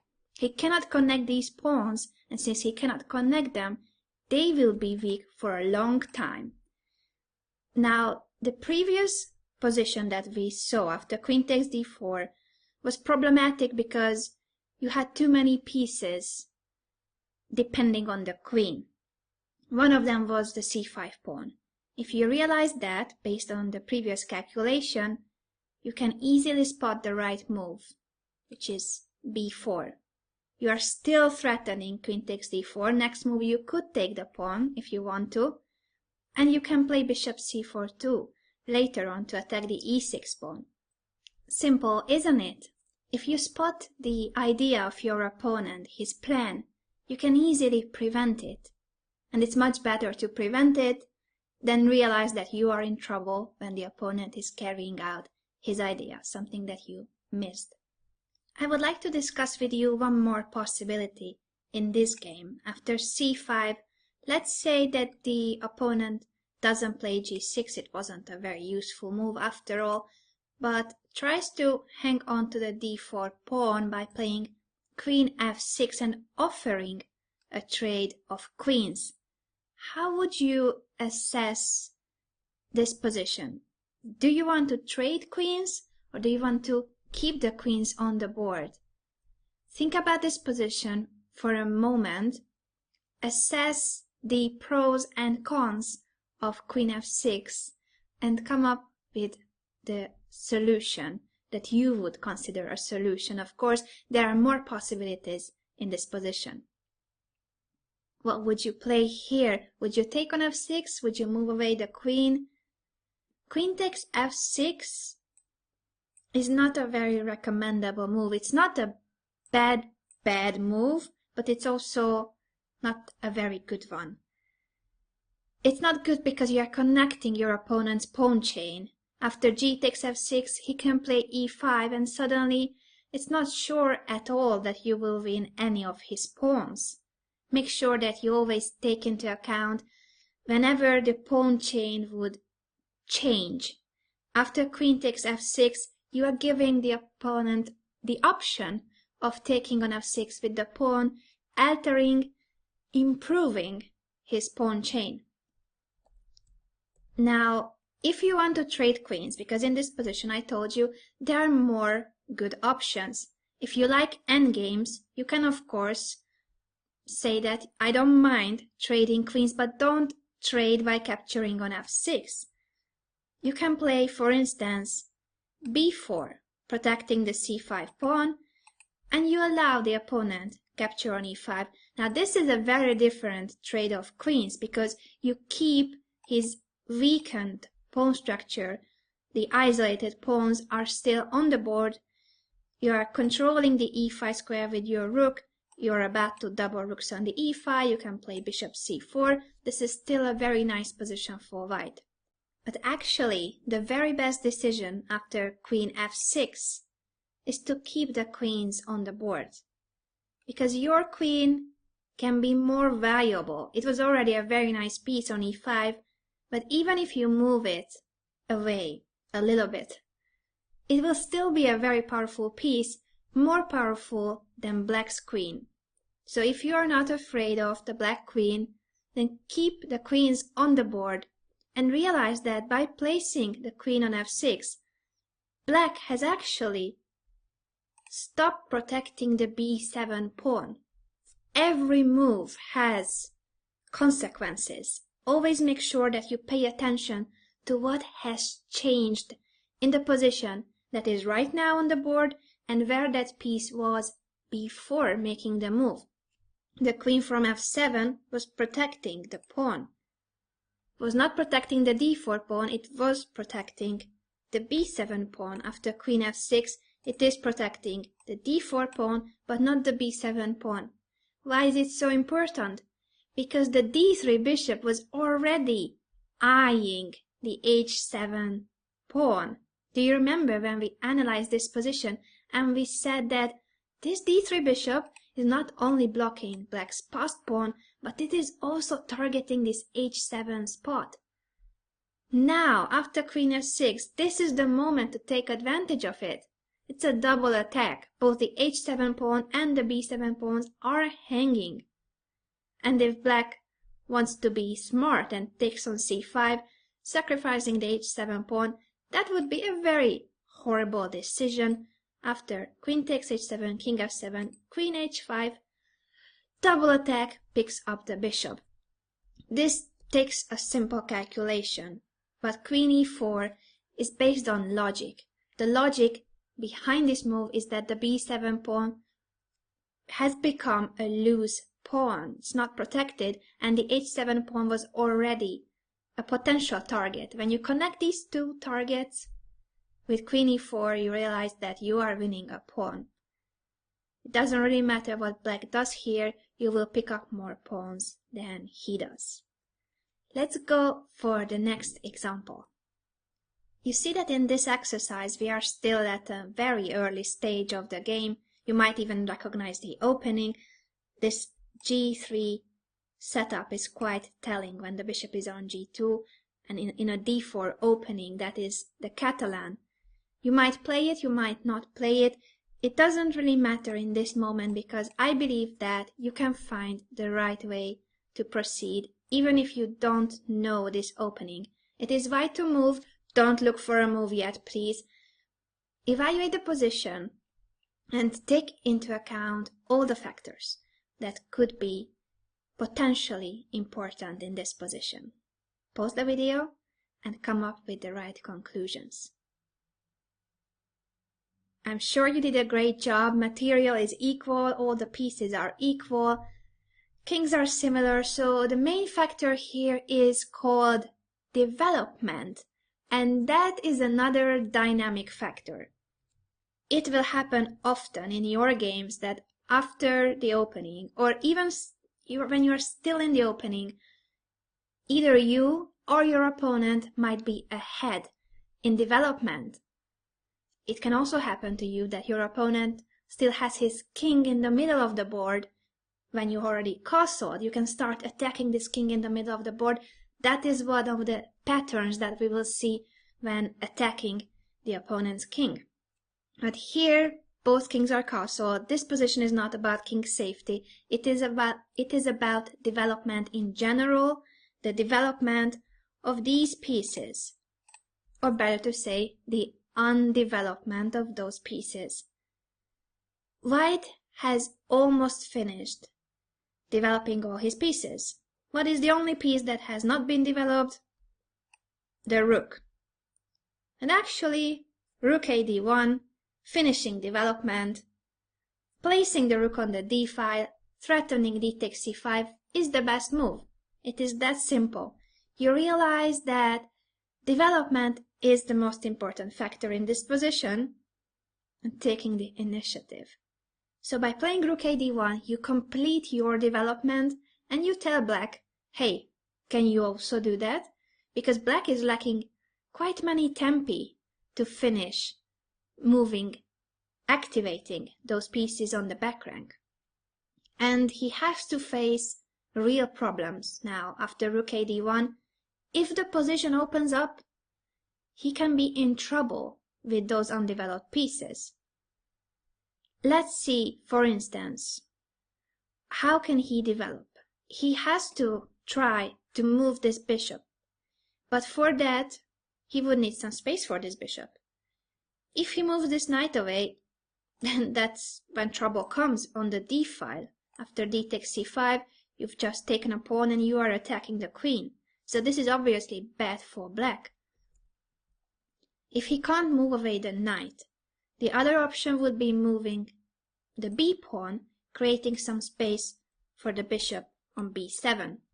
But careful, b6 is weakening the long diagonal, and you've got discovered attacks by jumping away with the knight. Just look at this move, for instance, knight e5, attacking the rook, and next move can be knight c6. If the rook moves away, you are winning the rook. And the queen, by the way. This is horrible. This is how easily black can lose because of the simple fact that white has finished his development and black is lacking many moves to develop all the pieces. So he has to be very careful. You have taken the initiative by placing all your pieces in ideal spots. Rook a d1 is actually a move that creates threats already. D takes c5 is potentially a very strong move. Next move. So what shall black do? He needs to develop, but he shall also prevent these threats on the d file. Therefore, the best for black is to move the queen. He shall move the queen away from the d file.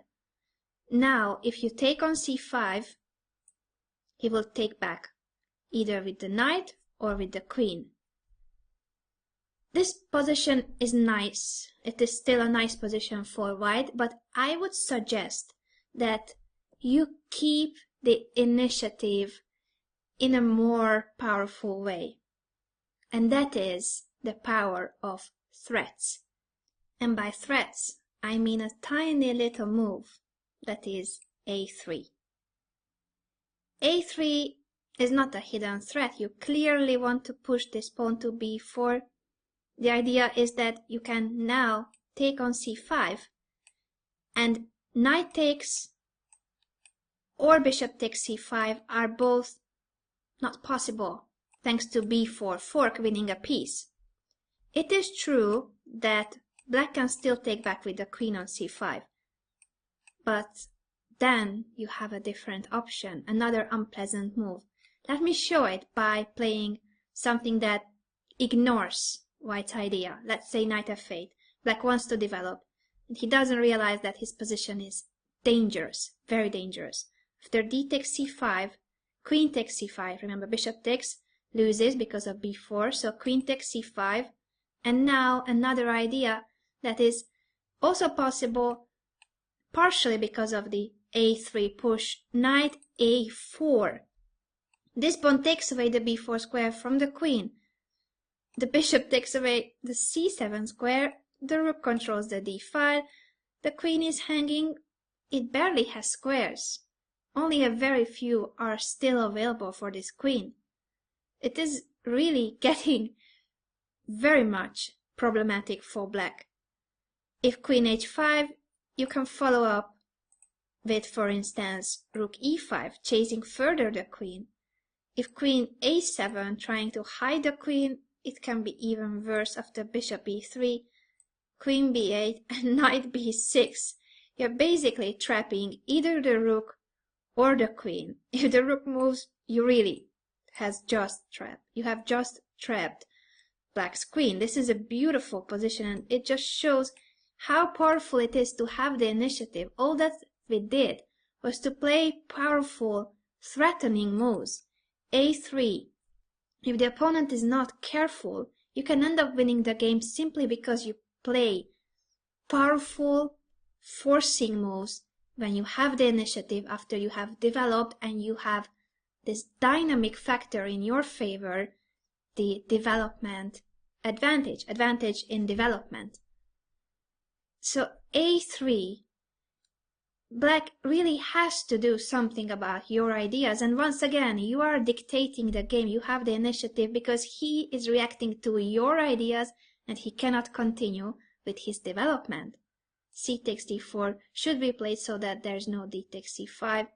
After knight takes d4, once again this is a very nice position. Black still could not develop his pieces. We are not winning on the spot, of course. This is not about that. It's about keeping the initiative and keeping threats alive. Once again, let me show you that after queen a5, what we should learn about this position is that when the opponent is undeveloped, you can create potentially extremely dangerous threats. He had to play queen a5 in order to prevent the threats on the d file, but the queen is not much safer on a5 either. Once you realize that, you can go after the queen. The queen is such a powerful piece. Once you threaten winning the queen, attacking the queen, forcing moves, he cannot continue developing his pieces. He has to be paying attention to your threat. One more important thing to note about this position and positions with advantage in general, that you often have more than one good options. You might have several good moves, and it really depends on your style and what moves do you prefer. Do you prefer to take on c5 here, or play a3 as I showed, or a third, maybe even better option that is also based on the undevelopment of black, but it would focus on the back rank. Since the bishop is not developed, the rooks are not connected. Now, can you imagine a scenario where this would mean trouble for black? The rook on e8, this bishop on e7. If you could open the e file, that could be bad for black, especially without the knight on f6. Can you imagine a position where there's no e6 pawn and you are pinning the e7 bishop? It might be too complicated if I didn't say all these hints, but after playing d5, you not only threaten d6, which would be horrible. If you manage to push your pawn to d6, that will not only be a passed pawn, but it will also completely restrict the e7 bishop and immobilize black's pieces. It takes away so much space in black's camp from black that black shouldn't really allow that to happen. So he would rather take on d5, but that is what I was trying to explain, that you should imagine a scenario where this could happen.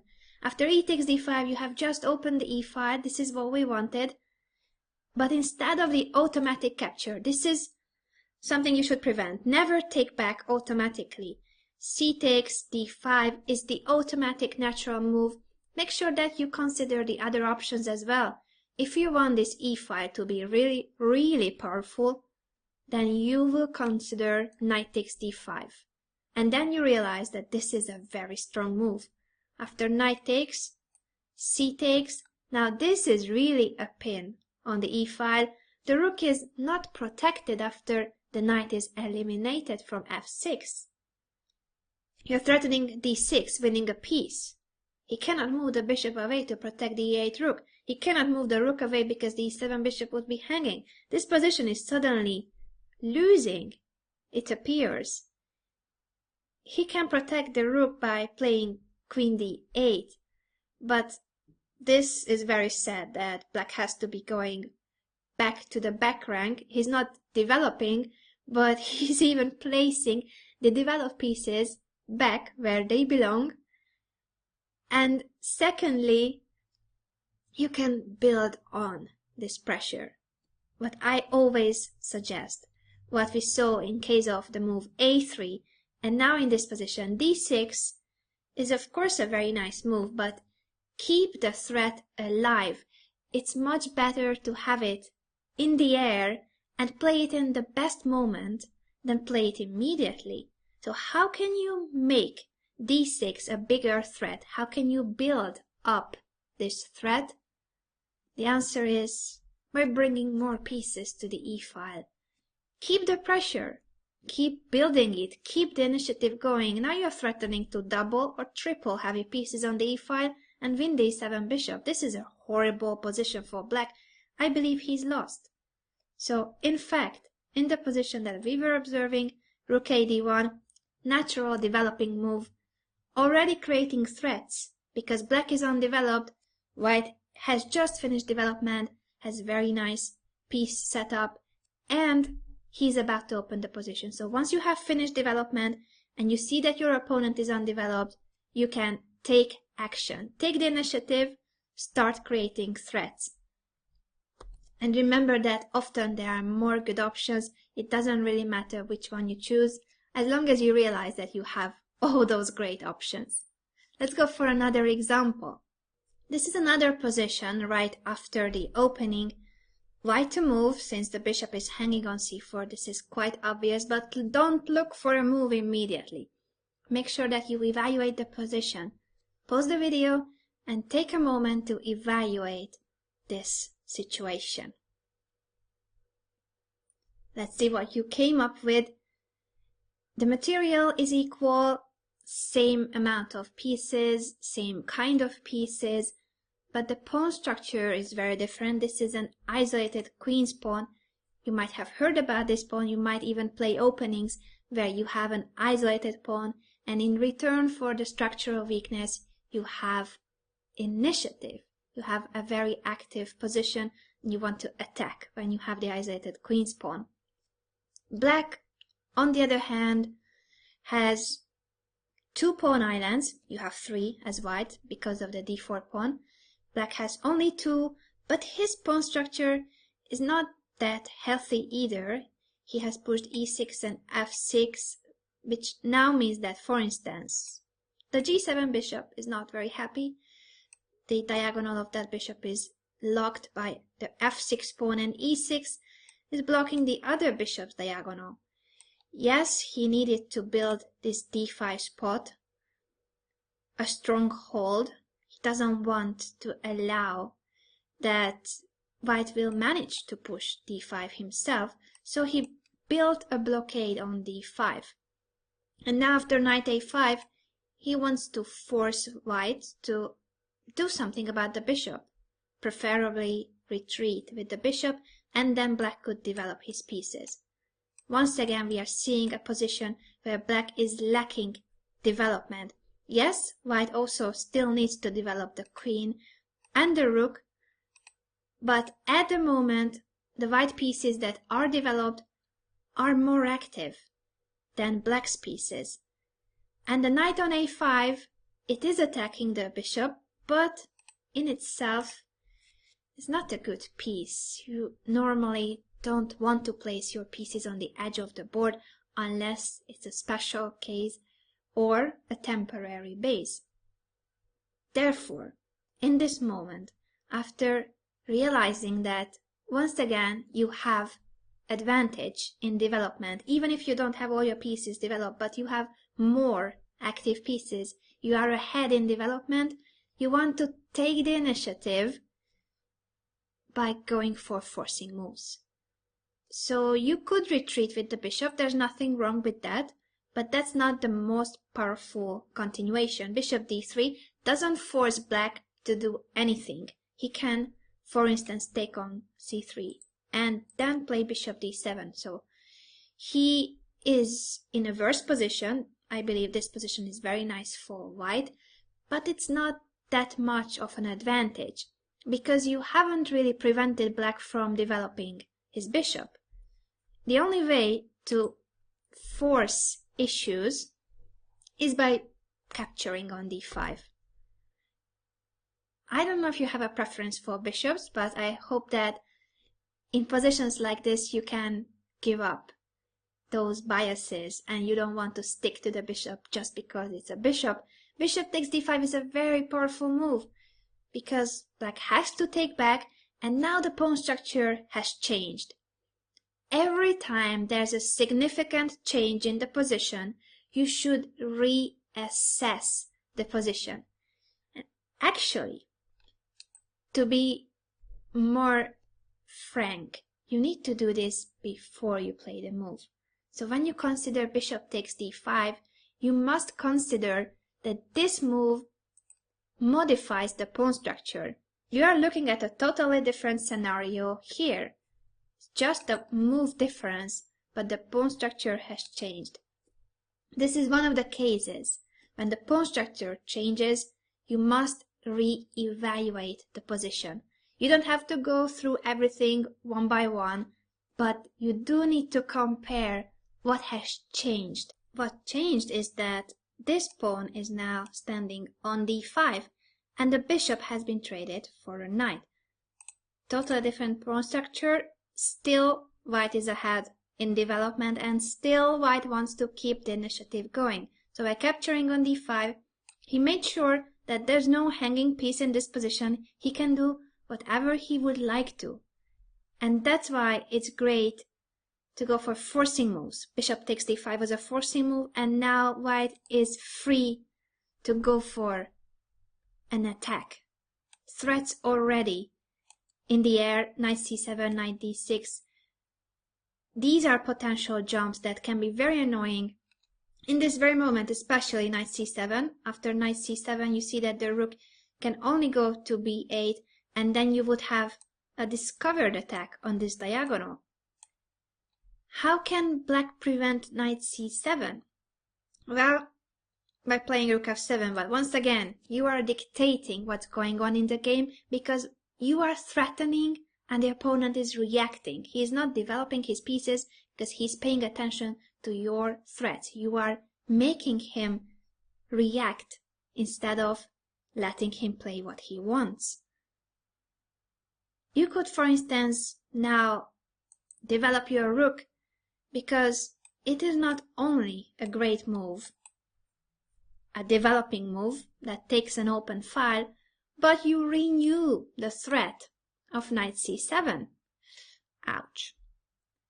Knight c6 was played in the game, covering the c file, so that, once again, black was reacting to your move. He prevented once again knight c7, and now knight d6 was the continuation of the player with the white pieces. Once again a great move, attacking the rook and cutting the connection between the d5 pawn and the queen. So this is not a one-move threat, hoping that black would blunder his rook. But if rook f8, then you can play queen b3. The last piece that was not doing much, the queen arrives, all the white pieces are active, attacking. The d5 pawn is hanging, the b7 pawn is hanging. Black will lose material, he will drop one of these pawns, and he still hasn't finished development. So once again, we are seeing a very advantageous position, just because from an opening situation where white had more developed, more active pieces, instead of retreating with the bishop, since the bishop was attacked, he went for a forcing continuation, changing the pawn structure and going for direct threats. Let's see another example. It is black to move in this position, and before you give the automatic knight d3 check, please evaluate the position. Look for weaknesses in white's camp as well as in your own camp. That will help you find the right way of playing. Let's see what you came up with. Knight d3 was played in the game. This is such a natural move. I think many of us would play it immediately. It's a nice, tempting move. It's a check. The knight looks nicely placed on d3. And that is all true. But knight d3 check doesn't take into account one fact, which is that black has a weakness, the b6 pawn. And the queen and the rook of white are already targeting that b6 boy. So yes, you have given a check, but once the king moves away, you need to deal with this hanging pawn on b6. Do you really want to be protecting this b6 pawn? Or you will be smarter, and instead of giving this automatic check on d3, you actually realize that you can deflect the b1 rook from attacking your b6 pawn by simply trading rooks on the d file and then giving this check. Note that you haven't really given up the open file. In this position, the only open file is the d file. By trading rooks, you might say that you are giving up the open file, but it's not true because this knight on d3 is blocking the rook's way. So it doesn't really matter that it was an open file. The knight is nicely placed on d3. What could happen from here on? Let's say king g3. Now, after we have traded rooks and you jump to d3 with the knight, it's time to reassess the position. Why? There hasn't been a pawn trade, the pawn structure is the same. You need to reassess the position after every significant change. A significant change here was the trade of rooks. And now that you have one less rook each, you don't have a rook on d8, yet you have played knight d3. The b6 pawn is not hanging, but you need to proceed somehow. That's why you need to reevaluate the position. Not every factor, remember, just the differences and how could you proceed. Another difference, by the way, to take into account is now the king situation. The king was on f2 before and now it's on g3. If you look at that, if you realize that this white king could actually be a target, then you spot a nice maneuver. Knight c5, heading to the e4 square. Yes, you were blocking the d5 with the knight, but you can do so much better when you are attacking the opponent's king. That's a much better purpose for the knight. And the pawn cannot be taken on c4 because of knight e4, discovered check, discovery by the rook, taking the c4 queen. So the king would need to move, and again you would need to reassess the situation because you were planning to jump to e4 with the knight, which is still possible, but it's not a check anymore.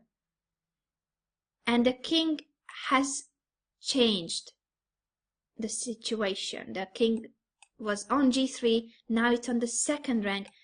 If you assess the king's safety, white's king, on the second rank, you realize that that is a rank that has no pawns.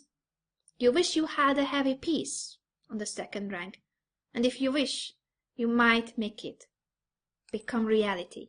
Queen e4 is much stronger in this position than knight e4. That's why you constantly need to reassess the situation. Just take into account the tiny details that change in the position. First of all, remember that you have traded a pair of rooks. Then your knight landed on d3, and once the king was on g3, that was a detail you had to notice, that you can play knight c5 because you are threatening knight e4 check. But then, when the king moves away from your threat, don't keep the same idea. Knight e4 now is not so powerful, much more powerful. When you reassess the position, you realize that the second rank is important here. You're threatening queen c2, winning the c3 pawn. Therefore, this position is great. White shouldn't really go for this. Maybe it's better for him after knight d3 check to place the king on g2. But hey, then you would reassess the position again, because this is something different. Only a tiny change. In the previous position, the king was on g3, and now it's on g2. But it's a big enough detail to prevent the idea that we had against king g3. So once again, you would take into account the details that you see in the position. You don't have any good knight jumps. You can't really activate the queen in this position. Playing queen e4 here doesn't make much sense because your own knight is blocking the way to c2. And you would just give up the b6 pawn. So knight jumps, not good. Queen e4, not good. You have one more piece, that is the rook. If you could activate the rook, chase away the queen from b5, you could actually create a pawn break. Why is it so important to break through on the queen side if you count the pawns? It's 3 pawns versus 2. This, by the way, you could notice at the very beginning when you take into account the pawn chain, the pawn structure. White has an extra pawn on the king side, but it's unlikely that he can create a passed pawn. With doubled pawns, it's much more difficult. But you, as black, if you can chase away the queen from b5, then you will be able to push b5 and create a passed pawn on the queen side. So now we are switching from attacking the king to creating a passed pawn and wanting to win thanks to a passed pawn. Make sure that before you make moves like rook c5, you take into account the drawbacks of this move. You're not protecting the back rank anymore, so white has a check on e8. You must realize this before you play rook c5. But it's all safe. The king is safe on h7, and as we mentioned, you will play b5 next move. You will either end up having an a passed pawn or a c passed pawn, or even a b passed pawn. Depends on the opponent. In any case, it's great because you are creating a potentially winning idea, a passed pawn, that could be a winning factor, and white cannot really prevent it. What white can do is to try to create counterplay on the king side. But first of all, his king on g2 is badly placed. The knight cannot move because it's pinned. So white would move away from the pin. I think that's what he should do. And then you go forward with your plan on the queen side, b5. Now, white wants to do something on the king side, and the best option for him, the best chance, is to push f5. And this is once again a moment when you need to reassess the position. Why? Because the situation has changed. The pawns have been pushed, but even more importantly, white starts to create attack against your king. It's getting a little bit more dangerous than it was before, and you shall never be careless and not look at the other flank. You cannot just push your pawn on the b file and win. You need to pay attention to what the opponent wants. If you don't, trouble can come. Let's say b4, not caring about the opponent's plan. Do you know what he was threatening with? Not f6. f6 looks very tempting. Next move, queen f8, giving mate on g7. It's not winning because after g takes, e takes, you can play rook c8, preventing queen f8, and also forcing the trade of queens, which is something good when you want to save your king. We will learn about defensive tools in the coming chapters, but for now, what is important is that you always pay attention to the opponent's idea. After b4, he didn't want f6, he wants f takes e6. And now, when you take back, look what happens after your pawn disappears from f7. You have opened this diagonal for the queen.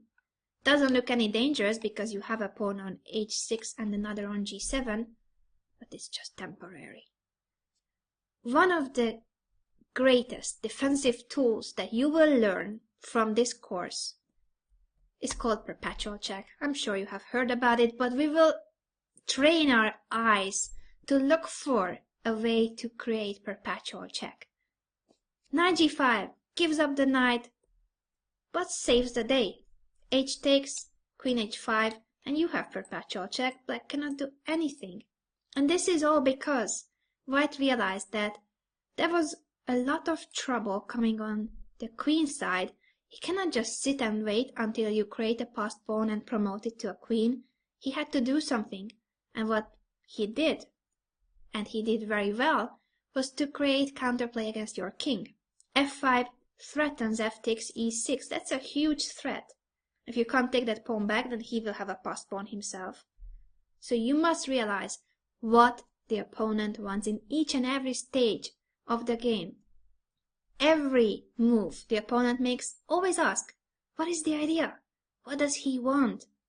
Often it will be just a natural developing move, just a normal move, but sometimes you will discover something very dangerous that you would not realize if you did not ask every move. What is the threat? What does he want? That is the context. Remember from the evaluation guideline that the context is so important too. What does he want? So after f5, how can we prevent this whole thing? You should take on f5, so we prevent f takes e6. And after g takes f5, you can now push b4. If f6, reassess the position, danger, danger, danger. What does he want? Yes, we discussed this already. He wants queen f8 and mate on g7, so you must go back to the back rank with the rook and force the trade of queens.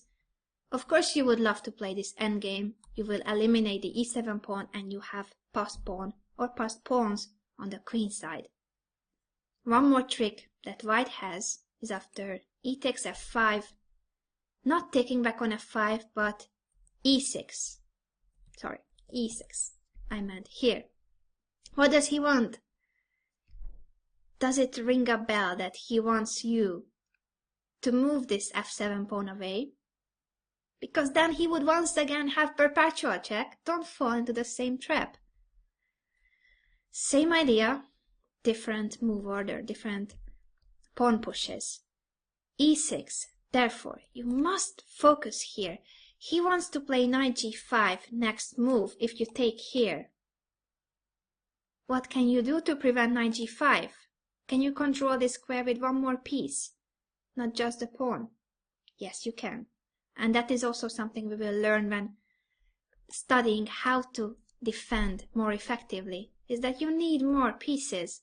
By f takes g4, it's not just because of wanting to capture a pawn, but to open the fifth rank for the rook. So now you control the g5 square. The rook is defending your king from c5. It doesn't really matter what white does. If h takes, now you can take on e6, and if he takes on f7, then he will get mated first. Queen takes, and so on, and so on. You did not have to see all this from the beginning. We had a look at this complicated example because I wanted you to understand that after each and every significant change in the position, you need to reassess the situation. And you might need to alter your plan, or you might need to at least pause your plan for a moment and pay attention to what the opponent wants. Remember this position after king g2 and so on, b5, great move, f5. Once it starts getting dangerous around your king, make sure that you pay double attention. Realize that he's got tricks. The opponent wants to go for a perpetual check or even a mating attack with f6. You might need to defend against all those threats at once. But once you realize what the opponent wants, it's a lot easier to prevent it. Let's go for one more example. Black played queen e6 in this position, and that's where you shall start thinking. Evaluate the position first and then come up with a plan. Possible follow-up moves for white. How would you play here? Let's see if you have come up with the right conclusions. What we see here, material-wise, is that it's an equal material, but white has a pair of bishops. Even more importantly, when you compare the pieces, you realize that black is undeveloped. Now you might think that in this position there are only a few pieces on the board in comparison to the exercises we solved at the beginning of this video. It is true, but undeveloped pieces are undeveloped pieces and bad pieces even in endgames. This is not an endgame yet, but yes, we have traded many pieces, and yes, those pieces are still very bad. Doesn't matter how many pieces are on the board. Actually, the less pieces are on the board, the worse they can become if only these pieces remain on the board. That would be horrible for black. What shall you do if it is now white to move? One thing you definitely do not want to do is to allow time for your opponent to comfortably develop his pieces. That is the one thing you must prevent. What is the way to prevent your opponent from doing what he wants? I'm sure you know the answer. That is the dynamic factor you need to build on in all these situations. The initiative. How to take the initiative? By going for forcing moves, threatening moves. In this position, the most forcing move is obviously f5. It attacks the queen has to go somewhere, and it's not only about threatening the queen, but also making the queen move away from the knight on f6. If you analyze the position correctly, step by step, then you must have noted that you can also potentially build up an attack against the g8 king. You already have placed your queen on the g file. What you would need to do is to put more pressure on the g7 pawn. that could be carried out by either playing rook g1, moving this bishop away to threaten mate on g7, or by placing this bishop on e5 to threaten the knight and indirectly the g7 pawn. Since the queen is defending the f6 knight from e6, it is a good idea to attack it. If the queen goes to c4, for instance, after bishop e5, the game is pretty much over. Let's say knight h5, you are threatening to take this piece and he cannot protect it, so has to move somewhere with the knight h5, but then rook d8 check, king h7, and even simple moves like queen f3, simply attacking the knight, can ruin black's position.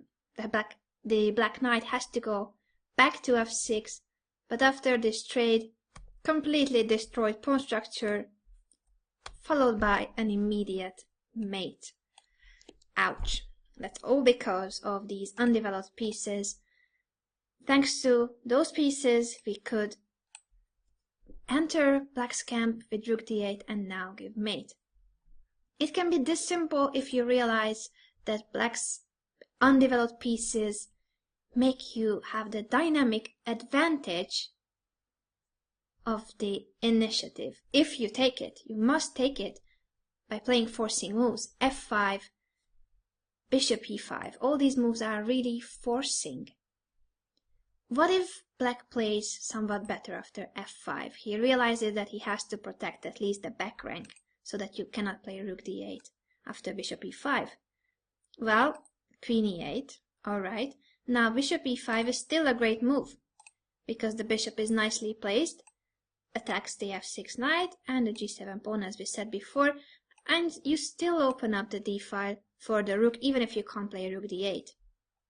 After knight h5, you can now not go to f3 because this queen is attacking your bishop, but queen c3 is just nice enough. You protect the bishop and still keep the pressure against the g7 pawn.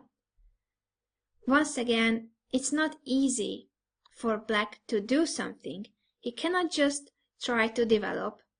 First of all, it's not easy to develop because this bishop has barely any squares. He can only go to d7. Secondly, black has to pay attention to your threats. This is where we are building the pressure up on the long diagonal. This is the only piece that is protecting the g7 square. If you can chase it away, eliminate it, attack it, then the job is done. What can black do? Not much.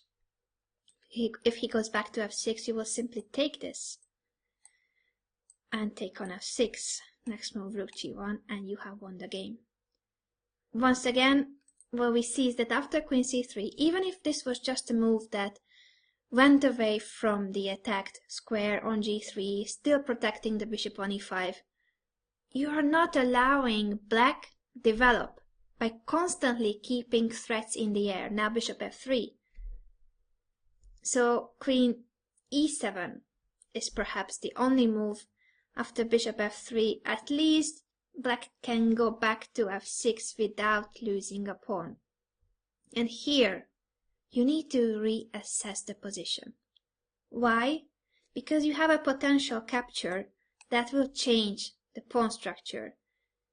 Do you want to trade or you want to keep the bishop? That's of course something that you must decide. And as usual, there are more good moves. So it might be a good idea to take on f6. You also might continue in a different way. But if you want to take, you should consider the modified pawn structure. Because queen takes, g takes, that is a horrible pawn structure. So it's not only that black is undeveloped. You will give rook d8 check to make sure that he can never develop any of those pieces. This is what I was referring to when I said that undeveloped pieces with less pieces on the board can be even worse. Because now only those bad pieces are there. He cannot do anything. He can't develop them. I think the easiest plan here would be just to bring both your king and the bishop to the most active squares possible. You keep the rook here, preventing black from developing. You activate the king. You can go as far as you want. You can even come to the queen side if you want. You can push e5, and after e5 takes, king takes, or king takes from f4. Now you have lots of arrows. It doesn't really matter how many moves it takes you, but once you have activated the king, you can march to c7 with the king and win the bishop. That is a very simple plan that is basically impossible to prevent. He would have to go for some move like b6 to play bishop b7 next move, but then you have a b pawn. This is how bad it can become, even without queens on the board. Sometimes you will want to trade queens just so that it will become even worse that your opponent is lacking development. Remember this, that yes, normally we love to have the queen on the board, we love to attack, and that's what we were doing. But if you eliminate all his active pieces, everything else on the board is just very bad for black. He doesn't have any good piece. This position is completely lost. How about the other capture? If he realizes that he should try to keep the queen on the board, because the queen at least protects the d8 square. And sometimes he might have a check or two. Not that it's a big thing, but he has one piece that is working. So he takes back with the pawn. Then it's a new situation. This is what you need to consider before capturing on f6. This is a destroyed pawn structure. Doubled pawns, isolated doubled pawns, also on h6 an isolated pawn. So you can now start a new plan attacking these pawns. Rook d6, very logical. And if king g7, now you need to think again, because black has defended everything that was hanging. He still couldn't develop because you always keep him busy by threatening with new ideas. Now, what if after playing rook d6 and queen c3, you have maximized the strength of those pieces, but not yet the bishop? We could do more about the bishop. Bishop h5 is one option because you put some pressure on the f7 square. It's not hanging, but you have placed your pieces on the best possible spot, and that is something you should always try to do. Here, what you needed to take into account is that even if you don't threaten something immediately, black can still not develop. And that's because of tactical motives. This piece is only protected by the queen, and you can push e5. Can't be taken with the pawn because of f6 fork, ouch. Can't be taken with the queen because after the trade, you have won a piece. Yes, this isn't always easy to spot. That's why we have an entire chapter on how to spot tactical motives. But the idea, I'm sure that you understand, is that step by step, you go for mini plans. We always had a goal. In these examples, in most of them, what we wanted was to take the initiative and keep the initiative, so that when the opponent's pieces are undeveloped, or if his pieces are undeveloped but not ideally placed, that's also a good moment for you to take the initiative and keep it. Keep it so that he cannot take time for placing his pieces in better spots. He cannot maneuver his pieces. He doesn't have time for it. He's busy reacting to your threats. That is how powerful it is to have the initiative, and we will talk more about the initiative in coming chapters about attacking, obviously. In this chapter, we discuss the importance of reassessing the position from time to time, reevaluating the situation, especially when there's a significant change in the position. Now, I use the word significant, but actually they can be small things, as small as a trade of pieces, or as small as a tiny difference in the pawn structure. But that's a difference, and there's a difference between the position that you have evaluated and a new situation. You must revisit your assessment It doesn't mean that you need to go through the whole process, but you do need to compare how was the evaluation before and what are the new details, the new factors. Pay special attention to the king, because that is always a crucial factor, and also to the opponent's plan, his threats. That is, by the way, another significant change that can happen to the position often, that your opponent will threaten with something, and you need to evaluate what is the threat and how you want to prevent it. By evaluating the position again and again in the critical moments, you will be able to shape your plan.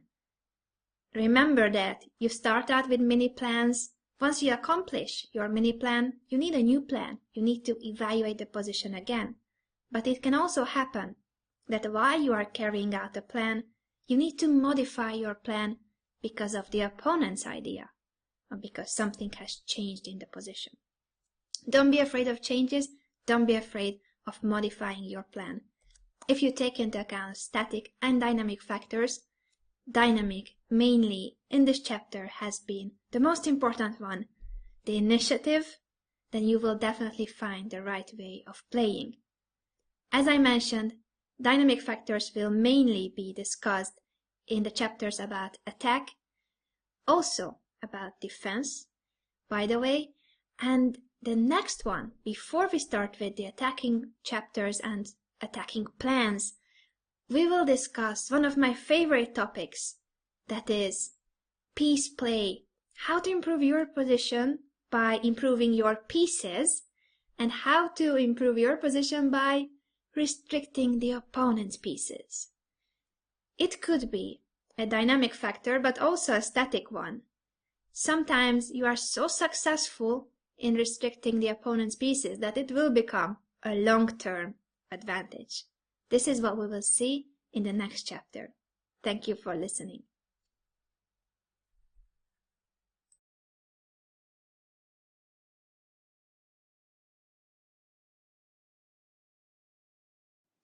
Hello there! I'm so happy that you are motivated to study more.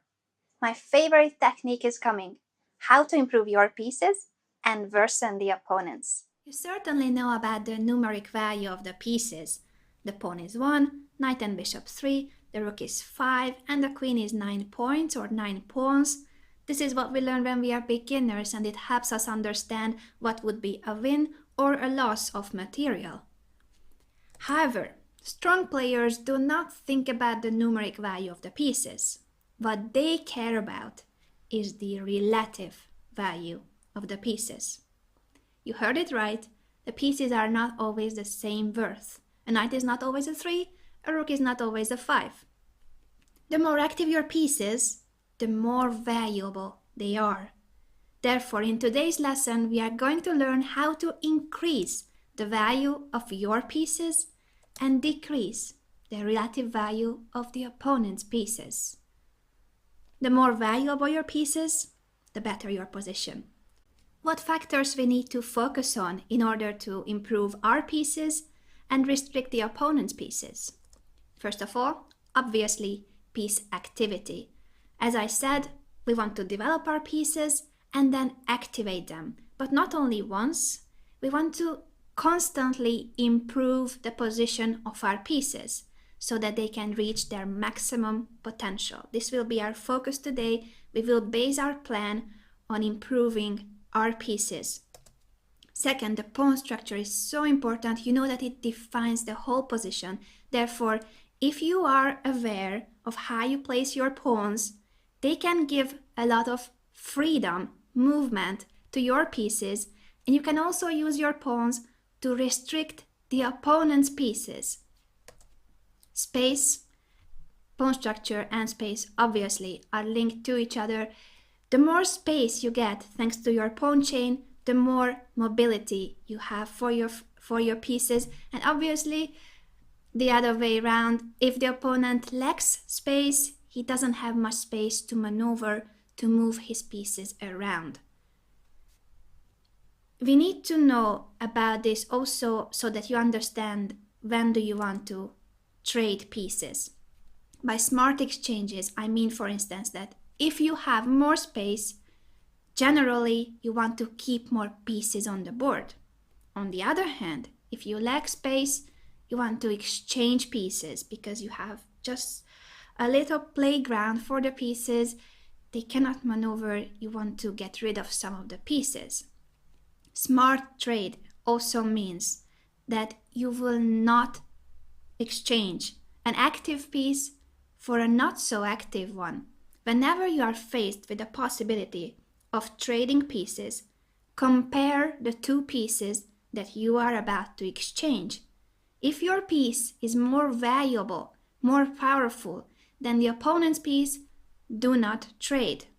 Unless it's a defending piece that you need to eliminate. That's what we will discuss in the chapters about attack. But as a rule of thumb, do not trade pieces that are more active, more powerful than the opponent's pieces. Another important advice concerning exchanges is that you are very aware which pieces of yours are good pieces and which ones are not that good, which ones are the bad pieces. You want to get rid of the bad pieces, you want to trade them, and you want to achieve a position where you have good pieces and the opponent is stuck with his bad pieces.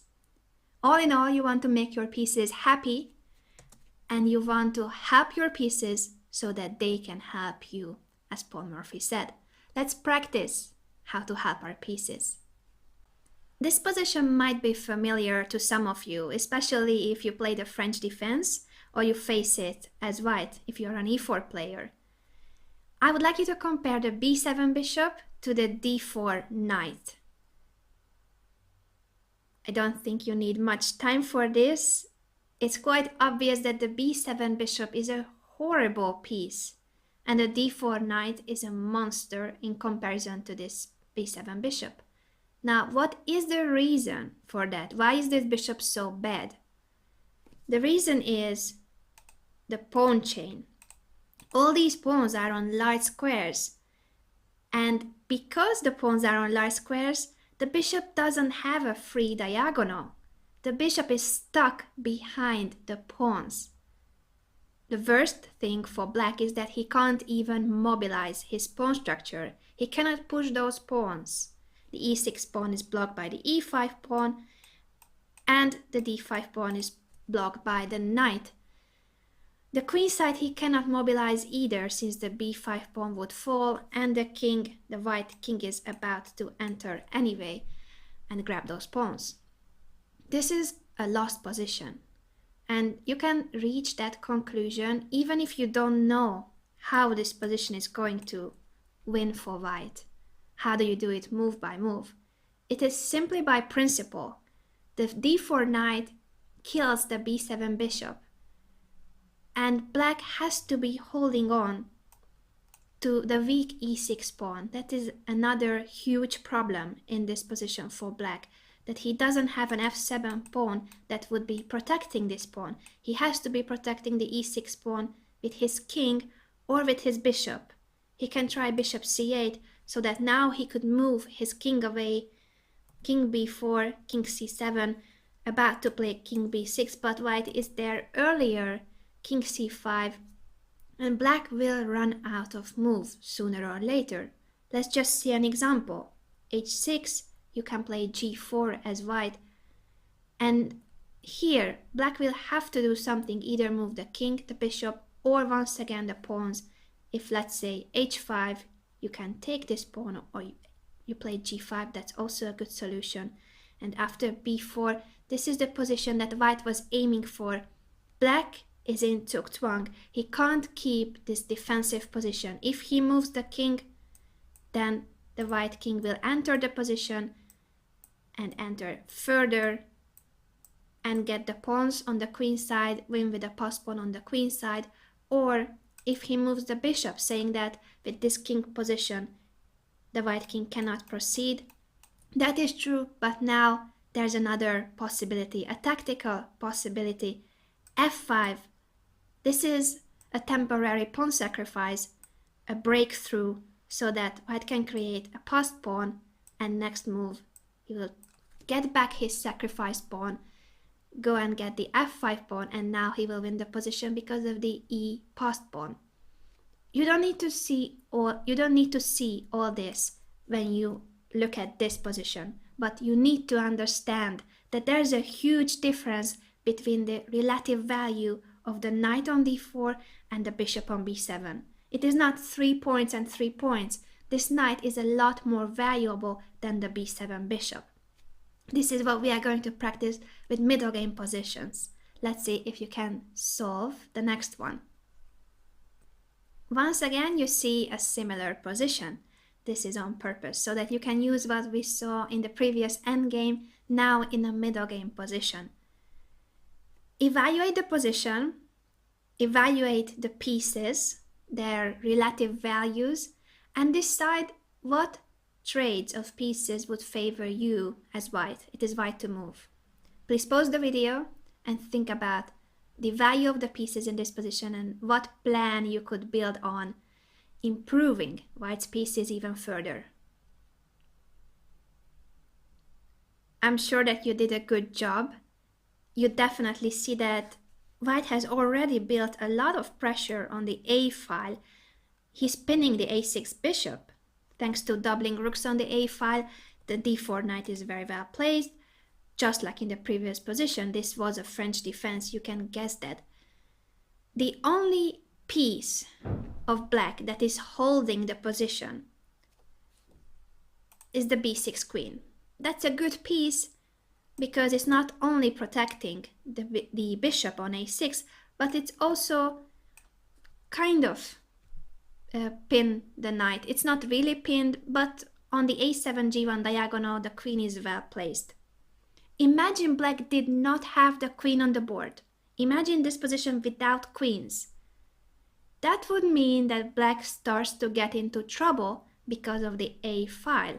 He would have to move the bishop away to b7.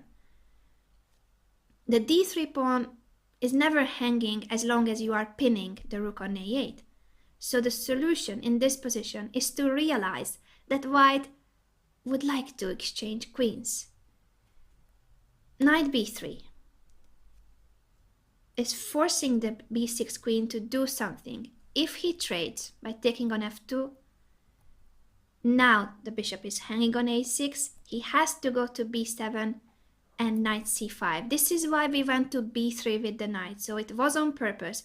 You wanted to trade queens, but you also started carrying out a knight maneuver by placing the knight on b3 and now on c5. Look at that monster. It's even better now than on d4. Attacking the bishop once again. The bishop has to move.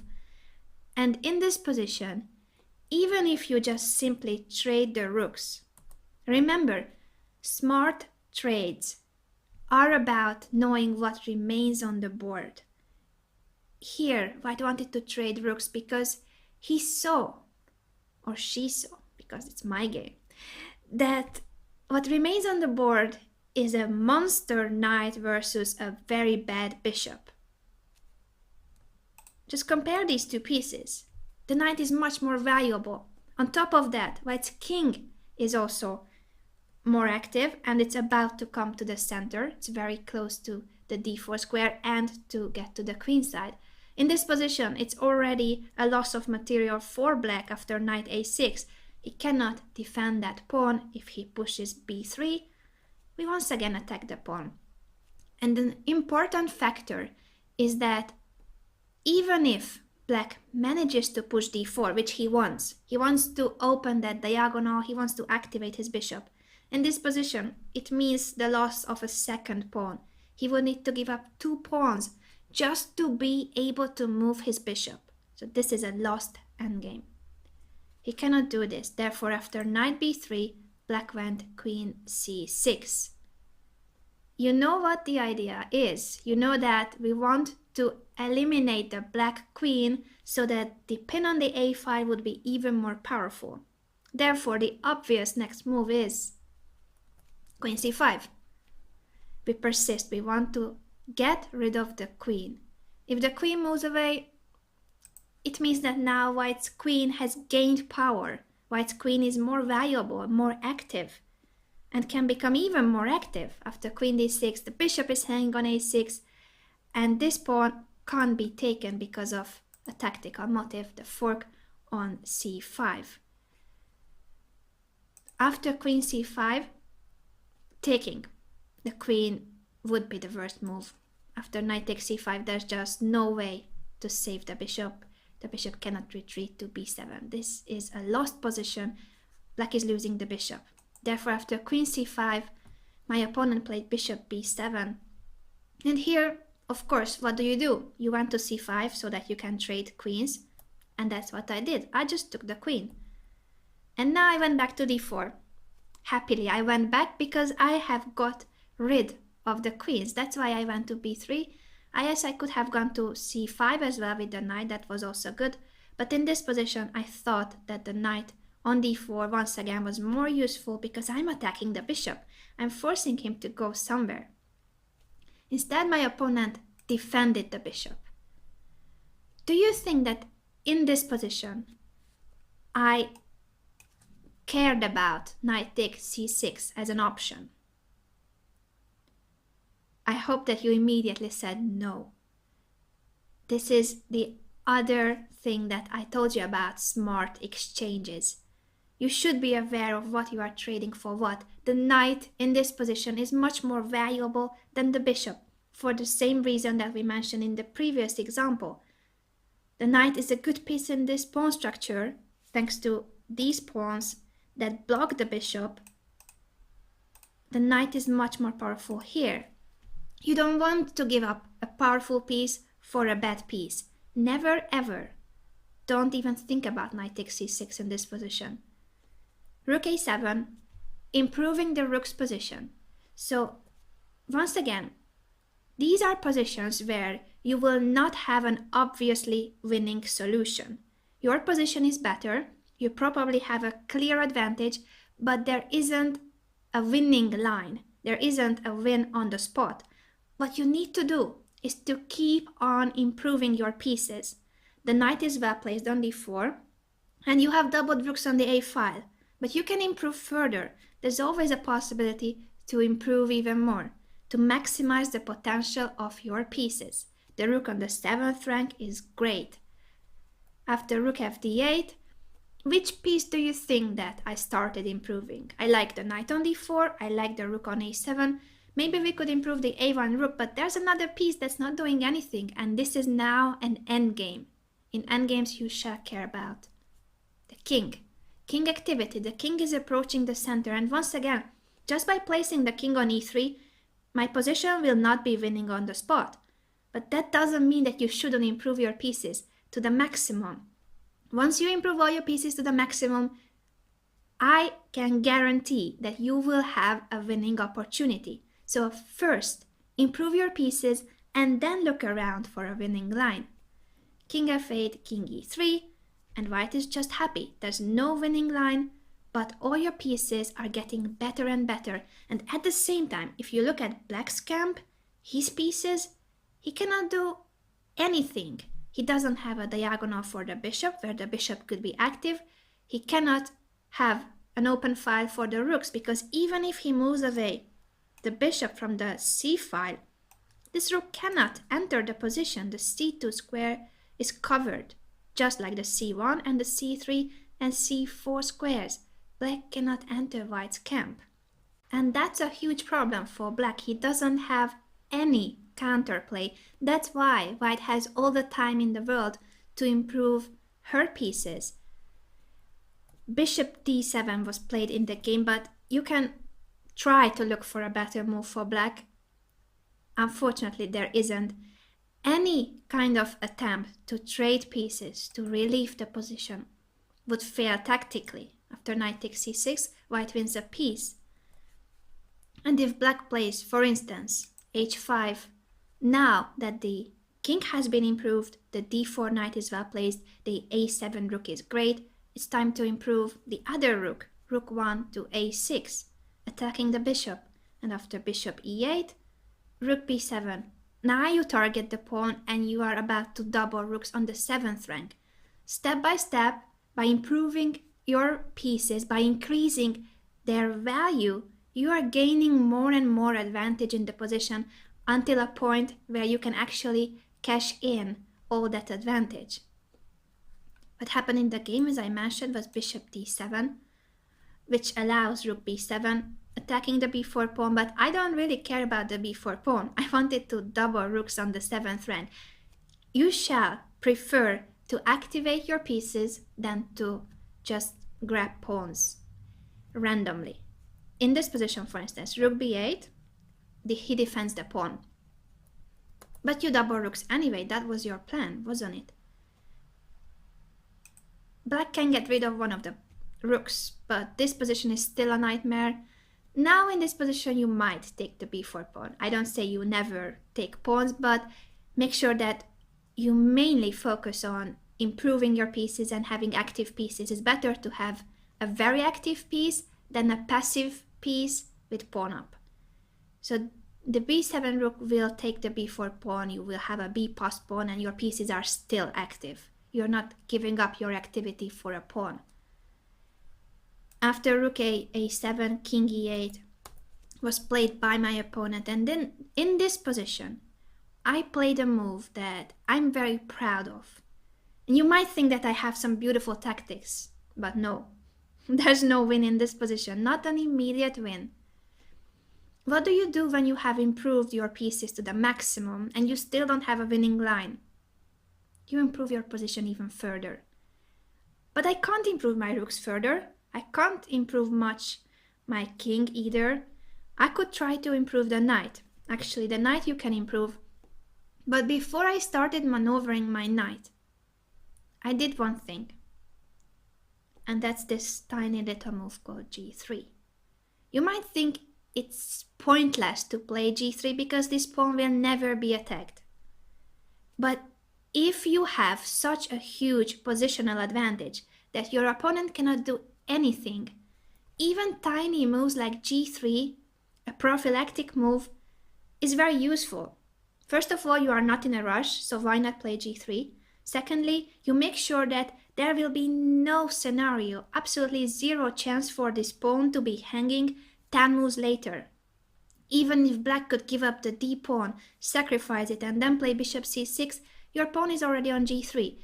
By placing your pawn chain in the most ideal way, you make sure that your opponent will never ever have counter chances. And you have time for it because the opponent is stuck.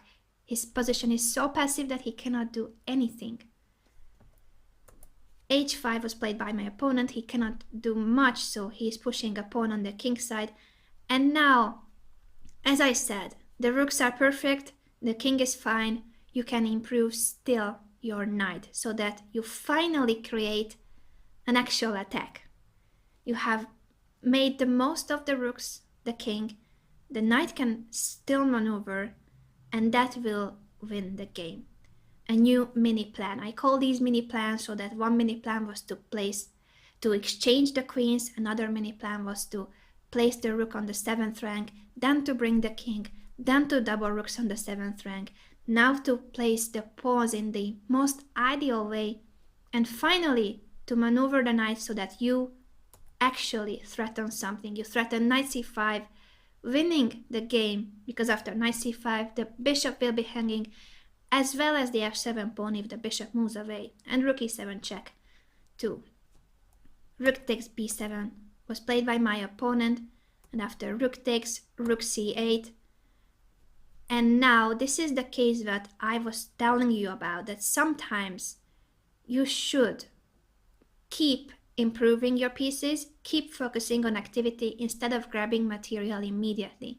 In this position you can take the pawn on b4, but that's not the best move.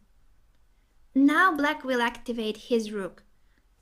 And yes, you are not losing the pawn. You can play knight d2, but look what happened to white's pieces. You had a rook on the 7th rank, you had a knight that was about to jump to c5, and now you are moving backwards with your pieces.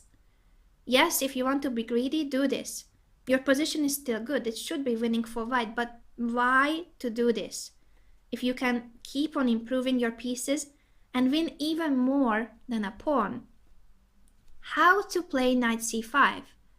You need to prepare that move. And you can prepare it by two means. You can play either d5, d4 or king to d4. Which one do you think is better?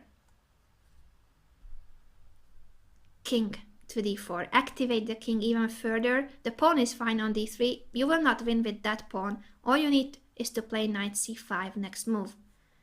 Rook c2 was played, and now after knight c5, black is losing a piece. He cannot do anything. Let's just see, for instance, bishop c6. You attack the bishop once again, and there's just no way to keep the piece. If bishop d7, check, and then you pin the bishop. If, for instance, after king d4, black didn't play rook c2, but kept the rook on the back rank so that he wouldn't lose the piece, he would still lose the game. It's just impossible that he can keep such a passive position. Look at this, for instance, after knight c5. He cannot move his pieces. He can go bishop c6, but yes, now you might consider taking this pawn, because it doesn't mean that your pieces will be less active. Then you go back with the rook and you have beautifully placed your knight, your king, and the rook will be activated. You have a passed pawn. This is completely winning. Black is still passive.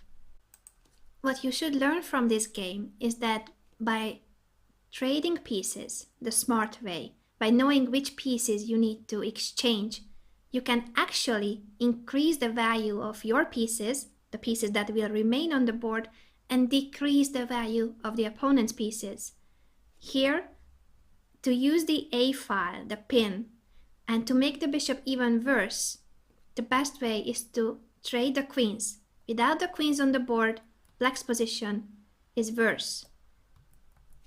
Because now you really see that the knight is superior to the bishop. The knight in this position has a much higher value than the b7 bishop, and white can increase the pressure even further.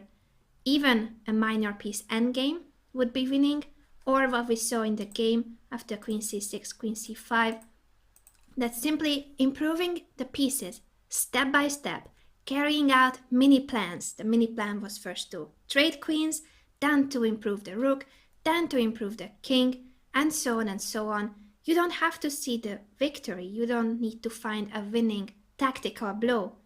As long as you keep on improving your pieces, as long as you seize their value, their potential, you are improving your position and decreasing the opponent's position. His position is getting worse and worse until it's lost. Let's go for some exercises so that you can practice how to improve your pieces and how to make the opponent's pieces worse. You are playing with the white pieces, this position. It is your turn. Please don't look for a move yet. Evaluate the position first and determine which pieces of white would need to be improved, and then decide how you can improve those pieces. Stop the video if needed. Take a few minutes and then let's discuss it. The worst pieces of white in this position are certainly the knight on c1 and the rook on a1. Which one shall be improved first? Well, if you improve the c1 knight, then you connect the rooks and you have a bigger chance of improving the a1 rook. Therefore, first of all, we are looking for a maneuver that would improve the c1 knight's situation. Which square would be ideal for the knight? It's here. How do we get there? By a simple maneuver. If you know where you are heading to, then it's a lot easier to find a route. So you're not calculating. Shall I go knight e2 and then what happens next? No, this is not the right way of thinking in a positional situation. You want to improve the knight, and the d5 square is a hole in black's camp. Therefore, you want to maneuver your knight to that square. The route is a funny one. Knight on the rim, but only temporarily. Knight a2, and the next move will be knight b4 and knight d5. What happens if this knight is taken? Bishop takes, rook takes. Was it a smart trade for black? I guess by the colors you can realize that it wasn't. What remains on the board is horrible for black if you look at the minor pieces. Once again, the knight in this position is superior to the e7 bishop, because of the same reason that we saw in the French defense, and now this is a Sicilian Najdorf. The d6 and e5 pawns, the central pawns, the most important pawns, are blocking the way of black's bishop. Therefore, in this position, that is a bad bishop. And this trade only favors white. What compensates here in this position for black, for his structural weakness, is the fact that he's got the pair of bishops. If he gives up his good bishop, this bishop that is, it has a lot of mobility. It controls many squares, many diagonals, because the pawn is not blocking this bishop's way. It is the other bishop that is bad. Black would love to get rid of the e7 bishop, but not the e6 bishop. He needs to keep the pair of bishops on the board if he wants to have counterplay.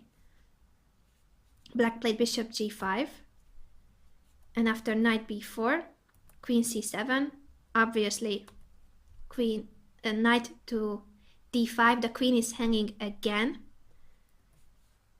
And since we have carried out the first mini plan of improving the knight, it is now time to, first of all, evaluate the situation once again. The knight is very well placed on d5. The other knight is taking many important squares away from black as well. So both of the knights are very annoying, very well placed pieces, very active pieces. But what's next? What shall we do? We discussed that we would need to improve the a1 rook as well. And that is true. So in this position, you can either improve the a1 rook, or you can do what I played first, which is against the g5 bishop. In this position, my thinking was the following: that bishop on g5 is the most active piece of black. I would like him to worsen this piece. I don't want this piece to be that active. So you can improve your position by increasing the value of your pieces and decreasing the value of the opponent's pieces. How to make this bishop worse? By taking space away from the bishop. By placing my pawns on dark squares, g3 and h4, I will take away space from this bishop. I will take away from the mobility of this bishop, and therefore the bishop will be worse. He has to play h5 if he wants to keep the bishop on that diagonal, but even like this, I went h4, and after bishop h6, you see that now this bishop is somewhat worse. It's not bad, but I did manage to worsen the situation of this bishop, just simply by thinking, how could I decrease the value of the piece of this g5 bishop? And now, I did take my time to improve the rook. How to improve the a1 rook? This bishop is not allowing rook c1, nor allowing rook d2, so it's actually a very useful piece even from h6. Not as good as on g5, but it's still a useful piece. How can you improve your rook without stepping into that diagonal? And where would the rook be really useful? This is where you should go creative. Sometimes natural moves are not the best moves. It wouldn't be the best to move away this rook so that you can bring the other rook to d1. The best here is a rook maneuver, a rook lift, rook a4, and the rook is heading towards the c7 square. The 7th rank for the rook? Yes, that's what we want, via rook c4, rook c7. You can spot these maneuvers. If you realize, first of all, what is the problem, you should define. The problem is that my a1 rook is not active. Second, where would that rook be useful? It would be useful on the d file, but the bishop doesn't allow you. And second option, it would be useful on the c file, but not on c1. You cannot go there. What about going in front of your c3 pawn? Rook a4, rook c4. And if you're already on the c file, why not play rook c7 next move? The knight is supporting the rook, so you can place your rook on c7. And that's it. That's how easy it is to improve your pieces if you know where they should be headed toward. So first of all, identify the problem, identify which pieces of yours need improvement, and then find a way to carry out the plan, to know where they need to go, and then carry it out. Let's go for another example. One excellent way to decrease the value of your opponent's piece is by pinning it. A pinned piece doesn't attack, doesn't defend. A pinned piece cannot move. And here the d5 knight is obviously a pinned piece. How can you increase the power of this pin? That is a question. And you can pause the video to think about how would you proceed in order to take advantage of the pin that is created by the queen. Let's see if your answer was f3 or b5. f3 is not the best move. It is threatening to win a piece. Yes, next move would be e4, you win a piece, but always make sure that you think about the opponent's response, and if the opponent simply steps out of the pin, what is your pawn doing on f3? It is blocking the g2 bishop's diagonal. Wouldn't you wish that your pawn was back on f2? Yes, you would. You don't want to place your pawn on f3 unless it's winning, and you don't have time to win it unless your opponent blunders your threat. Make sure that you take into account the opponent's response and his best possible response. And then you realize that you don't have time for f3, e4, but you do have time for b5. That pawn cannot be taken. Black cannot play c takes b5 because the knight is dropping on d5. And you are really threatening b takes c6, eliminating the pawn that is protecting the knight. If black tries to protect it with bishop d7, so what? You take it anyway. You have won a pawn, and on top of that, you still have so much pressure. The d5 knight is hanging. You've got the pair of bishops, a pawn up, and active pieces. What happened in the game after b5 was king h8, stepping out of the diagonal, and when b takes c6, black placed the knight on c7. Of course, here b takes c6 as black would have been a horrible blunder. Knight c6 and everything is hanging, everything that you can imagine. Black is losing a piece, a rook, anything that you want to take in this position. So b takes c6, winning a pawn because the knight had to go away. And in this position, you have carried out your first mini plan, which was to weaken the d5 knight by attacking the c6 pawn. You targeted the c6 pawn that was defending the d5 knight. You took advantage of the pin. You have won a pawn. Congratulations. What's next? A new plan. You need a new mini plan. And then this is a moment to evaluate once again your pieces. It was urgent to take advantage of the pin, because if you didn't do it, black would have played king h8. So some of these factors are dynamic. You remember the classes, static, dynamic. Dynamic is when it's urgent. That's temporary. The pin was not there forever. That's why we pushed b5 and took on c6. But now you need to see what is on the board. Your whole army. Not all your pieces are active. You shall definitely do something about those pieces. Pause the video and come up with a piece placement that would favor white. I'm sure you did a good job because there are more than one ways of improving the pieces. The most natural would be bishop b2, and that's a very good move. You develop the bishop, place it on the long diagonal, and you connect the rooks. This is perfect. This is great. Pawn up and good pieces. Another excellent move, which was played in this game between two club players. It's not my game. I'm not only showing my own games. a4. Look at that move. What does he want? He wants to trade the dark squared bishop. Why? Because in this very position, he realizes that the c1 bishop is worse than the e7 bishop. You could argue that after bishop b2, the bishops are similar, and yes, you can play this. But you can also play a4, it depends on your style. If you want to approach an endgame with a pawn up, it makes sense to start trading, but trade in the wise way. You want to trade pieces that are of similar value. So the c1 bishop for an e7 bishop, great, that's a good trade. b6 and bishop a3, that's simple. If the bishop is taken after rook takes, you even have improved your rook.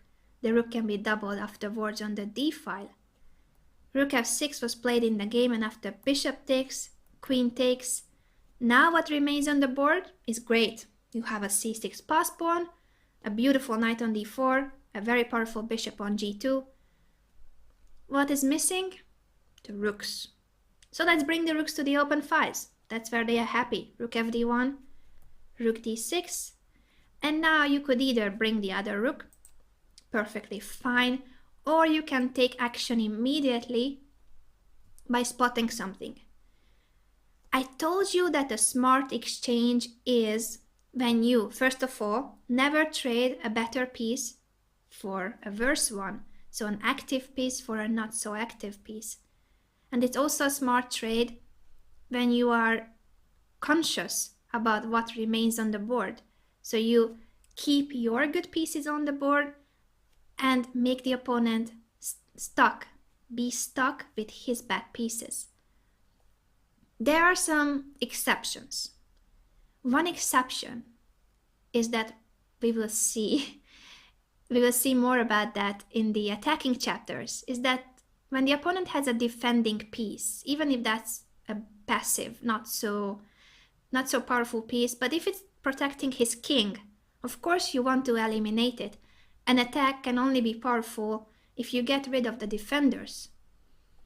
And here, in this position, since it's not about the king, but about another defender, you have a c6 pass pawn, but you cannot promote this pawn because it's blocked. It's blocked by the c7 knight. The knight on c7 is not an active piece, and yet you want to get rid of it. So remember these two exceptions.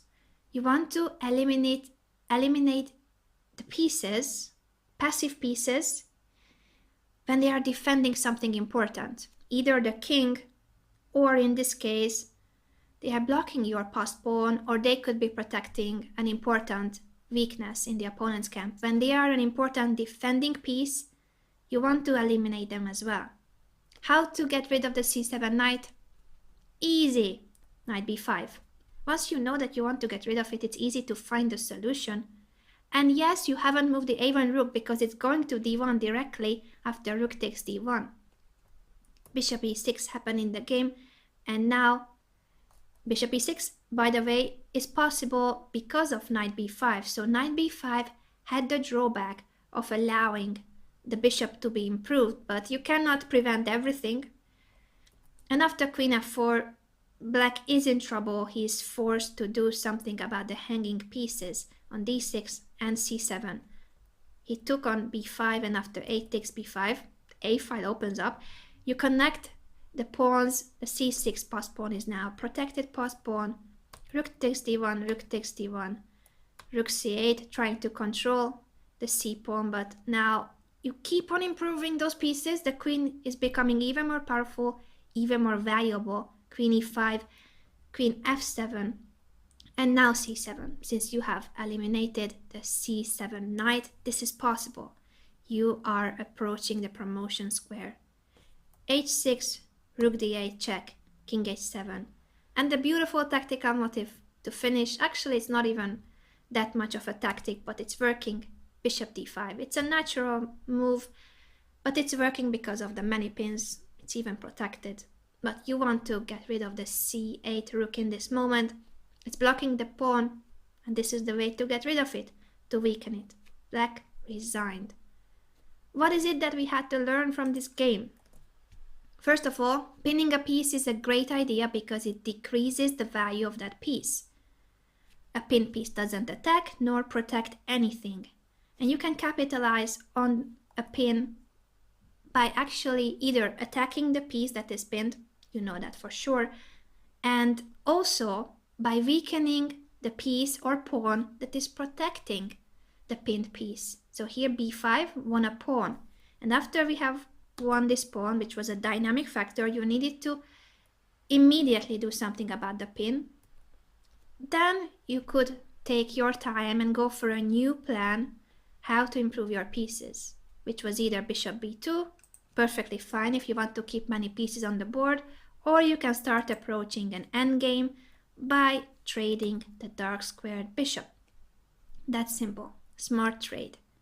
Let's see one more example, at least. You are white in this position, don't look for a move. Evaluate the position first, please, and then decide which piece of white is the least ideally placed at the moment. You might be surprised. Pause the video and think for a few minutes. Alright.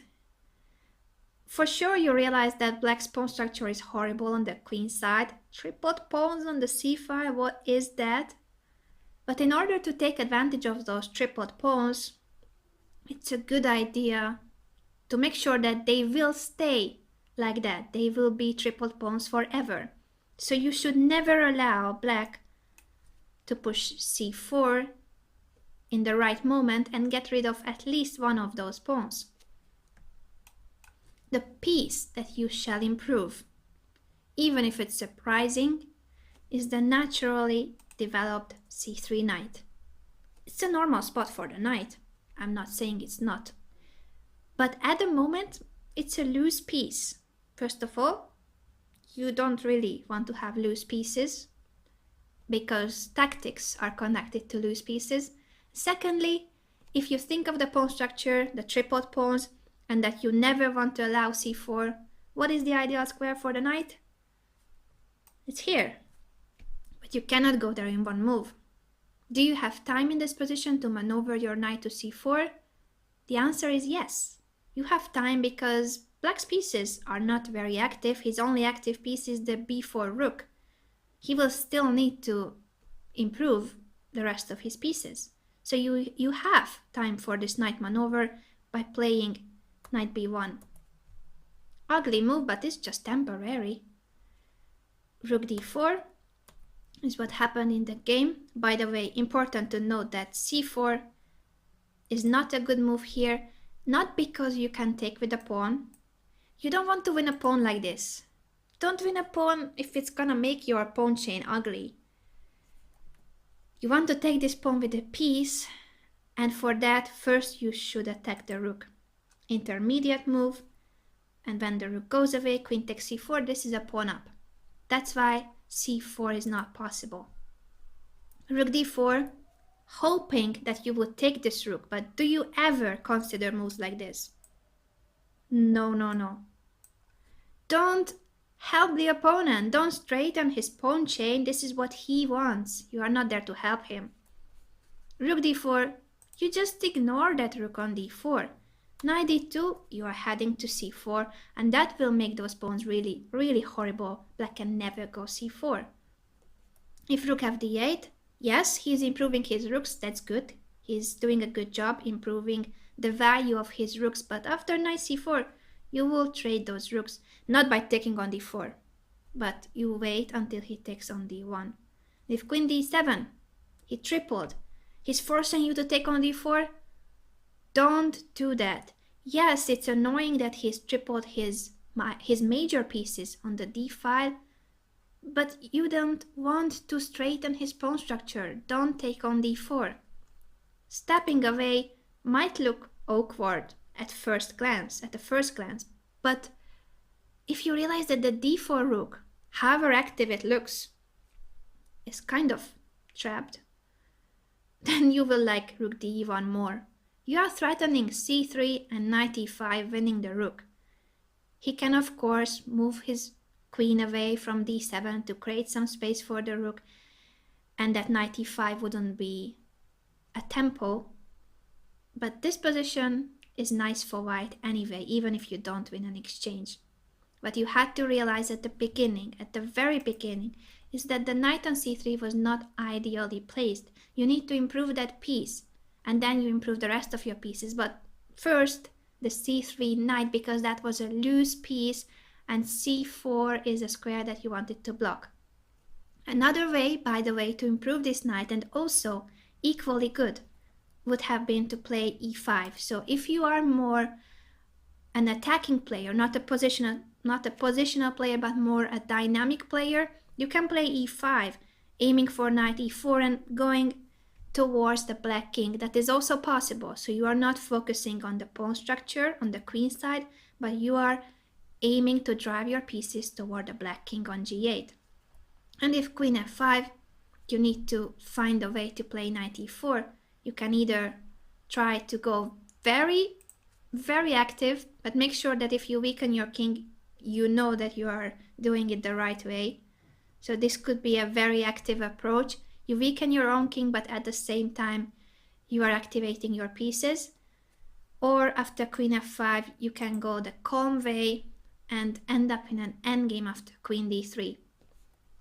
Once again, if c4, you don't want to take that pawn, but rook d7 attacks the bishop, and if check, king h1, he did manage to get rid of one of the c pawns, but what remains on the board is still horrible, and you have a rook on the 7th rank, so that's a huge improvement. You did not improve in this line the knight yet, but you did improve the rook. In this position, therefore, there were more solutions, more good solutions, but all of them involve the improvement of a piece, either the knight, a knight maneuver to c4, or after e5, aiming to e4 with the knight, you ended up improving your major pieces. In any case, whatever the position is, if you improve your pieces and at the same time try to restrict the opponent's pieces, you will improve your position and you will increase your advantage. We have 2 more examples to conclude this chapter, and then you can claim that you know you have mastered the art of improving your pieces and decreasing the value of the opponent's pieces. This first one will be a game that I have played, and all you need to do is to sit back and understand, pay attention to what I'm showing. Because this is the way I like to play against the Sicilian. Whenever I can, with my knight from d4, I aim to take on c6 when my opponent plays the Paulsen systems with e6. And I want to achieve this position, where I have time to play e5, control the d6 square, and my objective is to make the c8 bishop the worst piece on the planet. This is what I aim for. Sometimes I can achieve it, sometimes I can't. It depends on how well my opponent plays. But if your opponent is not aware of the relative value of pieces and that he has to be careful about you restricting the mobility of his pieces, you can win many games simply by doing this, what I do. So copy me. Do what I do in this game. In any opening it can work if you focus on the power of the pieces. Knight e5 and knight e4. I have increased the power of my knight and I'm aiming to play knight d6 just to make sure that that d7 pawn will never go forward, and if black is stuck with the e6, d7, c6 pawn chain, his bishop will be very passive. In this position, black has to play f5. He has to gain space. Remember, space is important. So even if I carry out my plan of placing the knight on d6 and now I have a pawn on d6, he has at least gained some space. Queen b6, c4, knight f6 would have been the follow-up. White's position is better, but at least black has some space on the king side. His bishop is bad on c8, of course, but this position is not as bad as the game. After knight e4, my opponent played queen c7, which steps into my plan, knight d6, and she cannot take back on d6 with the queen because c4 would win a piece. So she basically lost a tempo by playing queen c7, a tempo which was very important in this position because I will play c4. c4 aims to decrease the value of the knight. The knight was well placed on d5. By chasing away the knight, you decrease its value. And look at this knight on f6. In the previous position, there was a pawn on f5, so it made more sense to have the knight on f6 and have some space on the king side, at least try to create counterplay. But now, this is just so passive. Look at the amount of space that black has for her pieces.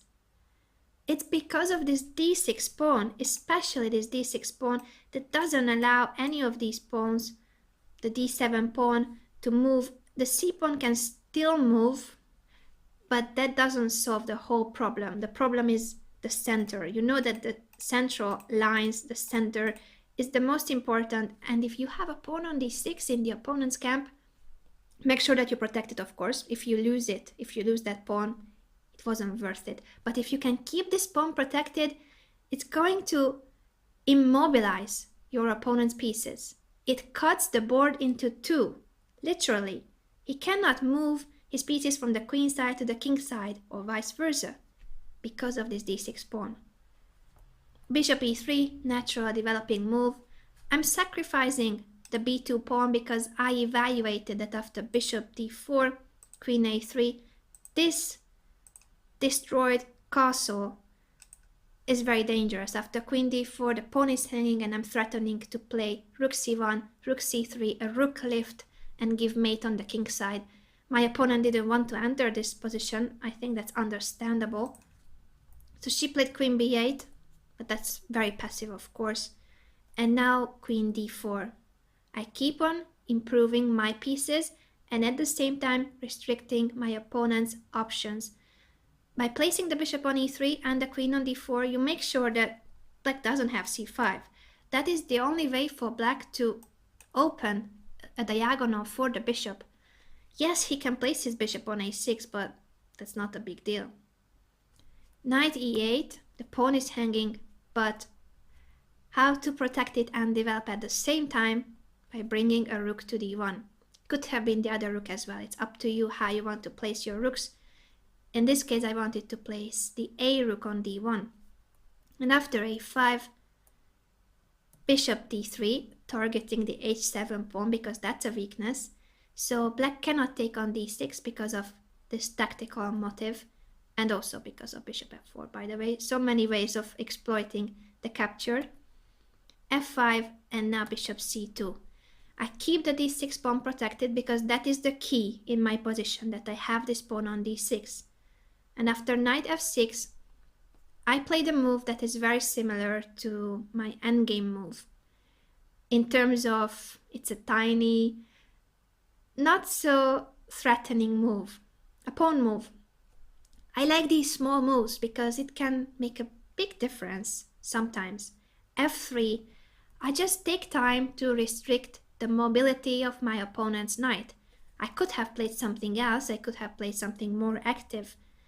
But if you realize that the way to improve your position is not only by improving your own pieces, but also by restricting the opponent's pieces, you can take time to play these kind of moves and leave your opponent with a hopelessly passive position. She doesn't have any counterplay in this position. Bishop a6, of course, that's the only possible diagonal for the bishop, at least attacking the c4 pawn. b3, you want to make sure that that bishop will never be active. Queen e8, now she wants to expand, she wants to play e5, so of course I want to prevent it. Do not allow counterplay. This is how you step by step take even more space, mobility away from your opponent. You are basically controlling more and more space on the board and more important squares. Queen h5 was her move, but if she had played a4, do you think that here you would ever want to take the a4 pawn? No. This is the worst move in the position, positionally speaking, because you have just made the black bishop be alive. It's not even about how many pawns who takes, But that you have just activated the bishop. Now the position is equal. You don't have an advantage unless this bishop is dead. So you don't care about the a4 pawn. You have to just simply ignore it. You can step out of the pin, for instance. And that's it. Just by a takes b3, black hasn't gained anything. Keep that pawn protected. You are restricting the a6 bishop. That is your main goal. Make sure you keep it. You need to keep your pawn chain as protected, as much protected as possible. Queen h5 and now a4. I just made sure that she would never be able to push a4. Bishop b7, the pawn was hanging on a5, and now bishop d2. I'm simply taking the weak pawn on a5. This is what I was telling you also in other examples, that at some point, if you keep on improving your position and restricting the opponent's pieces, you will have an opportunity to win material or to give mate, to actually cash in on your positional advantage. But you need to improve your pieces first, make them happy pieces, restrict the opponent's pieces, and then you will have a winning position. Black cannot do anything. She played f4, but after rook fe1, I'm happy to trade queens, but I want my rook on e5, and I want the a5 pawn. Queen takes, rook takes, knight e8, and after bishop takes a5, pawn up, and white's pieces are still a lot more active. After h6, I even played h4 because I wanted to prevent g5 and win the f4 pawn later on. You're aiming for rook d4, bishop d2, and even take this pawn. 2 pawns up and hopeless position for black. Remember that it all starts with simple moves. In this position after e5, white is slightly better. It's not a big advantage, but it becomes bigger and bigger, especially if sometimes the opponent doesn't find the best move. I'm not even sure that I always played the best move, but what I was doing was to constantly improve my pieces and decrease the value of her pieces, especially with moves like f3 that looks like you are just wasting time. For me, that's not a waste of time. You are decreasing the value of the opponent's piece. Improve your pieces, decrease the opponent's. One more model game, you will need to find the solution in that last example. You are playing with the white pieces in this position. You need to evaluate it and decide which white pieces would need improvement and which one will you improve first. Pause the video and think about this for a few minutes. Good job. I'm sure that you have spotted some of the weirdest pieces that white has. White has, of course, many active pieces, but the b1 bishop and the h2 knight are not the best. It's great to have the a file. The e7 bishop is blocking the a file so that in the right moment you can move the bishop, but that's fine there for now. The queen is okay, the e2 knight is fine. Of course, they could all be even better, but step by step. First, only the most awkwardly placed pieces shall be improved, the b1 bishop and the h2 knight. Where could the b1 bishop go? Where could it be more active? Well, certainly by moving it to c2 it helps. But then, look at that. Green arrow, bishop d1, knight to g3, bishop to h5. Hands up if you have spotted this idea. Brilliant, isn't it? White realizes that because of the pawn chain, how his pawn chain in the center is placed, the light square bishop is not that useful in this position. He would love to swap his bishop for black's bishop. Yes, black doesn't have much space, and I told you not to exchange pieces when you have more space. But this is a smart exchange. By trading the light square bishops, you are weakening the light squares. Let's see what happened in the game. Bishop f7, knight g3, knight b7, and bishop d1. White has just simply carried out his plan. If black wants to prevent bishop h5, he could have done that by playing queen e8.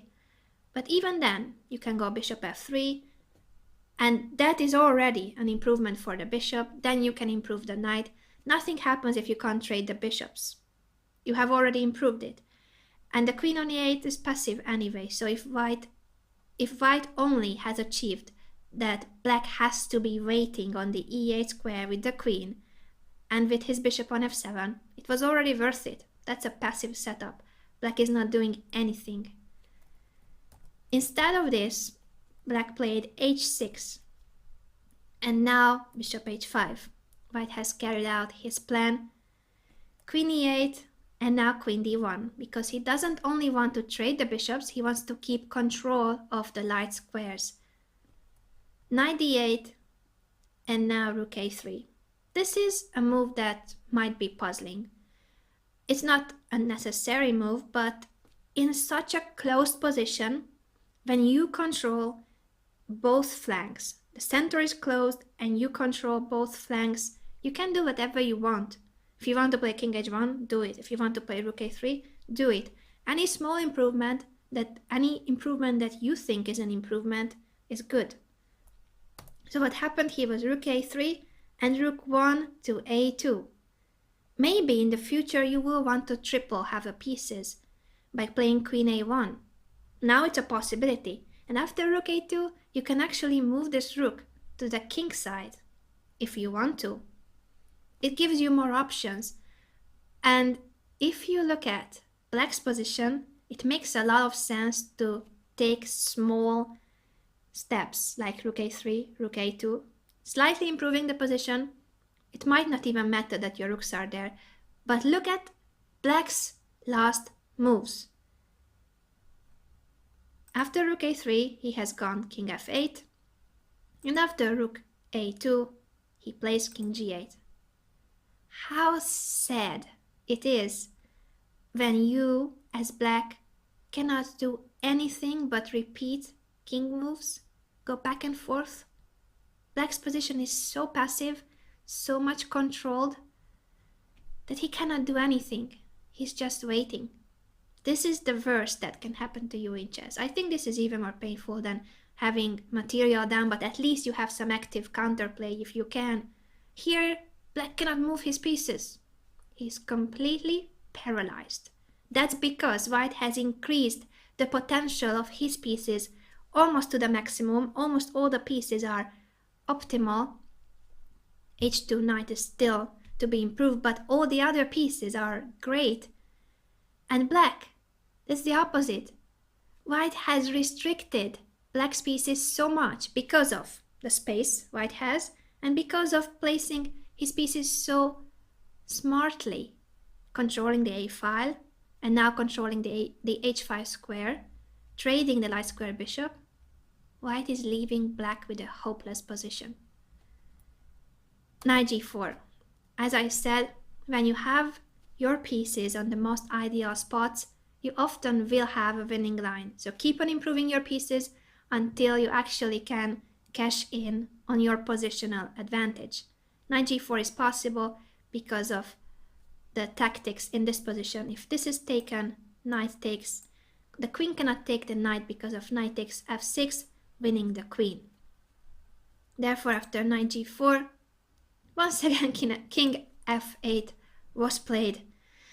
And now knight e3. All the pieces have been improved. Every white piece has now reached their maximum potential. It's a closed position, so this is already a maximum potential for such closed positions. Therefore, after king g8, once again, you see how many times black has gone back and forth with the king already. It's time to act now that you have ideally placed all your pieces. Go for something concrete. Bishop takes f7, knight takes, and queen h5. You have replaced your bishop with the queen, and you are entering black's camp on the weak light squares, now that he has no bishop. Knight d8 and queen g6. This is a beautiful move. All you want is to free the h5 square for your knight, and in case the queen is taken, you also have the f5 square. Look at those knights that will jump to f5 and h5.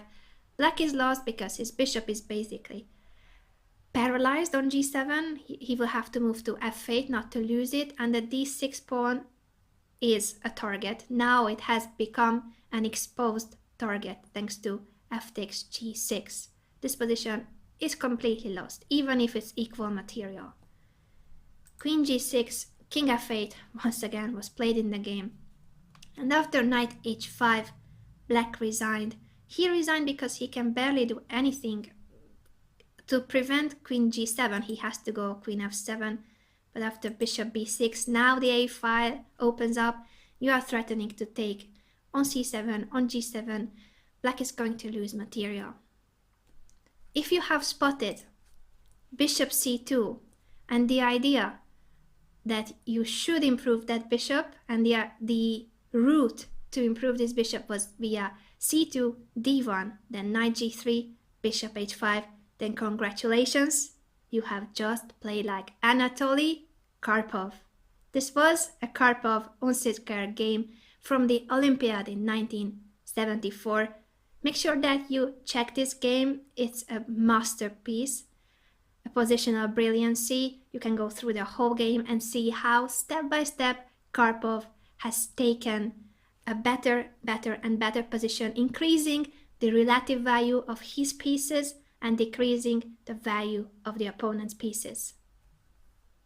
In this chapter, we discussed how to increase the relative value of your pieces, and those were the development. First of all, you need to develop all your pieces and then aim to achieve the maximum potential for each piece. That is, keep on improving your pieces. Whenever you are faced with a position, evaluate how your pieces are placed, see which pieces are fine, which are well placed, and which are the pieces that would still need to be improved. And then find mini plans for improving those pieces with a small maneuver, another route for the piece, activate them and increase their value. Pawn structure and space will define how much mobility you have. When you advance your pawns, be aware of the diagonals, the ranks, the files that those pawn advances give to your pieces, the freedom that it gives to your pieces, and the squares that it takes away from the opponent's pieces, because you can restrict your opponent's pieces by pawn pushes and also by controlling squares with your own pieces. Make sure that you pay attention to the opponent's pieces as well, because decreasing the value of his pieces will increase the value of your own pieces and will increase your advantage in the position. Finally, but very important, you want to be smart when trading pieces. Don't trade a better active piece for a not so active one, unless it's a good defender, unless it's a piece that is defending the king or is defending a very important weakness or blocking a passed pawn, as we saw in one of the examples. All in all, you want your pieces to be happy. Help your pieces so that they can help you. By increasing the value of your pieces and decreasing the opponent's pieces, the value of his pieces, you are increasing your advantage into a winning position.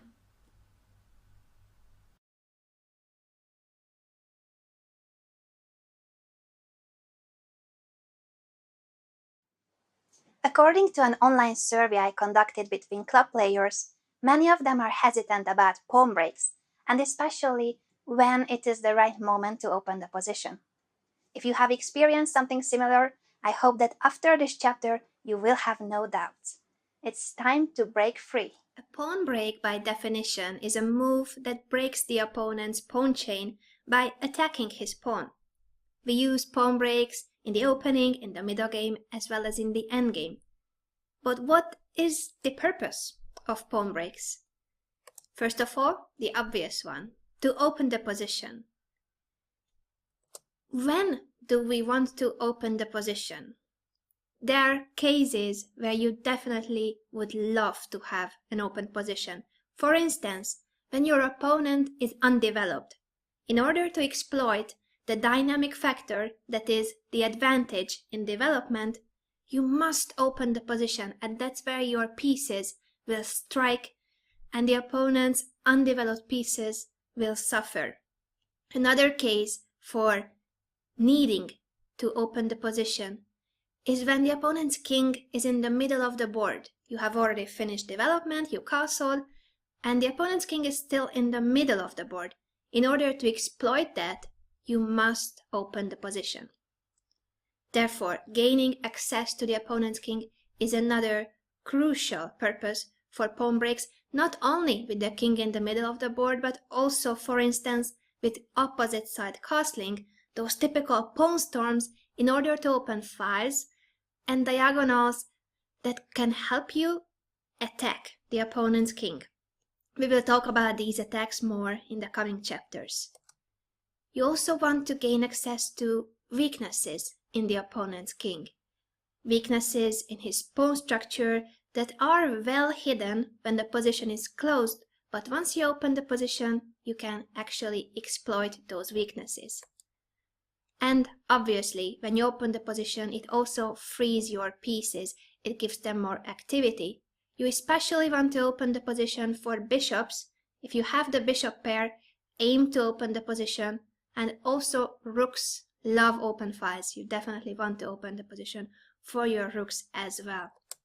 Last but not least, pawn breaks can give you the initiative, or if you are on the defensive side, you might want to break through with a pawn so that it could create counterplay, counter chances for you. But this is all theory. Let's put it into practice. Do you remember the French nightmare from the previous chapter? This very bad bishop versus a superior knight. Well, in this position too, the bishop is very bad. It's stuck behind the pawn chain, and the knight is very nice. It has an outpost on c5. But is this endgame winning for white? No. It's not winning because there's no pawn break, and the position is too closed to be able to win it. The white king cannot cross. Without the possibility of creating a pawn break, this position is just a draw. It doesn't matter how superior white's pieces are. If you cannot enter the opponent's camp, you cannot win the game. This game is a different story. Here, I would like you to evaluate the position after black's last move, f6. Evaluate, as usual, following the guidelines, and then decide what is the crucial factor in this position that white would need to exploit.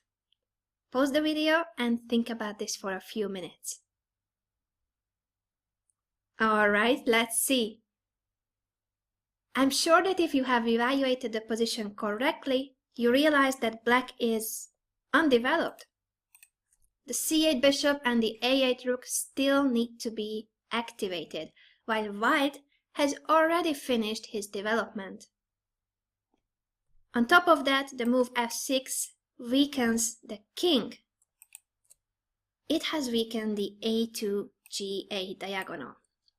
Adding these two factors, that the opponent is undeveloped and he has just weakened his king on the a2 ga diagonal, we would love to open the position, especially the a2 ga diagonal.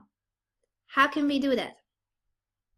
Well, I think you know how, with a pawn break in the center.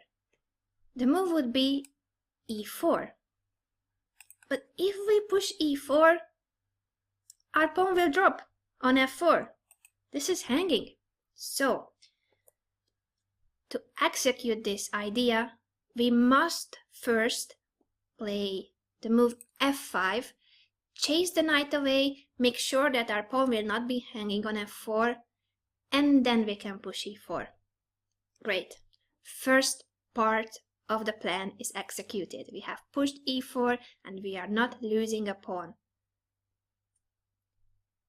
Black took in this position, but I would like to show you first what would have happened if he did not take. Bishop d7 would have allowed another pawn break. Yes, you're right. e5. a very strong pawn advance. The queen on d6 has to go somewhere. If he takes this pawn, d takes, of course, you want these pawns to be connected. Look at those powerful pawns.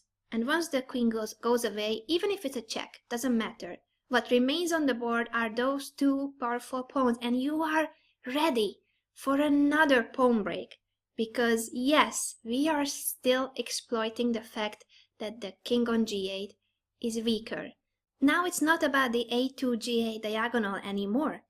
It's about the fact that black's f pawn is missing, and the only defender around the black king is the f8 knight. All the other pieces are far away from the king.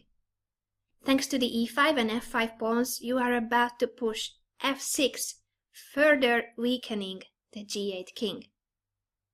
The only way for black to actually deal with this threat and those powerful pawns on e5 and f5 would be that he wins those pawns.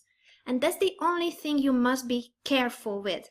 When you advance your pawns, when you create pawn breaks and you advance your pawns further, your pawns might become weak. You must make sure that when you advance your pawns, they will not drop. In this position, what white had to calculate before entering in this position was that black has the possibility of pushing d4. Why is this move so dangerous for white? The reason is that if you just go away with the knight is hanging, so you move it. After the trade of queens, your pawn on f5 will drop. Just like this, and now there's no f6 anymore or any attack. Without queens on the board and without your f-pawn, there's nothing that white has as an advantage, only a pawn down. Careful that when you enter in these variations, you really must make sure that you will be able to protect your pawns. They will not become weak. So what is it that white wanted? After d4, if he cannot move the knight away and the piece is hanging? Well, it's something that we will see in the next chapter. Attack like a beast. f6, who cares about the c3 knight when you want to attack the g8 king? Yes, now the e7 knight is hanging too, but guess what? After d takes c3, white didn't want to take the knight on e7. No. He just plays f7 check. A fork. This has to be taken, otherwise the rook is lost. King takes f7 and now knight g5. Double check, discovered check, and it's going to be mate. Right now, on the next move, doesn't matter whether knight takes h7, then queen takes h7 mate, or king h8, knight f7. Beautiful finish. It's all because of a pawn break in the right moment. After f6, f5, so that the f4 pawn would not be hanging, and e4. Once again, this was the right moment, and it was very important that white did it in this very moment. This is a dynamic factor. When your opponent is undeveloped, that's dynamic. If you give him 2 extra moves, he will finish development, and he can also bring his pieces to the defense of his king. Don't give time to your opponent when it's about such dynamic factors. f5, very powerful, e4. And the point was that these pawn advances that you need to be careful with so that the pawns don't drop were working because the king was so weak. All these pawn breaks led to a mating attack. What happened in this game after e4? This is a Korobov-Budryga game from the Chess Olympiad 2014 in Tromsø. Grandmaster Anton Korobov from Ukraine with the white pieces. D takes e4, knight takes e4, of course, forcing move, attacking the queen, taking the initiative. Queen d8, and now queen b3 check. That's the diagonal you wanted to weaken. Black obstructs the diagonal by placing the knight on d5. And here once again, you need to be going forward with forcing moves, with powerful moves, because you want to keep the initiative going.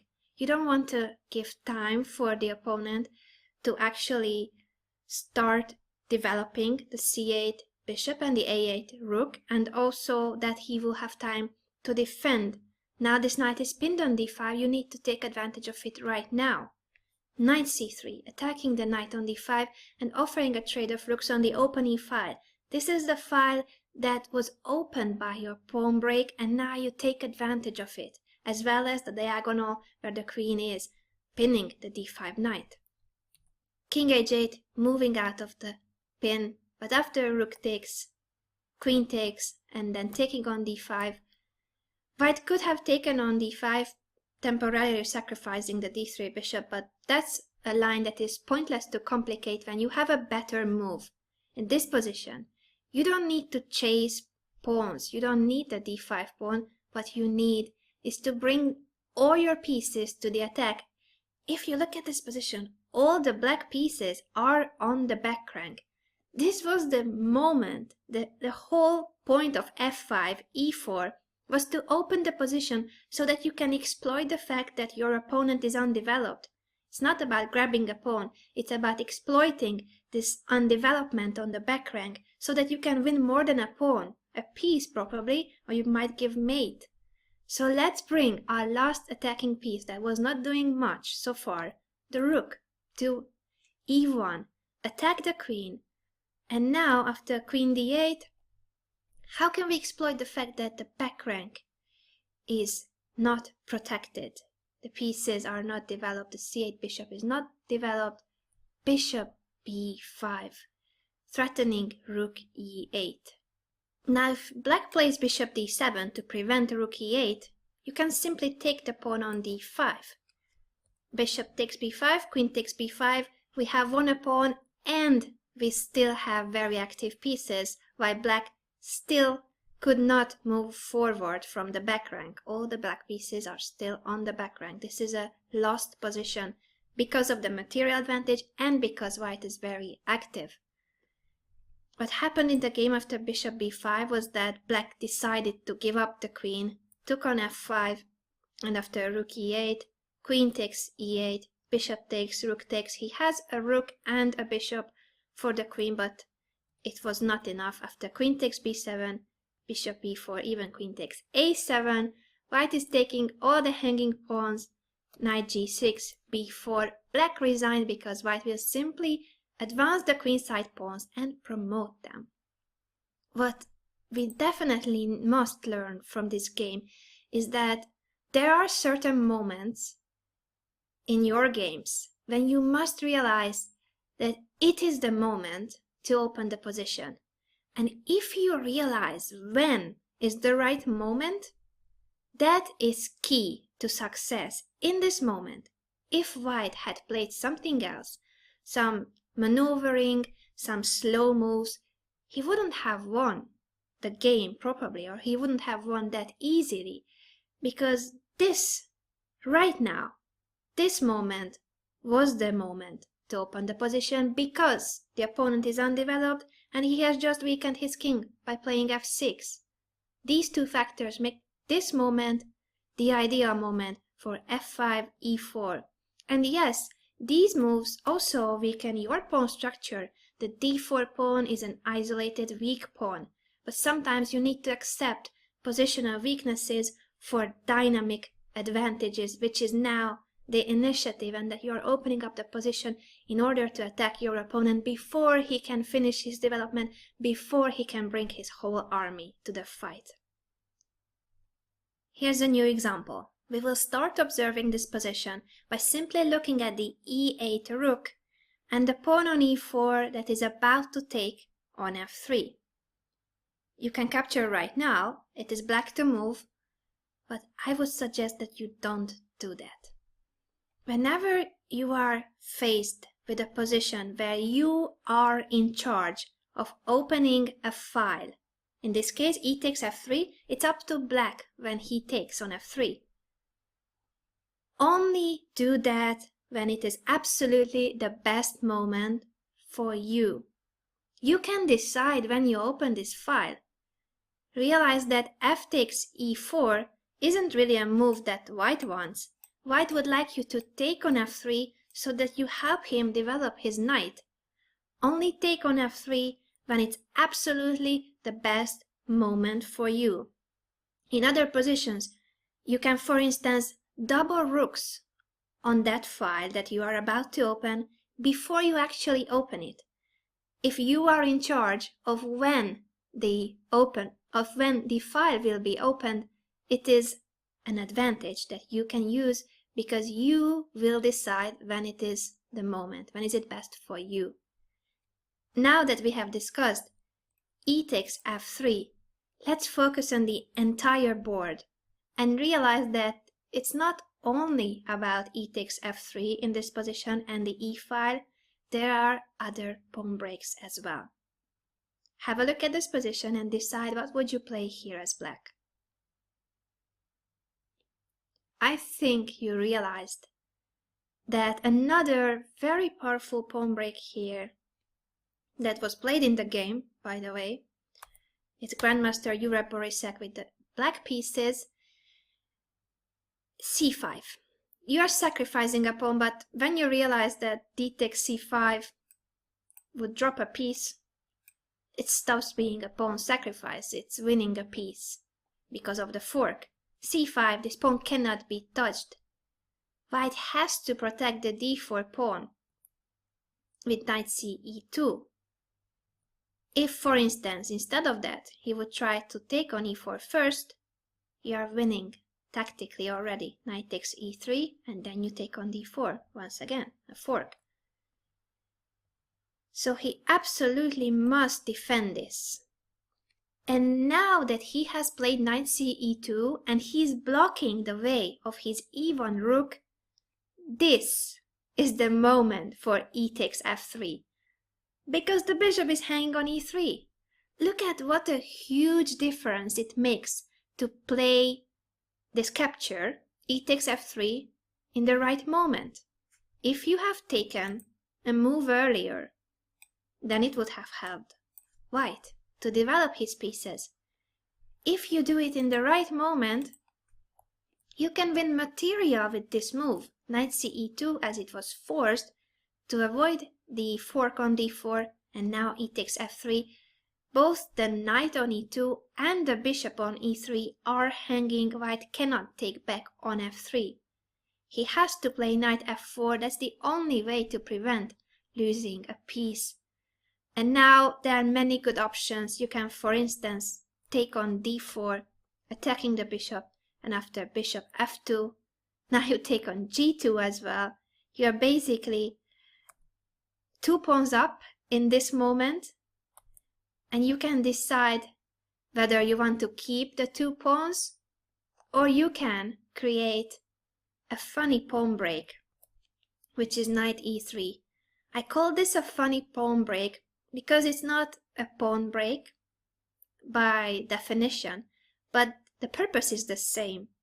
You want your opponent to take on e3 so that when you take back with your pawn, you have achieved the same thing that a pawn break would have achieved. You have opened the long diagonal for your bishop.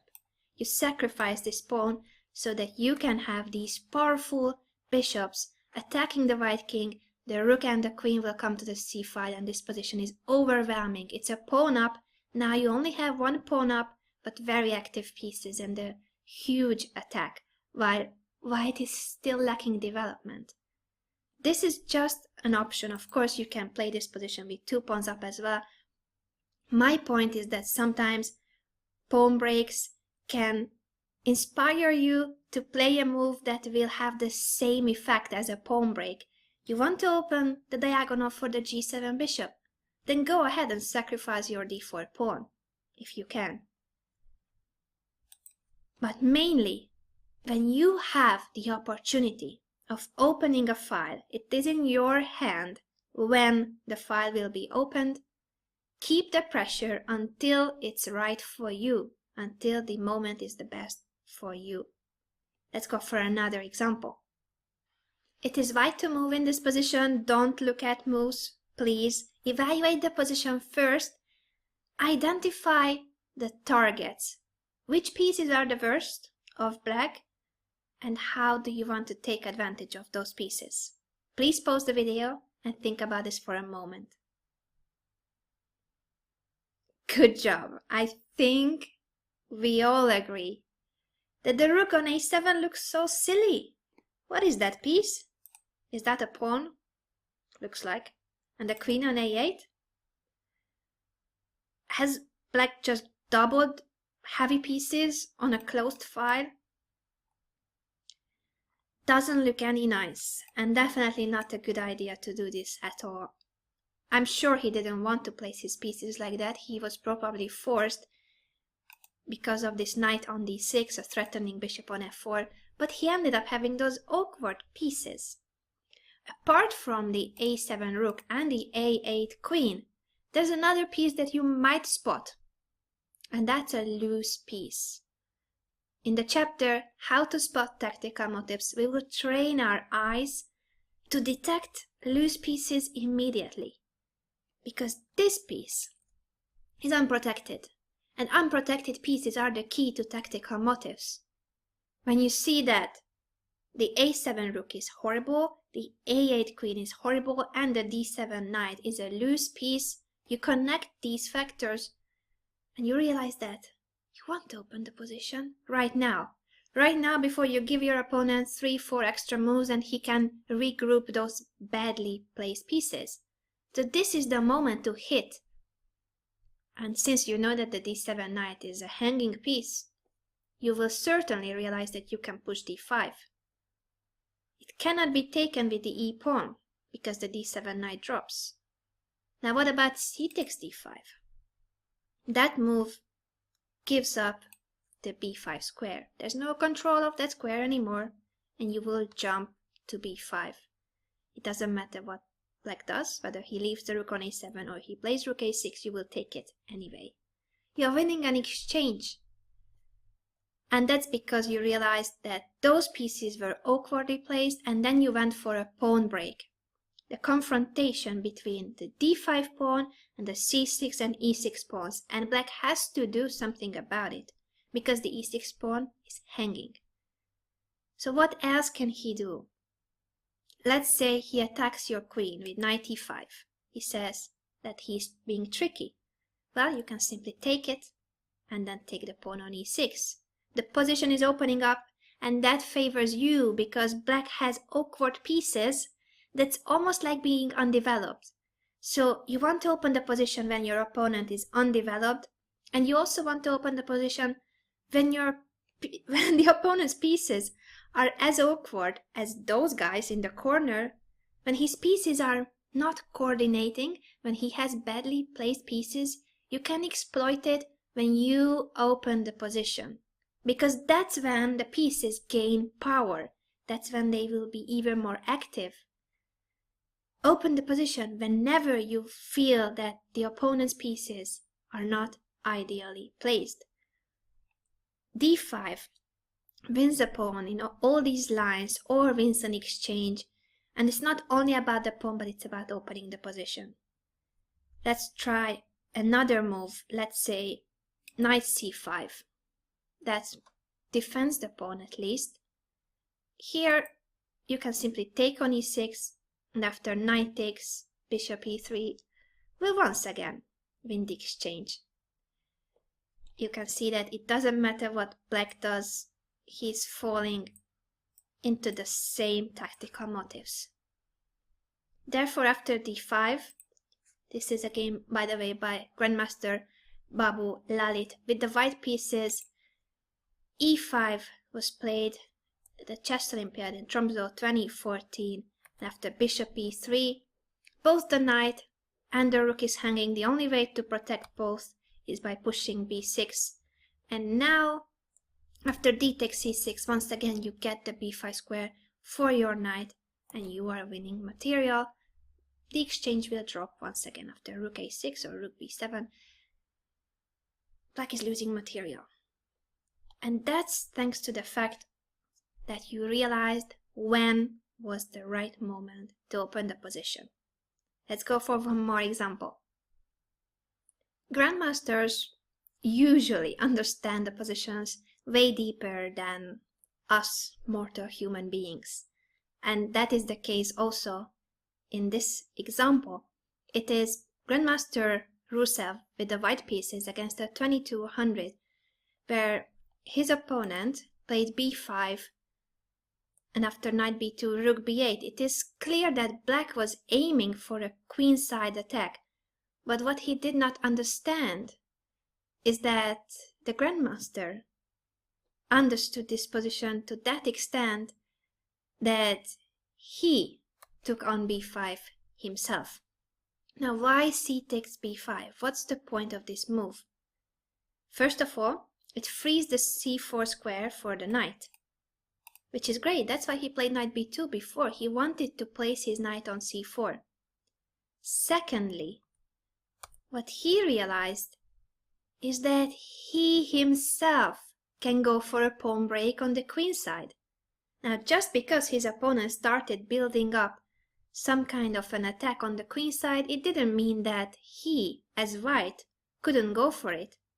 And if you look at the position, observe the pieces, you realize that black has 3 minor pieces on the king side. Those minor pieces will not participate on a queen side play. If there's a clash between the white and the black army on the queen side, those 3 minor pieces will be left out. They cannot come to the queen side that quickly, while white is about to bring his knight, and he can bring his rook as well, the h1 rook, much faster than those minor pieces that black has on the king side. And this is a huge reason for white's advantage in this position. After rook b8, he could have played b4 immediately, and after c takes b4, bishop takes b4, see how the d6 pawn is suddenly a target. This is what we listed as one of the reasons, one of the purposes for pawn breaks. The d6 pawn in this position is actually a weakness, but it was well hidden thanks to the c5 pawn. After b4, c takes, bishop takes, this pawn, this weakness is exposed. Black can of course still protect it with moves like knight e8, but the point here is that the pawn break b4 lets you start targeting the d6 weak pawn, and at the same time it opens the b file where you will be able to double rooks as well. White can bring all his pieces to the queen side. So yes, this position is not winning yet, but you are approaching a situation where you will have a majority of pieces on the queen side. You will be attacking with all your pieces on the queen side, and the opponent cannot bring all his pieces to the queen side. And that's because you realized that after b5, rook b8, c takes b5 was the right moment to take and then push b4, so you are playing on the queen side where black wanted to be attacking. What happened in the game was probably even more forcing. After knight c4, rook eb8, the grandmaster, the Bulgarian grandmaster, went for knight a5, heading towards the c6 square with his knight. Remember, he is improving his pieces, he is increasing the value of that knight. And after queen c7, knight c6, rook 8 to b7, b4. Now he goes for the pawn break with this improved position of his knight. C takes b4, bishop takes, and there you go. Once again, the d6 weak pawn has been exposed thanks to the pawn break. And here, the opponent did not realize that there were tactics in the air. After bishop f8, ta-dam! Bishop takes d6. Both the b5 rook and the queen on c7 are hanging. You will need to give up material. If queen b6, then rook takes b5, queen takes, rook takes. You are a pawn up as white, and you can also pick up the e5 pawn for giving up your a3 pawn. But in any case, whether you take on f8 or on e5, you will have a pawn up and a beautiful protected passed pawn on top of that, on d5. In the game, actually black sacrificed his queen, but that didn't last for long. After rook takes b1, bishop takes c7, this position is completely lost. This tactical motive is not the point of this game. That's not why I show it. It is that you see that even on the flank that your opponent wants to be attacking, black chose the queen side as his playground. He plays b5, he wants to double rooks on the b5, but that doesn't matter. You cannot play on the queen side yourself, especially when you realize that all the minor pieces of black are on the king side. They cannot come to the queen side. They are too far. It takes too many moves, too many maneuvers. Impossible. Therefore, knight b2, then c takes b5, improving the knight situation first, and then knight a5, knight c6, improving the knight further, then pushing b4 was the best continuation. And white is much better in this position, even if black did not blunder bishop takes d6. His rook is awkward on b5. The other rook on b7 is also weird. The d6 pawn is very weak, and it is white who has a lot of space and mobility, freedom to move on the queen side. He can bring all his pieces to the queen side. Let's see one more, and now really the last example of this chapter. You are playing with the white pieces, and yes, your opponent's king is on e7. He did not castle, he couldn't. You prevented it in this game. And you certainly have heard that when the opponent's king is in the middle of the board, you need to open up the position. You need to gain access to that king. This is what we said at the very beginning of this chapter.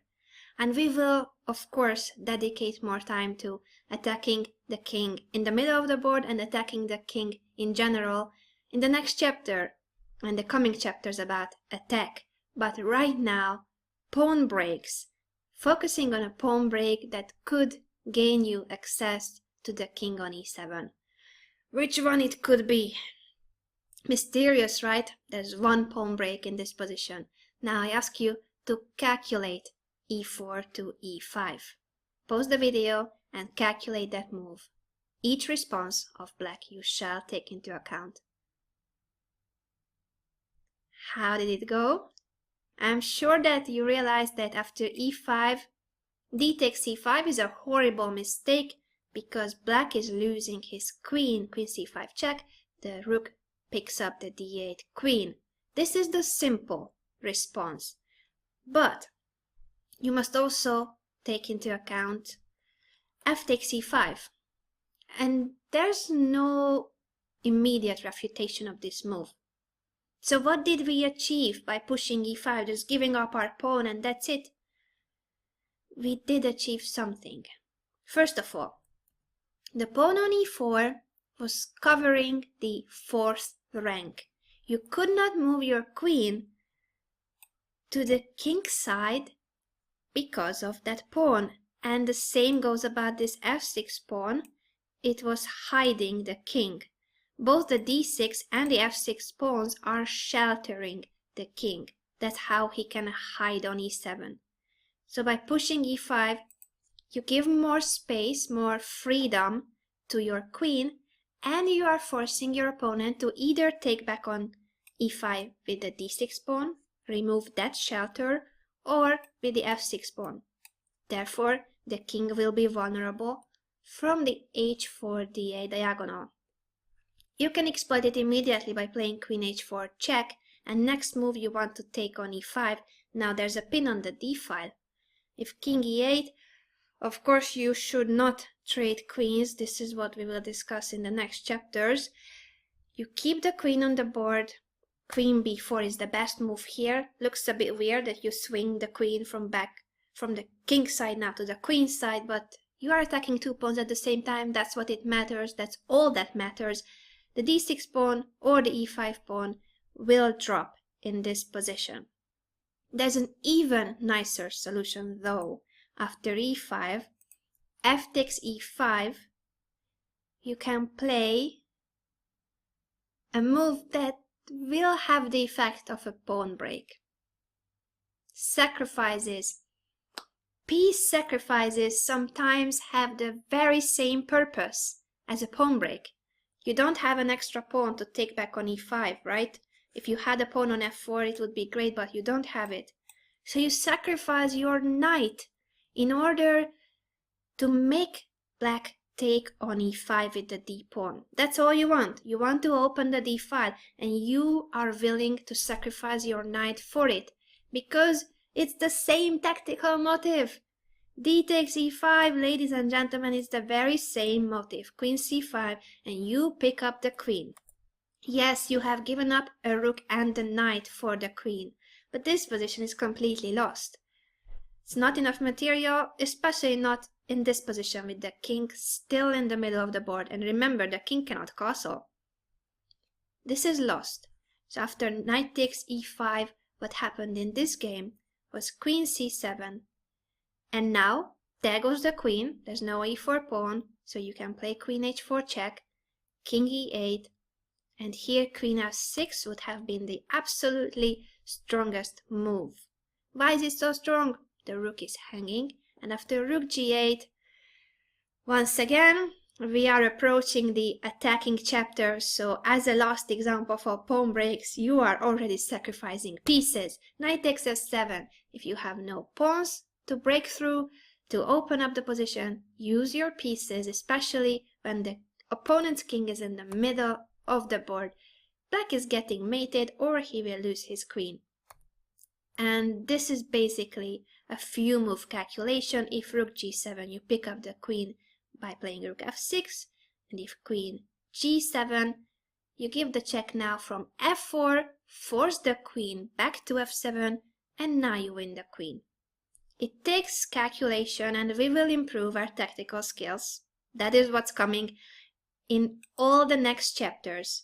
But the point was not all this tactical motive at the very end of the game, but that when the opponent's king is in the middle of the board, you must open the position. If not, you cannot exploit the fact that there's this king on e7. It's hidden behind the pawns. Expose it. Open the position, and if you don't have more pawns to break through, you break through with one pawn. Sometimes you even can use your pieces for the same purpose as a pawn break. Remember what is the purpose of pawn breaks, and then you will understand when in your game, in your position, if you need to go for a pawn break. You need to open the position when your opponent is undeveloped, when he has awkwardly placed pieces, and his king is in the middle of the board. You simply want to gain access to his king or other weaknesses in his camp. You must open the position also to activate your pieces. Bishops love open diagonals, rooks love open files, and also when you open the position, it means that you are taking the initiative. And if you find yourself on the defensive side, you might use pawn breaks in order to create counter chances. A well-executed pawn break can win the game. And that I mean, because timing is key. If you find the right moment to open up the position, especially if you catch your opponent with undeveloped, awkward pieces, weak king, his position will collapse. Something that can be hidden in a closed position will be exposed in an open position. Watch out for the right moment to open the position and launch an attack against your opponent's king. That is what we will see in the coming chapters.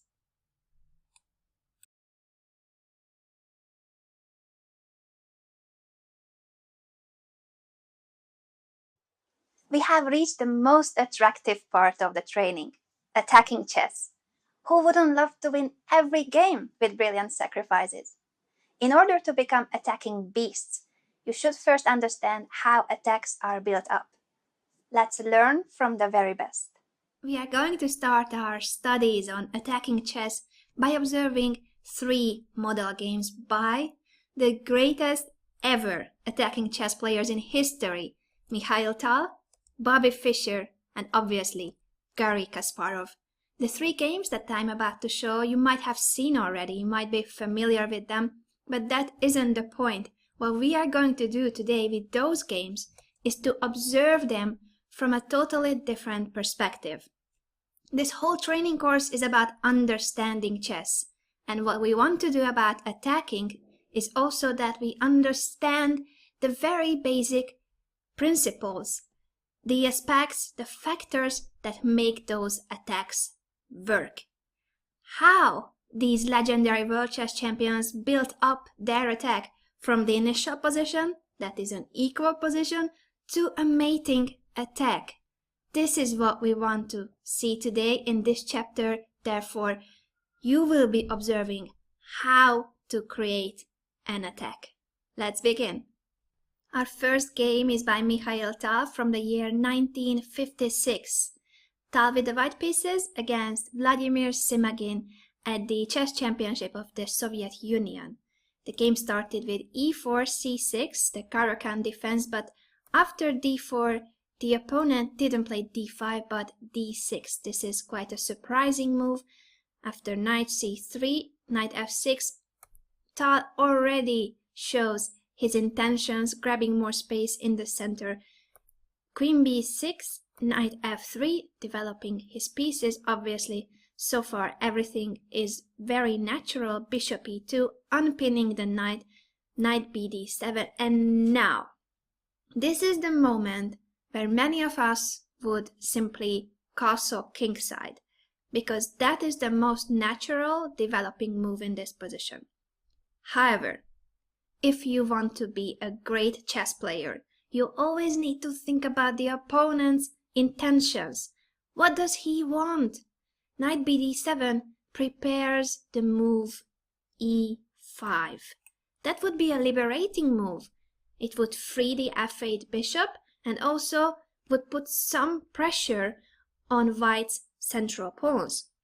d4, e4, f4, this pawn structure looks beautiful, but if black can challenge it, white will have to be protecting those pawns.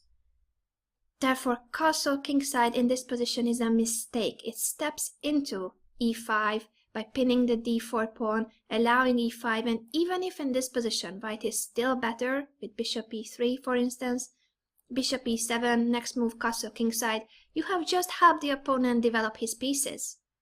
Don't do that. Think about what the opponent wants. Don't play the most natural, superficial moves, but think about the position in a deeper level. e5 is a threat. How to prevent it? By pushing e5 yourself. Attacking the knight, you are winning a tempo, so this is a great move. And now after knight e5, you can castle, or you can take on d5, or you can move your knight. But there's no e5 anymore possible for black. And here in this position, since I mentioned that you can basically decide whether you want to take on d5 or move the knight away, guess what Tal did? None of these. Time is so precious when you want to grab the initiative and never let it go. He is developing his pieces at the fastest possible speed. There's no time for moving away the knight from c3. He doesn't care about knight takes c3, doubling his pawns on the c file. That is a minor issue if you take into account the huge advantage he's building up in development. This position is about developing fast and then hitting the opponent before he can finish his own development. It's not about weak pawns. Knight takes c3, b takes c3, and yes, he's got doubled pawns, and that could be a weakness in the future, the c3 pawn. But not here, not with the king on e8, and not with all these undeveloped pieces. Therefore, this position is basically already quite a big advantage for white, but white has to be precise in order to exploit this dynamic, volatile factor. If you allow your opponent finish his development, you give him time, then you will not have attack. Doubling pawns, by the way, has its pros and cons. The pawn itself can become weak, the c3 pawn in this case, but it opens up a file, the b file. So you have the semi-open b file now for the rook. You can play rook b1 in the future when it won't be hanging. e6 was what black played. And yes, once again, what does he want? I basically summed it up already, but let's just repeat it. e6, he wants to develop his bishop, and then he wants to castle. He wants to finish his development. Do you want to let this happen? No. Therefore, the only way to avoid black's plan of finishing development is that you act now. Right now, there's no time for slow moves. You are not in the position where you want to be maneuvering, slowly improving your pieces. No, you must act, and by acting I mean you must attack right now. Now, where is the weakest spot in black's camp? And since we are looking at this king in the middle of the board, where is the weakest spot next to the king? Here. How can you attack that spot? By playing knight g5. Immediately attacking this spot, and maybe later you can play f5 and try to open the f5. You know that when the opponent's king is in the middle of the board, you want to be opening up the position. You need to gain access to that king so that you can attack it before it castles. Bishop takes, queen takes, great. We have traded that g4 bishop, but thanks to this move, now the queen is also in an attacking position on the same file as the king. It's not an open file yet, but this is a pawn trade that is in the air, and black can't really prevent e takes d6. He doesn't have time for moves like d5. That would be way too much. Your king is in trouble and you are pushing pawns. No. He can't even play moves like bishop e7, which is the natural developing move. You are about to castle. But after bishop e7, f5. You need to open the f5 so that the f7 pawn would be hanging. What can black do here? Well, you might think that this is a good moment for black to castle. Guess what? It's not about f takes e6 trying to win a pawn, but it's still about the king. Just because your opponent has managed to castle, it doesn't mean that he is safe. f6. Look at this move. What is the point of this move? It just shows that even a castled king can be extremely weak. Where are the defending pieces around black's king? Where are they? There's none. Not where they would need to be. There's no piece defending the h7 square, neither the g7 square. The e7 bishop, the d7 knight, and the f8 rook cannot be participating in defending the weakest spots in black's structure on the king side. Therefore, this position is lost. Doesn't matter what he does. And guess what? After g takes f6, here comes the sacrifice. Knight takes h7. This is a typical piece sacrifice in order to eliminate the last defender. That h7 pawn was still hiding the black king a little bit. There's no pawn anymore. There's no hiding. There's no shelter. And now, when you have both the g and h files exposed, the mate is easy. You can either play rook f3, threatening rook g3, or the pro way is that you give a check first, you make the opponent go to the h file and then rook f3. Both lead to mate in the same number of moves, but this is the pro way because you make sure that you can absolutely not miss any move. The king from h7 has nowhere to go. There's no I file next to the h file. He cannot hide. This position, therefore, is a resign. Bishop e7, f5, castle queenside was also not possible because simply you take on f7. Let's just put it on the board, but this is obvious. So what can he do after f5? Maybe it's a good idea to eliminate this knight. And in general, it is really a good idea. When you are defending, and we will learn about how to defend effectively, you will want to be exchanging pieces, eliminating the attackers. Bishop takes g5, therefore, is a great idea. And it would be great if white would take back. But no. I'm sure that Ta would have played f takes e6 in this position. Temporarily, this is a piece down, but since both the d7 knight and the g5 bishop are hanging, white will get back the piece. Unless you want to be greedy as black and you take on c1. Now this is how you will get mated in the middle of the board. E takes d7 check. Takes, and now rook takes f7 check. King e8. This is a position with a piece down.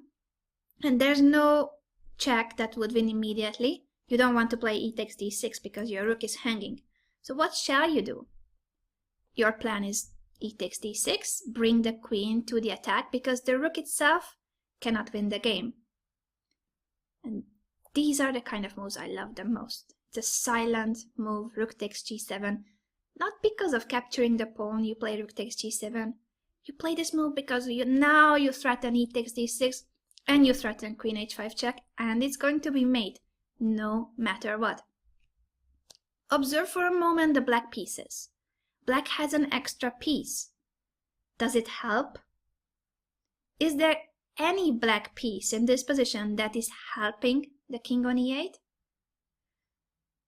Can black play a move that would allow him protect the king at least a little bit? Maybe bringing back the queen? Doesn't help. It's mate no matter what. You can try to bring back the queen, but you are getting mated.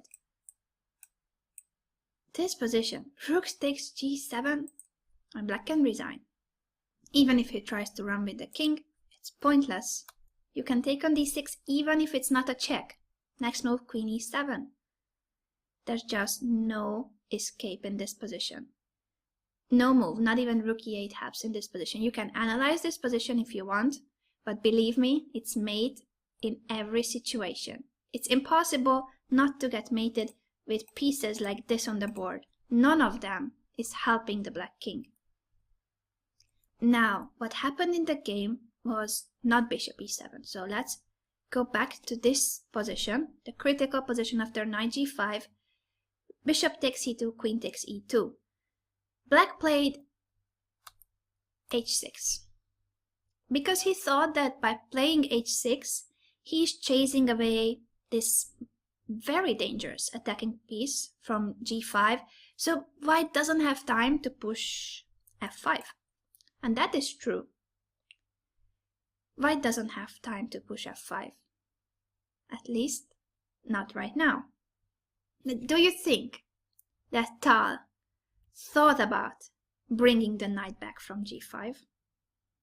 Do you think it even occurred to him that he has to save this knight? I don't think so. Knight takes f7. Of course, that is the spot that he was targeting, and now he just sacrifices his piece on that weak spot. What does it do, this piece sacrifice? It draws the king out of its shelter. Now it's not hidden anymore. f5, and you are exposing the black king.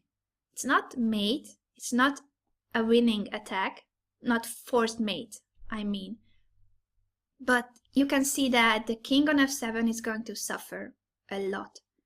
So you are opening up both the f file and the e file thanks to a piece sacrifice. What shall black do? Can he hide? There's really nowhere to hide. He can try to play king g8, but you will open up the position anyway. And I guess nobody wants to play knight b8 in a situation where his king is about to be mated. This would be a joke. What black did was a better try. He played d takes e5. And the point is that after f takes e6, now he can take back there with the king. And yeah, his king is dancing in the middle of the board, but for the moment, it's hidden by the e5 pawn. What do you think that Tal did in this position? He's got a rook on the f file, attacking. He's got the queen. And this pawn is also attacking. Do you think that in this moment he was calculating how can he win the game just with those 2 or 3 pieces, or he immediately wanted to bring more pieces to the attack? Of course, the second option. You still have these pieces without a job. What is the a1 rook doing and what is the c1 bishop doing? You need your whole army, and once all those pieces are playing, for sure black will get mated. It's not a question. His king is on e6. That's a joke. He cannot hide his king there, but you need more pieces. And you have those extra pieces. You just need to find a way to bring them. And a very smart way to bring the rook was to play rook b1 immediately. And this is a tactical motive that you can spot if you know what you want. You want to bring both the bishop and the rook. And you want to bring them with a tempo. Because when you have the initiative, you want to keep the initiative. You don't want to allow black to develop his pieces, right? He's got an extra piece. If you give him 3 moves, he might be safe. Don't do that. Keep the initiative. Keep attacking. Rook b1 is therefore the solution. And yes, that rook is hanging. But if you go a little bit deeper, you understand that after queen takes b1, queen c4 check, the king will have to go to a dark square, and then you have bishop a3 check, winning the queen on b1, rook takes b1. This is what happened in the game, but before we see how Tal wins that position, because black will still have some material for the queen, let's just see what would have happened in case of queen a6. Logical move, black wants to trade queens. Good, that's good. Without the queens, yes, he would be a piece up. Of course, you will never trade queens in a situation like this. King d6, and now let's open the position even further. D takes e5 check. If in this position black takes the pawn, you simply play bishop f4. And this is the great thing about these attacks. It doesn't have to go with a check, as long as it's a very powerful move. A pin, bishop f4, the knight cannot go anywhere. And this way, you have developed the bishop, and you didn't have to move the hanging queen on g4, threatening rook d1, and the e5 knight would drop. If, for instance, black defended by playing queen a5, you can take it, and then give a check with the f rook. With the f rook, because you will want to take on b7. King e7, rook takes b7, and it's mate. And the next move. Look at those pieces on the back rank. How helpful! How helpful it is for black that he's got so many pieces. Let's see one more variation, not because we need to analyze all, but simply because they are instructive. After bishop f4, for instance, rook e8, trying to protect the knight from a different square. Check once again with the f rook because you want the other rook on the b file. King c7, and now beautiful. Queen d7 check. Wins the rook and its mate afterwards. A pin piece doesn't protect anything, right? Doesn't attack, doesn't protect. Once again, what happened was queen a6, queen g4 check. And then just open the position even further and bring the last piece, the very last piece, and you're done. You've got 4 attacking pieces, and black has only have this e5 knight protecting the king. That's not enough. After king d6, d takes e5 check, if he tries to hide, because that would be a smarter option, by the way, king c7, you still play bishop f4, and once again you have developed the last piece that was missing from your attack. You are threatening e6 check, and you are winning.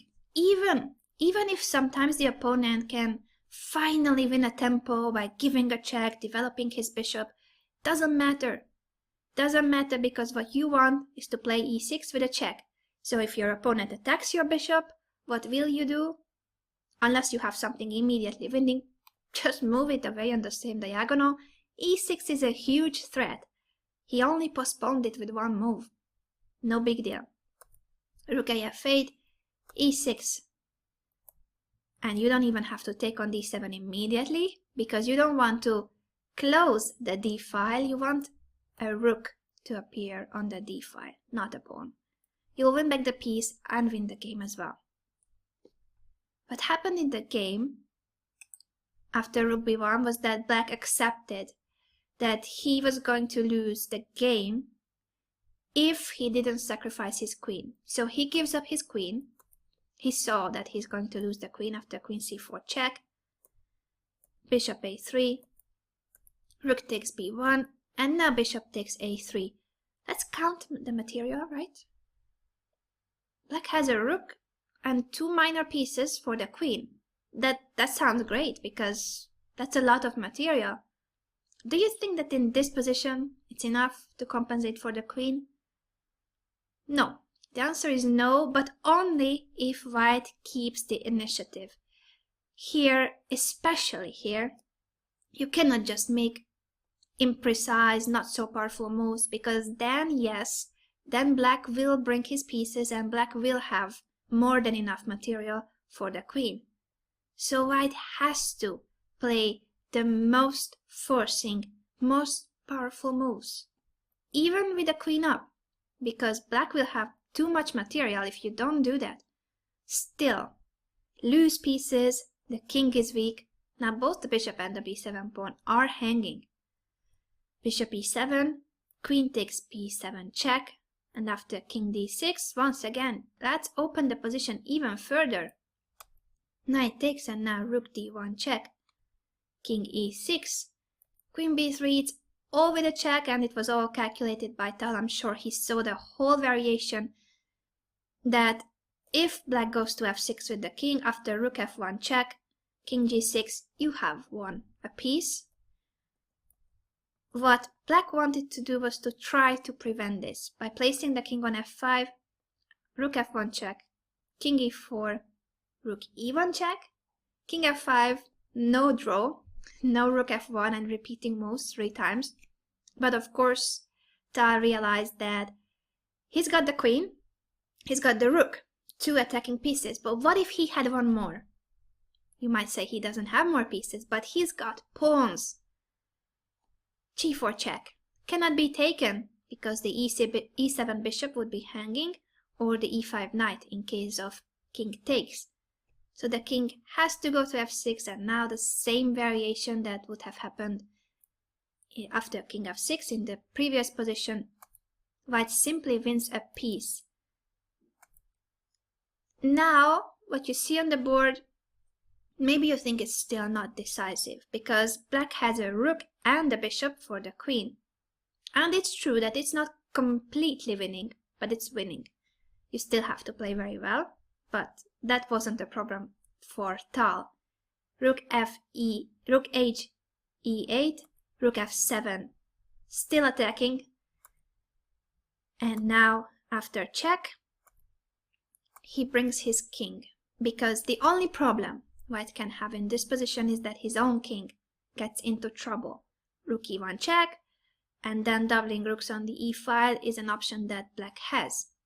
So he prevents rook e1 check by playing king f2, allows bishop c5 check. This is a nice check. Cannot be taken because the f7 rook would be hanging. So here we will see that black starts to play forcing moves as well, and it's not going to be that simple. At least not for mortal human beings like us. King h4 hides the king on h4.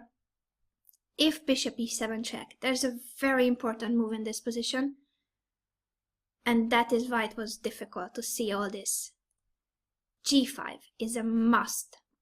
He couldn't play king h5 because rook d8 comes, and now it is white that has to find a miracle safe, because rook d5 is a huge threat. Here white would need to bail out with rook takes g7 and give perpetual check. You don't want to do this.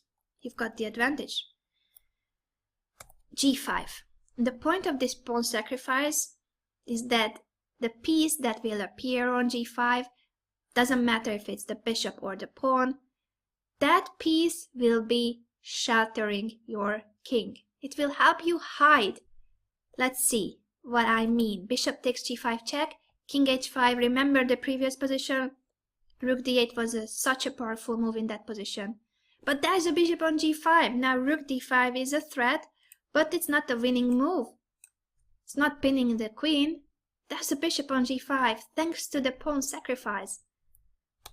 So you have time to play queen g6, rook d5 is not a check. And after bishop f6, which would be the only way to prevent queen g7 mate, you just take the piece and now you protect your king. This is a queen for only a rook, thanks to this g5 move. So this could have become a tragic comedy if white didn't play g5. Actually, bishop e7 was not played in the game, but I'm sure that Tal saw that after bishop e7 check, he had g5 in the position.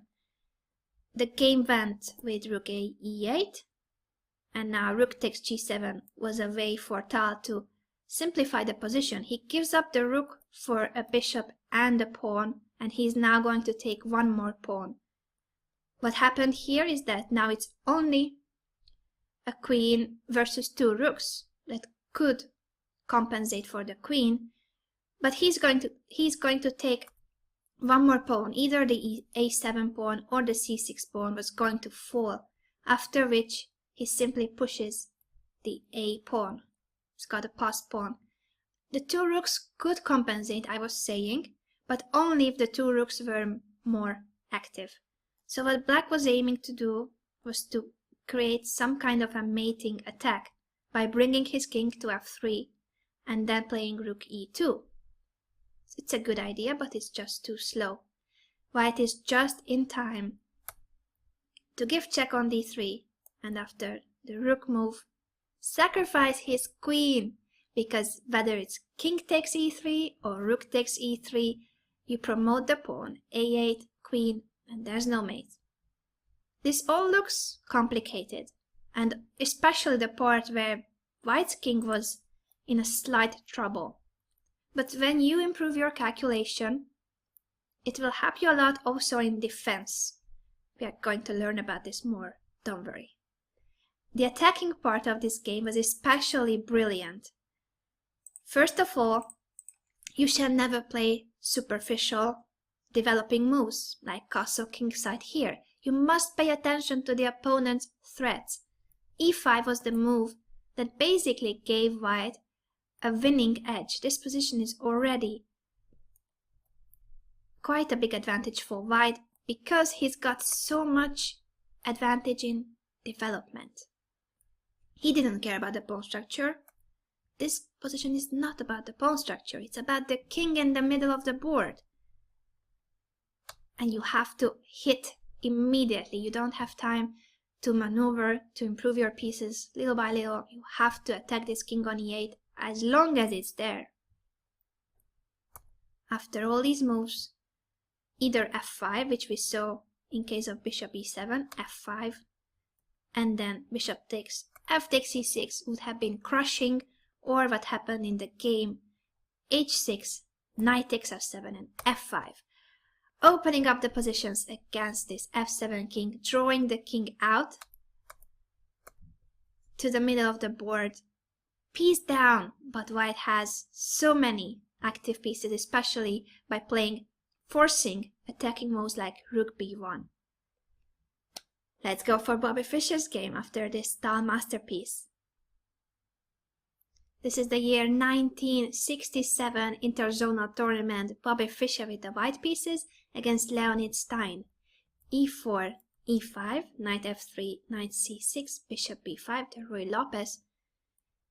And it's going to be one of the main variations after b5, bishop b3, d6, c3, castle, h3, and bishop b7, the Zaitsev variation of the Ruy Lopez.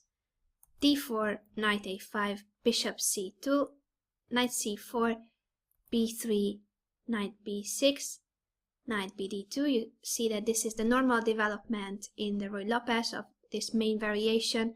Everything is natural so far, nothing extraordinary. But here it starts to be a very specific position. b4 Fischer played, and this is an interesting prophylactic move. which will lead to a series of pawn trades and the opening of the position. After e takes, c takes, a5, b takes a5. This is a temporary pawn up, unless black wants to take it with the rook, but he had other plans. He plays c5, and he will take on a5 with the queen. Of course, Fischer didn't want to base his play on the queen side, so he didn't take on a5 in order to try to do something about this pawn or to push a4 next move. He doesn't care about the queen side. He cares about the center and opening the diagonals for his bishops. Right now the c2 bishop, as you can see, it's colored. e5.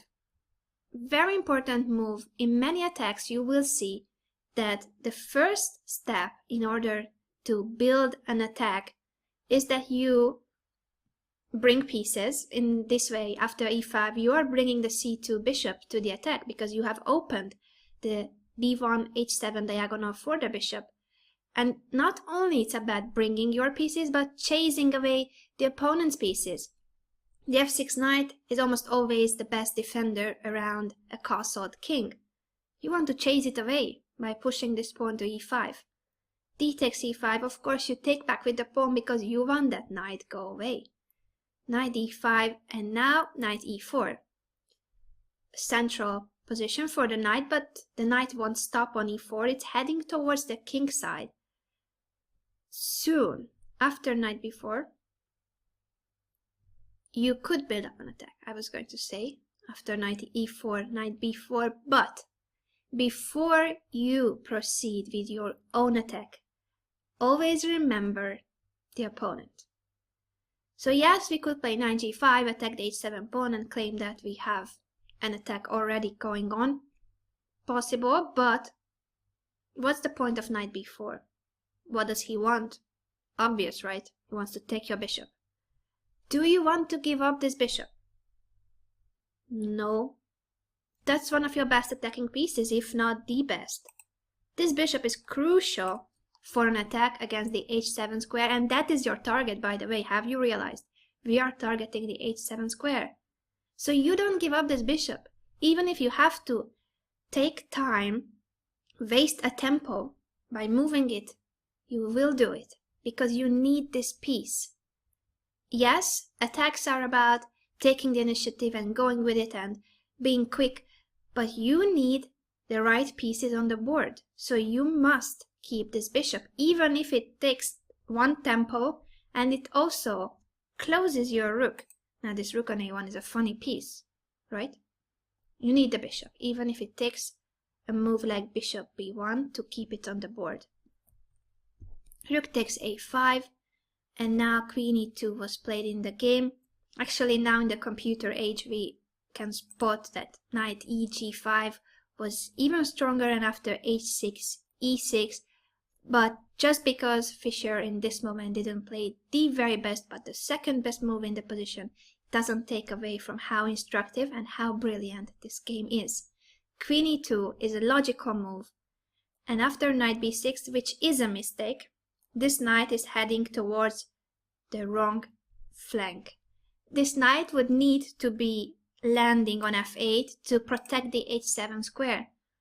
It was already not an easy position for black, so I'm not claiming that it was so easy to defend, but certainly it doesn't help when you go in the wrong direction. You are driving your knight away from your king. Knight b6. And now really it is the moment to do something. It's true that you have a rook on a1 that's not developed, and it's not likely that you can develop that rook in the future. Not in the near future for sure. So let's forget about that rook for now, because you have other attacking pieces. Many. You've got so many. 4 pieces here, plus you add the bishops, and not only the b1 bishop you must add, but the c1 bishop. So you have 6 potentially very strong attacking pieces. And why do I add the c1 bishop, an undeveloped piece? You add it because this bishop, even though it's still on the initial square, it's controlling this whole diagonal. If black plays h6 at a point, You can sacrifice your bishop, for instance, on h6. Just because the bishop hasn't been moved, it doesn't mean it's not active in this position. I'm not telling you to keep your pieces on the back rank. This is not an example for that. But yes, there are positions where even a piece from the back rank, especially if it's a bishop or a rook, can be very active. Knight f, g5. Let's hit that h7 spot. And what is white's threat? Let's see. What if black plays just something natural, knight c4, going forward with his plan on the queen side? That would be a losing move. Why? Because of a cute tactical motif. The h7 square is the target, right? We are attacking it with the g5 knight, and indirectly with the b1 bishop. Indirectly because there's a knight in the way. Let's get rid of the knight. Knight f6 check. Opens up the diagonal with a tempo. It's a check. Black has to react. So if g takes f6, you simply play queen h5. I bet you expect it. Bishop takes h7 check. I would have thought of that first, but you don't always need to give checks. A check is a forcing move, but sometimes there's an even more forcing move, threatening mating one, queen h5. There's no defense because both the b1 bishop, which is an awkward looking bishop, right? But now it's giving mate. b1 bishop and this half-dead g5 knight. Thanks to those pieces, white is giving mate in this position. What if the knight was taken by the bishop? Bishop takes f6. So now with queen h5, at least black still has his pawn structure healthy. It's not going to be mate immediately if you play queen h5. But it's going to be mate if you start with bishop takes h7 check, king h8, and now you take the bishop. Why do you take the bishop? Well, first of all, it was attacking one of your best pieces. Secondly, after e takes f6, you are threatening to capture on g7, threaten the king from the long diagonal. That's a possibility in the future. So it's great to take it, and it gives you momentum once again, because black has to react to this capture. And after queen h5, it's once again game over. Why is it game over? You are threatening mate in 2. You give a check, bishop g6, and next move queen h7. How can it be prevented? The only way is queen h6 when you win a queen, thanks to the undeveloped but active c1 bishop. Knight takes f7, wins the game.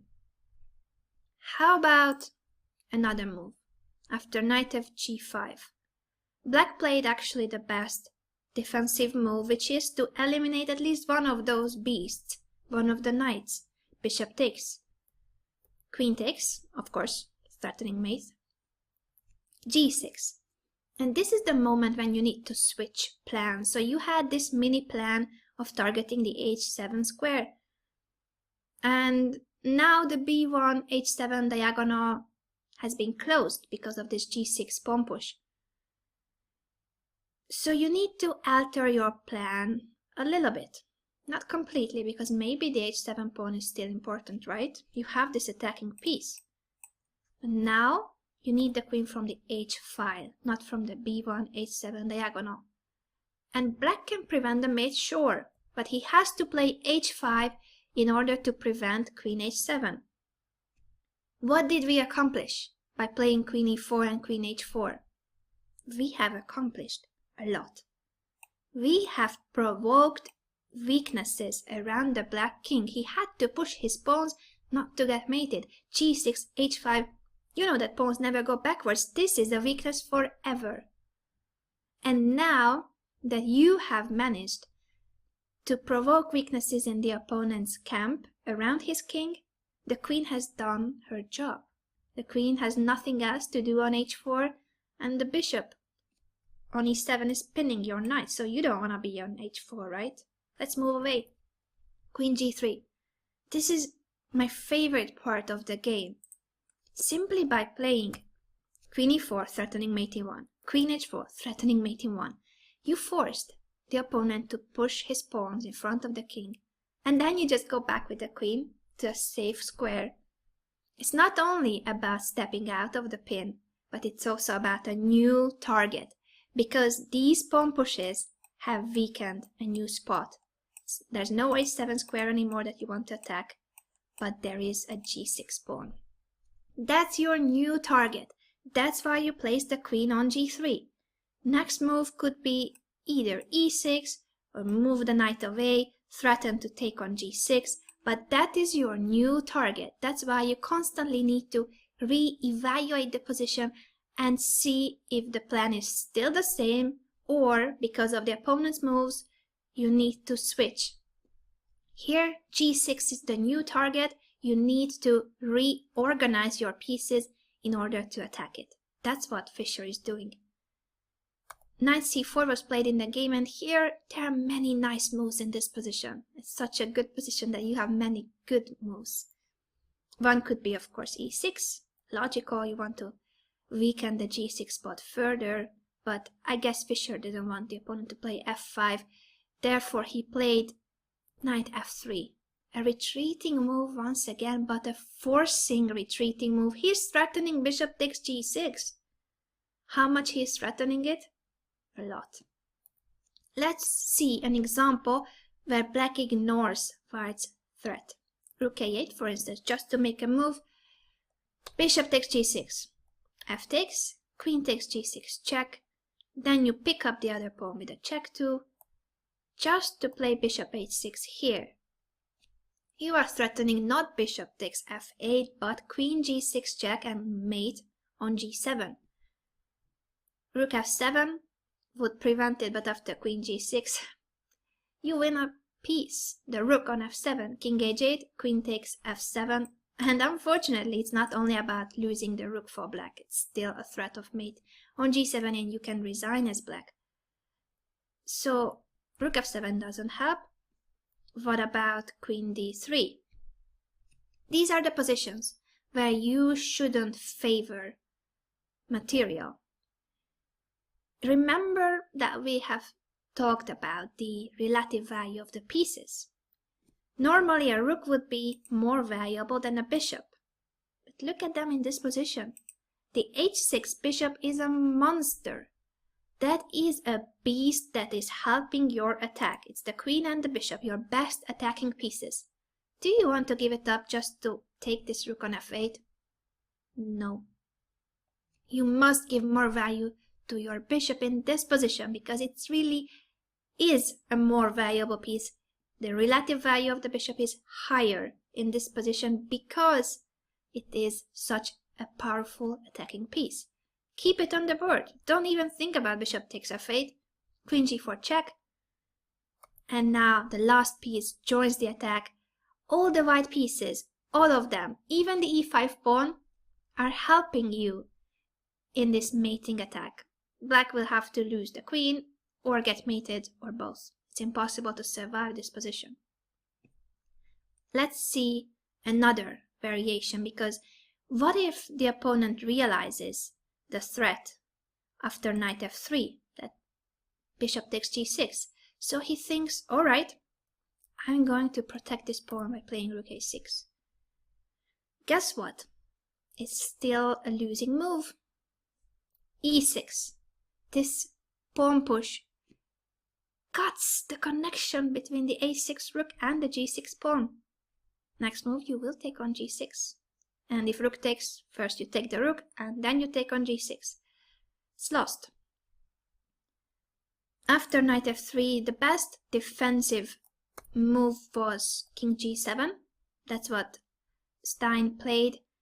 And now, since the g6 pawn has been well protected, you cannot take it. You need a new access point. You need to attack this king from another square, and that is now the h6 square. Obvious threat, black prevented it. And now, once again, You couldn't hit the g6 pawn, you couldn't enter on h6, you need a new route, but you need to get access to the g7 king if you want to give mate. How to weaken further the king on g7? I'm sure you know it. e6 opens the long diagonal, but even more importantly in this case, weakens the g6 pawn.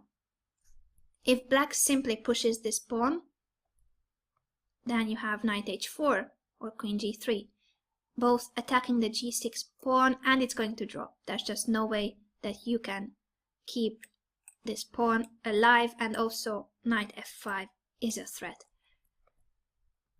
If the pawn is taken on e6, it's even worse because the rook appears, and once again there will be way too much pressure against the g6 pawn and the king.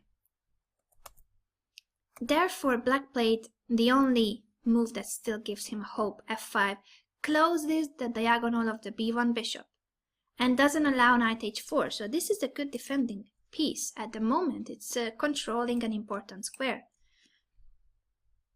But do you think that this move can stop the whole attack? Not really. These are the moments, these blocked positions, pawn structures that seem to be unbreakable. This is really the moment when you need to sacrifice. Since you don't have more pawn breaks, we have pushed our pawn to e6, and you don't really want to think about g4 because that also weakens your own king. Plus, you have these bishops here, especially the b1 bishop, that doesn't allow the rook to get away from the corner. It's a good idea to move that bishop. Let's move it with a capture. Bishop takes f5. What is this piece sacrifice about? It's all about opening the position towards the black king. If g takes, you have gained the g file. The king is now vulnerable. Check. And then, this is, I believe, one of the most difficult attacking moves in this game, because it's a trade of pieces. You have just sacrificed a piece, alright? You are a bishop down. And then you offer to trade more pieces. Sometimes it happens. Rarely, but it happens. Why am I emphasizing this move so much? When you are material up, a piece up, a rook up, you naturally want to simplify the position. You will be trading pieces, so in an endgame, you are the only one that has an extra rook. There are no other pieces. With a piece up, the same case. Black wants to be trading, especially when his king is attacked. He wants to trade queens, he wants the pieces to disappear from the board. Bishop g5 yet is the best attacking move. It is an attacking move, offering a trade of pieces. Why it is an attacking move? Because of the e7 bishop. The e7 bishop in this position is a key defender. This is the only case when you will want to be trading pieces, when you are eliminating a key defender.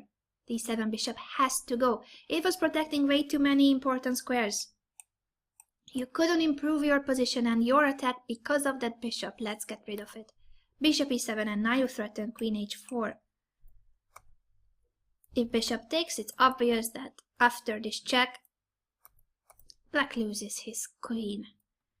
So rook g8 is a better try, pinning the bishop at least, but now here comes the last piece. This passive a1 rook is finally an attacking piece, and doesn't really matter what black does. Either it's that you enter the 7th rank with the rook, and with the queen, and with the pawn. It's not only about trapping the bishop, but that you will promote e takes f8 with a check. You can pick up a knight, so then it's a check. That's beautiful, by the way. And here, if knight d3, instead of moving the queen, so you don't allow rook d7, queen h4 is winning, because yes, black can take on g5, but if bishop takes, you simply give a check first and then take on g5. Or if it's rook takes, then knight takes bishop takes, now queen takes h5, king g7, and another deflecting sacrifice, rook takes d3. It is a complicated variation, but remember who is playing this game. It is Bobby Fischer with the white pieces. It's not an ordinary game, it's a brilliancy. And sometimes it's really difficult to understand how deeply they saw these tactical motives and what a mastery it takes to be able to make these moves on the board. For us, it might be difficult to calculate them even if we can play the moves on the board. And they had to play these sacrifices, bishop takes f5, just by playing through those moves in their heads. Of course, it takes to be a world chess champion to be able to play these brilliant games.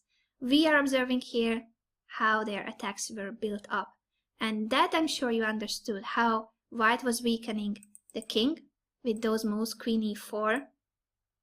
Let's just go back to that move quickly, queen e4, then queen h4, and then always targeting a new spot whenever black defended the previous target. So this part is very instructive, but also after bishop takes f5, I still want you to pay attention. Since this bishop could not be taken, black played queen f8. And that's a good defensive move, by the way, because you want to get rid of the queens when your king is in trouble. The bishop moves. And now it's simply a pawn up. And this is also something I want you to understand. Not every attacking brilliant game will end in mate. It's just not possible. It is already a huge success if you end the game with material up. So all these brilliant moves, the queen maneuver and then bishop takes f5, piece sacrifice, now was only for a pawn. But that pawn is a passed pawn, and your pieces are still active. This position is winning. So don't be disappointed if you cannot give mate in every game. It happens to everybody. It happens to the best attacking players too. That doesn't mean it's a failure. It means that your opponent defended well, and even like this, he had to give up material in order to survive. The game continued with rook e8, rook a d1, bringing the last piece. Now all the white pieces are active. And after rook a6, an important move, rook d7. Of course, we all want to have our rooks on the 7th rank or the 2nd rank, but here rook d7 is a pawn sacrifice. What is Fischer doing? He has a pawn up, a passed pawn, and he is giving it up. Why? The reason is the following. After rook takes e6, he has accomplished something. He has opened the e file by sacrificing his own pawn. Now knight g5, chasing the rook away, and after rook f6, bishop f3. Look at this position. Now it's equal material, but white's pieces are way more active, and thanks to the pin, double pin on the 7th rank and also on the e file, black is going to lose material no matter what.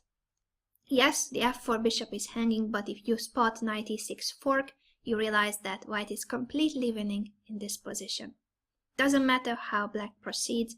Actually, rook takes f4 was the choice of black because there's just no way he can prevent the loss of material. If king f8, then that steps into another fork.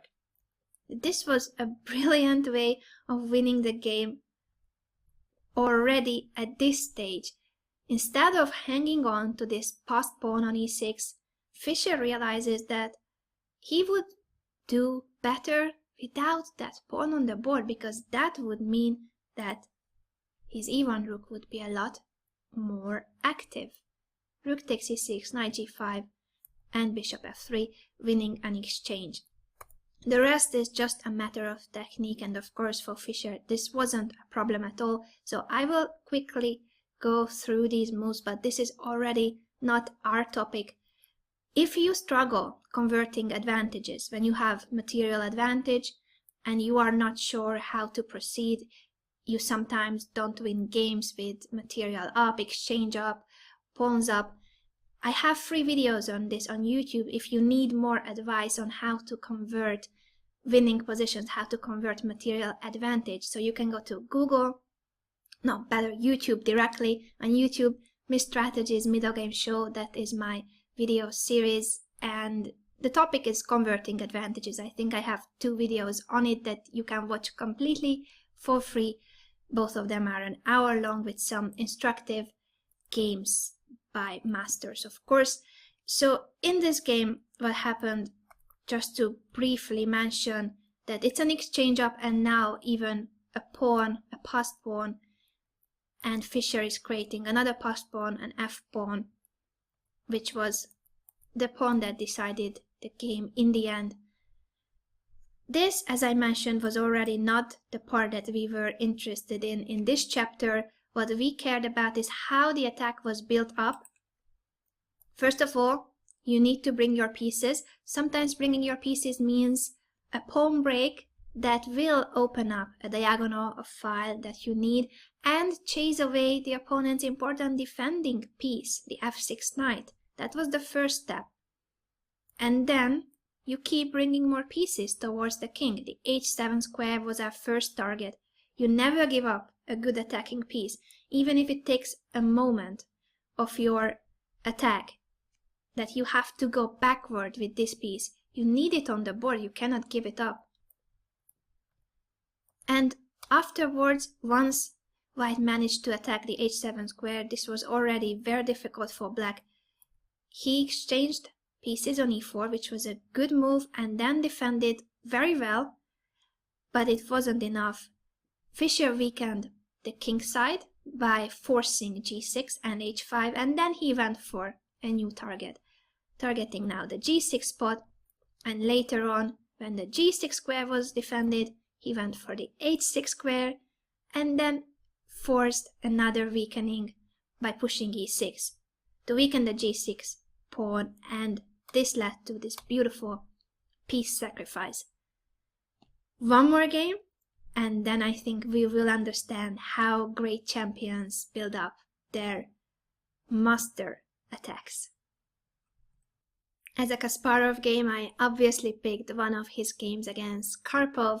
The game we are going to see is from the 1990 World Chess Championship match, the last one that they played against each other, game number 20. Kasparov with the white pieces, and the opening will be the same as we have just seen in Fischer's game. It's curious that the variation is exactly the same, but it's not that curious if you know that Karpov liked very much the Zaitsev variation of the Ruy Lopez, and Zaitsev was one of his former trainers. d4, rook e8, knight bd2, bishop f8, a4. This is a long theoretical line. All these moves are known now to theory. c5, d5, knight d7, and a cute maneuver activating the rook on a1. You see, once again we have this bishop locked on b1, but Kasparov is not afraid of placing the bishop there. First of all, he knows that he will need that bishop for the attack, and secondly, you have the third rank for the rook. So here comes the rook. This rook will end up on the e file in just 2 moves. Compare where the rook was 2 moves ago and how it is now. Huge improvement. Knight f6, knight h2. This move already shows, I believe, Kasparov's intentions and where he was going to build up his attack. The central pawns of white are about to fall. He's about to lose a pawn because the d5 pawn will be hanging, but he doesn't care. He wants to bring his pieces to the king side, and by playing knight h2, he allows the rook to pass to the g file, and also at some point the queen could appear on h5 if the f6 knight goes away. Not to mention that this knight might end up on g4 if you trade pawns, and there will be no f5 pawn. King h8 was played by Karpov, moving out of the g file. b3, preparing the bishop to go to b2, occupy the long diagonal. b takes a4, b takes a4, and c4. Bishop b2, very logical. Now this bishop is already an active, powerful piece. Karpov starts trading on e4 so that he can win the pawn on d5. This is what I was mentioning, that Kasparov was ready to give up this pawn in order to have an attack against the black king. So let's just see all those green pieces. The rook on the g5 targeting the g7 square, as well as the b2 bishop. But they are not the only pieces that are attacking. The e4 knight is very close to the king side. It's just one jump away. The e1 rook is well placed. It's supporting the knight. And the b1 bishop, even though it's a hidden piece, that diagonal can be so dangerous. Look at that piece on b1. If you can imagine building up a queen bishop battery on the b1 h7 diagonal, it could be mate on h7. Now, of course, it's not that easy because there are pieces that take away key squares. The b4 knight is a very important piece here, and that is the piece that prevents white from playing queen c2. It's just not possible to place the queen on c2 nor on d3. So it's not as easy as it seems that, yes, we have so many attacking pieces. But for Kasparov, I think it was easy. Rook e6, knight g4, he brings now one more piece to the attack. And after queen e8, do you know what he played? Almost instantly, knight takes h6. What I find the most amazing about this game is that there's an actual footage of Kasparov explaining this position. If you haven't seen it yet, you must check it out on YouTube. Find Kasparov's analysis of this game and his calculation of this position. It is just incredible, and it really sums up something that is the core component of attacks.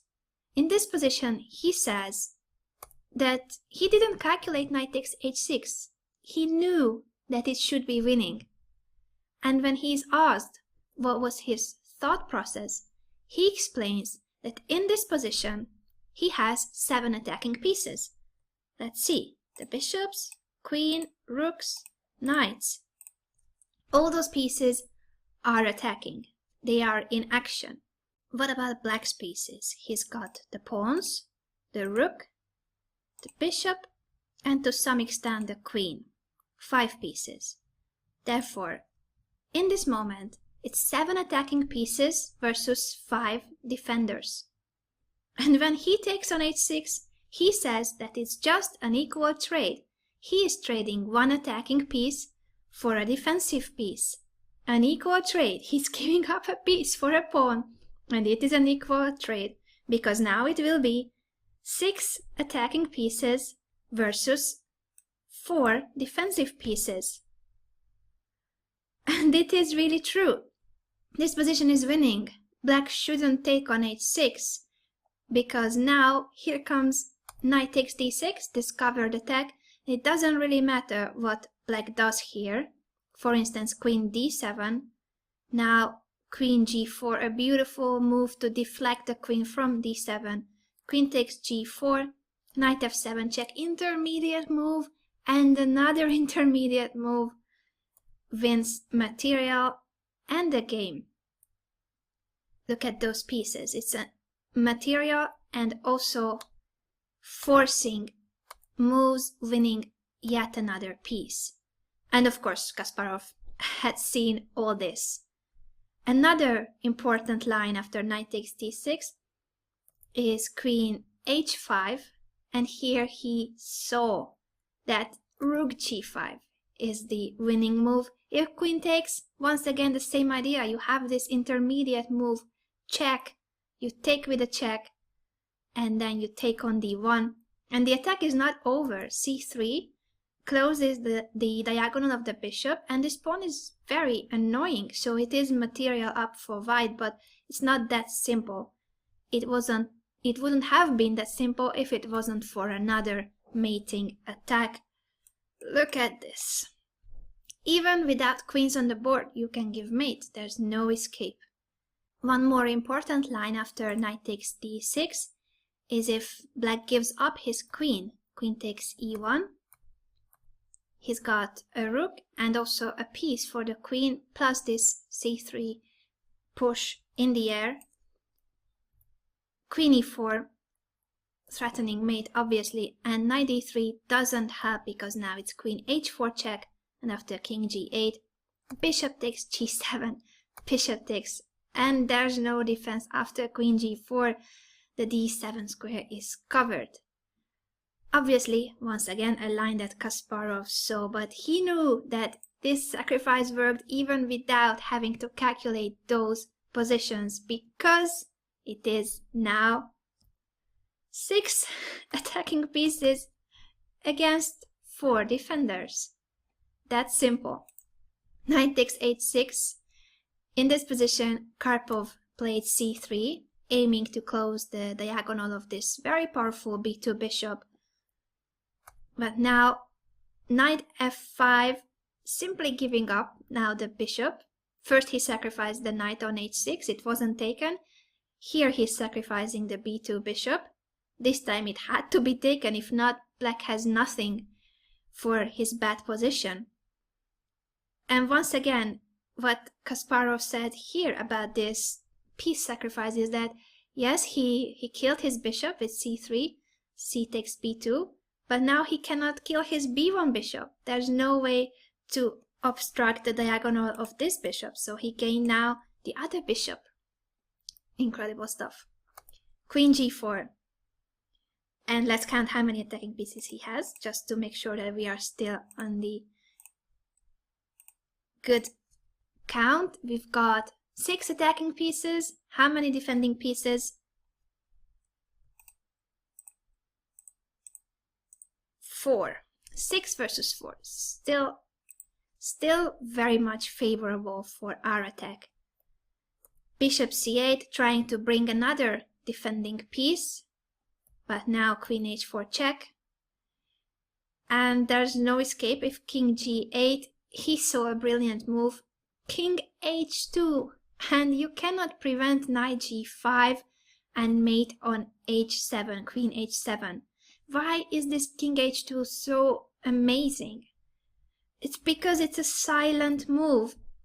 The only aim of this move is that you can move the knight away and the rook will not be hanging with a check. That's all. He wants to play knight g5 and rook takes e1. He gives up that rook, but it shouldn't be a check. That's all. That's simple for Kasparov. Queen h4 check. Karpov played rook h6. Knight takes, g takes, and king h2. Once again, the same idea. The knight can finally go away because the rook will not be hanging with a check. Queen e5 and knight g5. How are we doing, by the way? 1, 2, 3, 4, 5. 5 attacking pieces. Just sacrificing this rook, by the way. And 1, 2, 3 defenders only. Of course, the rook cannot be taken. That would be mate in 1, but let's just show it because it's beautiful. What happened was queen f6, and now rook e8. As we said, we have 5 defenders against 5 attacking pieces against 3 defenders. Here in the footage, Kasparov said that of course it's much better to have 5 attacking pieces versus 3 defenders than 7 attacking pieces versus 5 defenders. So the less defenders, the more powerful your attack. Even if he was just trading 1 piece each time, it is now a winning position. When he had 7 attacking pieces versus 5 defenders, it wasn't that clear. Now it is completely winning. Bishop f5 was played. If black had played bishop b7, then it was a beautiful mate into queen sacrifice and then knight f7. Of course, Karpov saw it and he played bishop f5, but still the same queen sacrifice. Queen sacrifice at the World Chess Championship match. It was also pointed out in the footage by the reporter that it's not something that happens often at the World Chess Championship matches. You see a queen sac, queen takes, knight f7 check, bishop takes f5 check. It's all forced. Here Kasparov said he regretted not taking with the rook, but he just wanted to take all the pieces of Karpov. And that's what happened. In this moment, Karpov resigned. The b2 pawn, the last hope of black, will also fall. What do we need to learn from this game, besides that it is a masterpiece that blows your mind? Such a powerful attack from the Zaitsev variation, knight h2, then bringing more and more pieces to the king side, not caring about the loss of the pawn on d5, but from here on it was 7 attacking pieces versus 5 defenders. And then Kasparov sacrifices pieces so that he can eliminate defenders. It's an equal trade, he says. You give up 1 attacking piece for 1 defender. Just like this. Now it's 6 against 4, and it ended up being 5 against 3. That was when the position was completely winning. 5 attacking pieces versus 3 defenders. This numeric count of more attacking pieces versus less defenders is a core component of attacks, as I mentioned, and we are going to discuss this in more detail, as well as other factors that you must take into account when you are launching an attack in the next chapter.